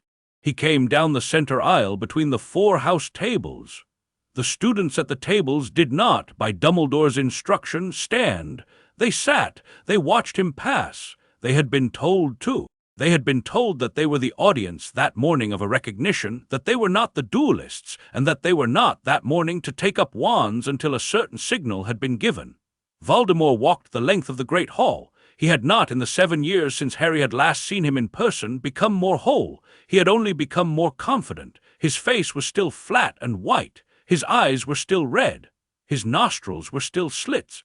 He moved with a kind of stately, predatory grace that, on close inspection, was nothing more than the elaborate self-image of a man who had been preening himself in mirrors for 40 years. He had a long, thin wand of yew in his right hand. He had around him a kind of cold that was not Dementor cold, but was, Harry recognized, the cold of a man whose interior was so closely arranged on a single ambition that nothing else in him was warm. He stopped 12 feet from the staff table. He looked at Dumbledore. He looked at Snape. He looked at the empty chairs. Then finally he looked at Harry. He stopped. He stood very still. "You," he said. "Tom," said Harry. Voldemort had not in many years been called Tom. He flinched. He flinched very slightly. The flinch had been the flinch a man makes when his oldest name is said in the wrong room. "Potter," he said. He recovered his composure. He smiled. He had not in fact got teeth, exactly. His mouth had become something other than a mouth in the years of his anatomical experimentation, but the curve that was a smile on him was a thing one recognized. "Potter, hello! I had heard in the last weeks that you had come back. I had wondered whether you would, in your gratitude to the Wisengamot for your release, present yourself at the head table at Hogwarts on the morning I chose to come for it." "I am here," Harry said. "You are here with Albus, with Severus, with your 2 little friends in the front row, with the girl in the cardigan, with 400 children. I see what you have arranged. I see the trap." "It isn't a trap," said Harry. "Oh, it is a room. You are in the room. I am in the room. There is no trap. There is just a room and the people in it. You will not today leave the room. That is true, but it is not because I have laid a trap. It is because I am going to do a thing, and the thing will be done, and the thing will mean that you cannot leave." Bold language for a boy who has spent 3 years in a cell. "I have spent 3 years in a cell, Tom." "You are right. I would like to tell you about it. I would like to tell you, very specifically, about a wall on my left. I would like to tell you what I learned through that wall. I would like to tell you what was on the other side of that wall and what he taught me. I think it would interest you. I think you would like to know." Voldemort smiled. "Tell me, then." "Hello, Tom," said Harry. He stood up from the staff table. He did not raise his wand. He stood with his hands at his sides, and the white grain of light, no longer a grain but a candle flame, gathered in his left palm where Voldemort could not see it. "You made a mistake. You let them put me in Azkaban for 3 years. 3 years is enough to learn what you are." The room was very still. Voldemort raised his wand. He did not, in the moment of raising it, understand. He understood almost immediately afterwards. He understood, with his wand half raised in the second after Harry stopped speaking, that something in the air of the room had become wrong. The air of the room had become the air of a recognition. The recognition was in him. The recognition was coming for him. He tried to cast. He could not. The casting was not blocked in the way a shield charm blocks a curse. The casting was simply, in some new and worse way, not relevant. There was no curse to fire. There was no opponent to fire it at. There was only a young man at a staff table looking at him, and the young man's looking was, "I see you, Tom," said Harry quietly. He stepped out from behind the staff table. He walked slowly toward Voldemort. "I see you. I see all of you. I see the boy in the orphanage. I see the boy who set the snake on the other boys. I see the young man who came to this castle and was at first charming and then slowly less so. I see the young man in Albania. I see the young man in the cave. I see the young man who killed his father. I see the man who killed Hepzibah Smith. I see the man who put the diary in the hands of a girl. I see the man who put the locket in the cave. I see the man who put the cup in the vault. I see the man who put the diadem in the school. I see the man who made the snake. I see the man who put the ring in the hovel. I see the man who came to Godric's Hollow. I see the man who came to my parents' house. I see the man who killed my mother. I see the man who tried to kill me. I see the man who lived as a face on a man's head. I see the man who lived as nothing in a forest. I see the man who came back in a graveyard. I see the man who is here. I see all of you, Tom. I see every place you have hidden yourself. I see every piece. I see them. I see them all together at the same time. I see you." He stopped. He stood 8 feet from Voldemort. He held the binding up in his hands, in the air, the way a man would hold up a small live thing he had carried a long way. He did not cast it. The binding was already cast. The casting had been in the seeing. The seeing was done. "I see you, Tom," Harry said one more time. There was a sound from Voldemort that was not exactly a sound. It was the sound of 7 small distant cries trying to come together into one cry and failing. The 7 Horcruxes, destroyed, every one of them, by Hermione and Ron and Dumbledore and Neville and Regulus's creature, and a goblin called Griffook, and a 16-year-old boy in a cell at the end of the juvenile wing of Azkaban prison, were no longer there to come. The body of Voldemort, the body that had been called back in the graveyard in 1995, the body of Resurrection Bone Flesh Blood, tried to call itself home and could not because the home was gone. The body stood in the middle of the great hall, and the body's red eyes went very slowly from red to a color that had no name. The body raised a hand toward Harry. The hand did not, by reaching, accomplish anything. The hand was looking for help that had been spent. Voldemort opened his mouth. He said, "Potter." He did not finish. He fell. He fell, not the way a man falls, but the way an old coat falls when the hanger gives way, slowly, weightlessly, in pieces. He came down to his knees first. He stayed there for 1 full second. Then he went sideways onto his right shoulder, and after that he was on his back on the stone floor of the great hall of Hogwarts, with his eyes open and his arms slightly out, and his long thin yew wand still in his right hand, but no longer anywhere in his body, the thing that had used the wand. He was dead. The Death Eaters at the back of the hall, who had come in behind him with their wands out, looked at one another for 1 full second and then turned and ran. 3 got out of the entrance hall. 20 did not. The Aurors and the Order were waiting in the corridors, as Harry and Dumbledore had arranged. The Death Eaters who did not surrender were brought down. The Death Eaters who did surrender were taken into custody. The capture of 20 Death Eaters in a single morning was the largest single Death Eater capture in the history of British wizarding law enforcement. Madam Bones, at the gates, oversaw it personally.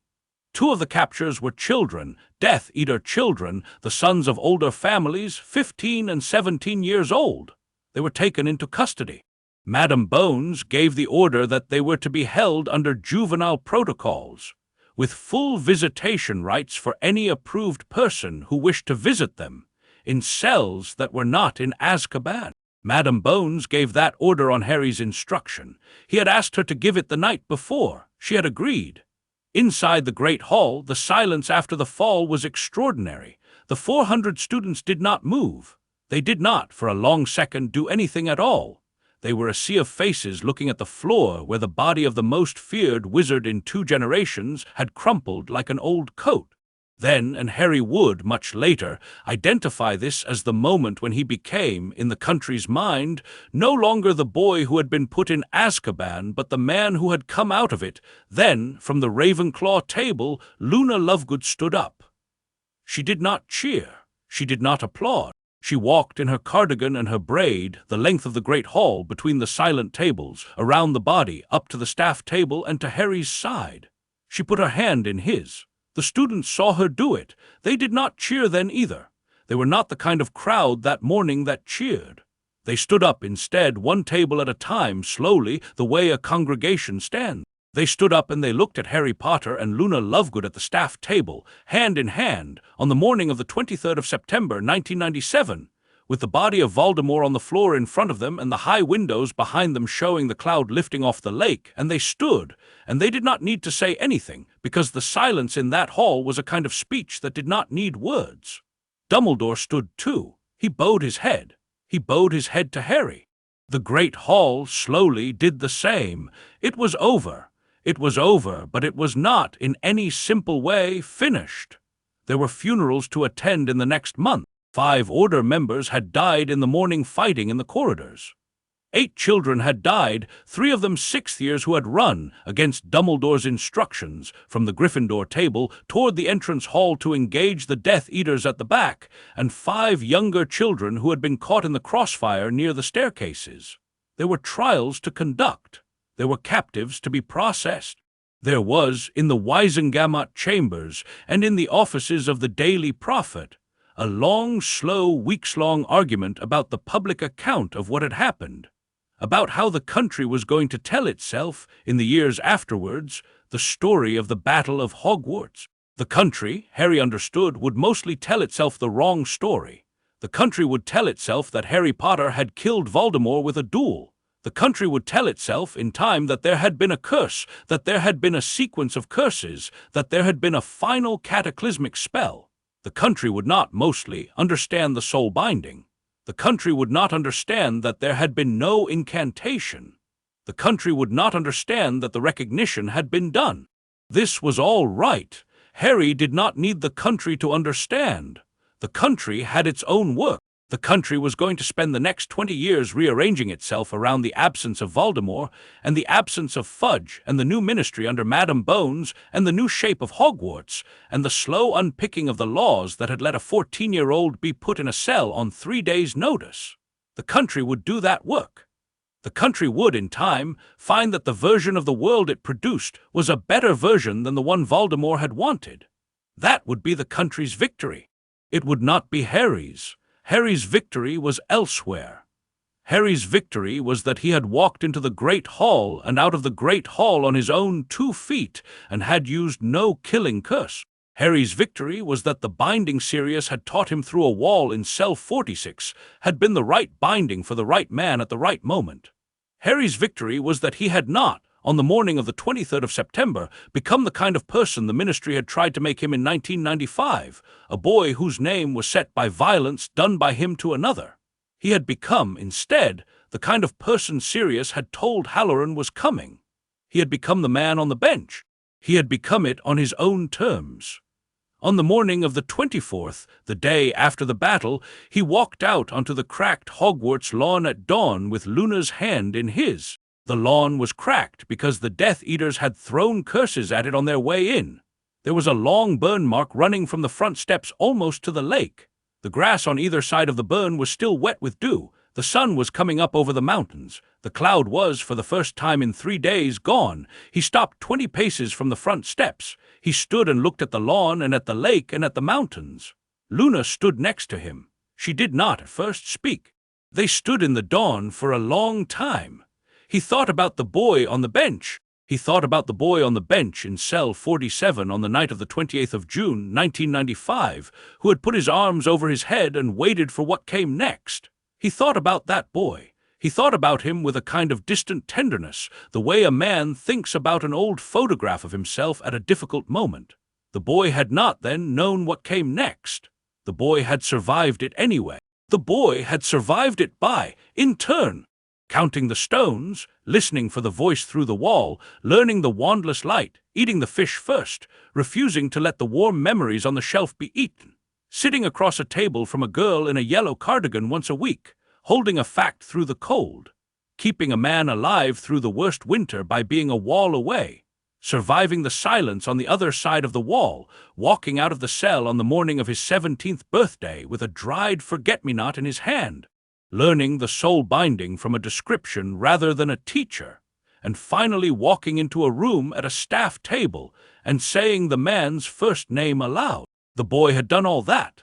The man, the 17-year-old man now standing on the lawn at dawn with Luna's hand in his, was in some sense only the long continuation of what that boy had done. He turned his face up to the cloud-cleared sky. He spoke. He did not, in speaking, raise his voice. He spoke quietly.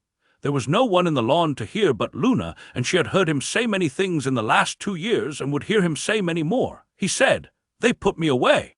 They could not put me out." He let the sentence sit in the air. He did not, for once, count the seconds. After a while, Luna said, in her own voice, in the calm voice he had learned to recognize as the voice of the chair across the table, "Number they could not." She did not say anything else. She did not need to. They stood on the cracked lawn at dawn, with the burn mark behind them and the lake in front of them and the mountains behind the lake and the long warmth of the rising sun on their faces, and they did not move for a long time. He had been gone 3 years and 1 month and 2 days. He had come back. He went on building. Coda the letter to cell 47 in November of 1997, Harry sat at a desk in the back of the headmaster's office at Hogwarts. He was alone. He had been alone in the office for 40 minutes. Dumbledore had gone on his own to see Madam Bones about some piece of the new juvenile protocol law and would not be back until late. The office was full of the small, quiet sounds of the portraits breathing in their sleep and Fawkes, the phoenix, rearranging a tail feather on his perch. There was a candle going on the desk and a stack of parchment in front of him and a fresh quill. He was writing a letter. The letter was addressed to the prisoner of cell 47, His Majesty's Wizarding Penitentiary at Azkaban, Juvenile Wing, North Sea. He had got the address from Halloran by owl last week. Halloran had written back, "There is a new prisoner in 47, lad. A boy, 13, foreign-born, brought in last month under the old protocols before the new ones could take effect.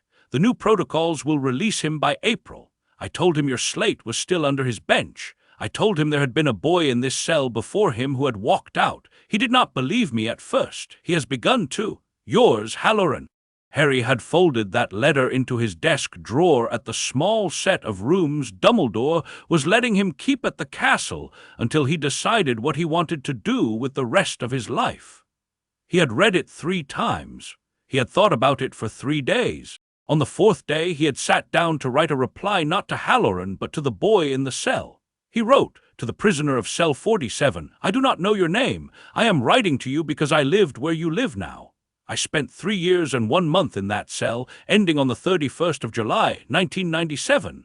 I am the boy who left the slate under the bench with the sentence I am ready scratched into it. I hope you have found the slate. If you have not, look under the bench, in the corner toward the seaward wall, against the stone. It is there. I would like to tell you briefly 3 things. The first is that the wall on your left is thinner than it looks. There is a man in cell 46. He is at present a stranger to you, but if you put your palm against the wall in the evenings after the warder passes, the wall will eventually speak. The wall in my time was the kindest classroom I have ever known. Whoever the man in 46 is now, give him a week. Give him 2 weeks. He will know in his time that you are there. You will know in your time that he is there. Be patient with the wall. The second is that the slit window above your bench faces east, and that on the windiest nights, when the wind comes from the east, the window will sing a small 3-note tune. Down, up, down. The tune is for you. It is for you because no one else hears it. Listen for it. On the worst nights, sit on the bench and listen for the cell to sing. The third is that there is a man called Halloran who brings the porridge at 6:12. He will, when he is on rotation, put bread under the porridge. Eat the fish first, then the bread, then the porridge. He is not allowed to speak to you in any way the supervisor would notice. Notice him anyway. Notice when the bread is there and when it is not. Halloran is, in that prison, the warmest thing you will be allowed to know about for a long time. Hold him. Keep him. I have asked Madam Bones, the new minister, to send this letter through the official courier. She has agreed to read it first, to ensure that it contains no information that would compromise the safety of the wing, and then to deliver it to you sealed. I do not know what month it is when you receive this. I do not know how cold it has got. I do not know how many Dementors have come past your door in the time between this writing and your reading. I know, however, that you will be out by April. I know because the new protocols Madam Bones is writing are going to release every juvenile prisoner under 17 by the spring. I know because I asked her to make it so. I know because she said yes. You will be out by April. The cell is not the rest of your life. I am writing to you from a desk in a headmaster's office at Hogwarts. I have a girl whom I am going to marry one day, although she does not yet know I am going to ask. I have 2 friends who I see every weekend. I have a fire in my room. I have eggs at breakfast and a window without bars. I tell you these things not to taunt you with what you do not have, but to tell you that what I have you will in time also have in your own version. The version will be yours. It will not look like mine. It will be a life. A life can be made even by a person who has been in cell 47. I am the proof of that. I am writing to you to be the proof of that. Hold on, hold on, hold on. Sincerely, with all the warmth I can fit into a piece of parchment to be read in a cold room. H.J. Potter, Hogwarts, 23 November 1997. He sealed the letter. He put it in the inner pocket of his robe. He would, in the morning, give it to Madam Bones in person in her office, the way Sirius had once told him you delivered the important pieces of mail, not by owl, but by hand, to someone you trusted, with the seal facing up. He sat at the desk for a moment longer. He looked at the candle. The candle was burning low, the way candles do at the 11th hour. He held his left palm out on the desk, cupped. He let the small flame of his wandless light come up into his palm. It was, by November, the size of a small apple. It warmed his palm and a small patch of the air above the desk. It was not the candle. It was something else. He looked at it. He thought about cell 47. He thought about the 13-year-old boy in it tonight, who he did not know, whose name he did not know, who was probably, in the moment he was thinking of him, lying on the bench with his face to the wall on his left, listening for whatever was on the other side of it. He hoped for the boy that the man in 46 was a kind one. He hoped the wall would speak by next week. He closed his palm. The light went down to a grain in his fingers and stayed there. He blew out the candle. He went to bed.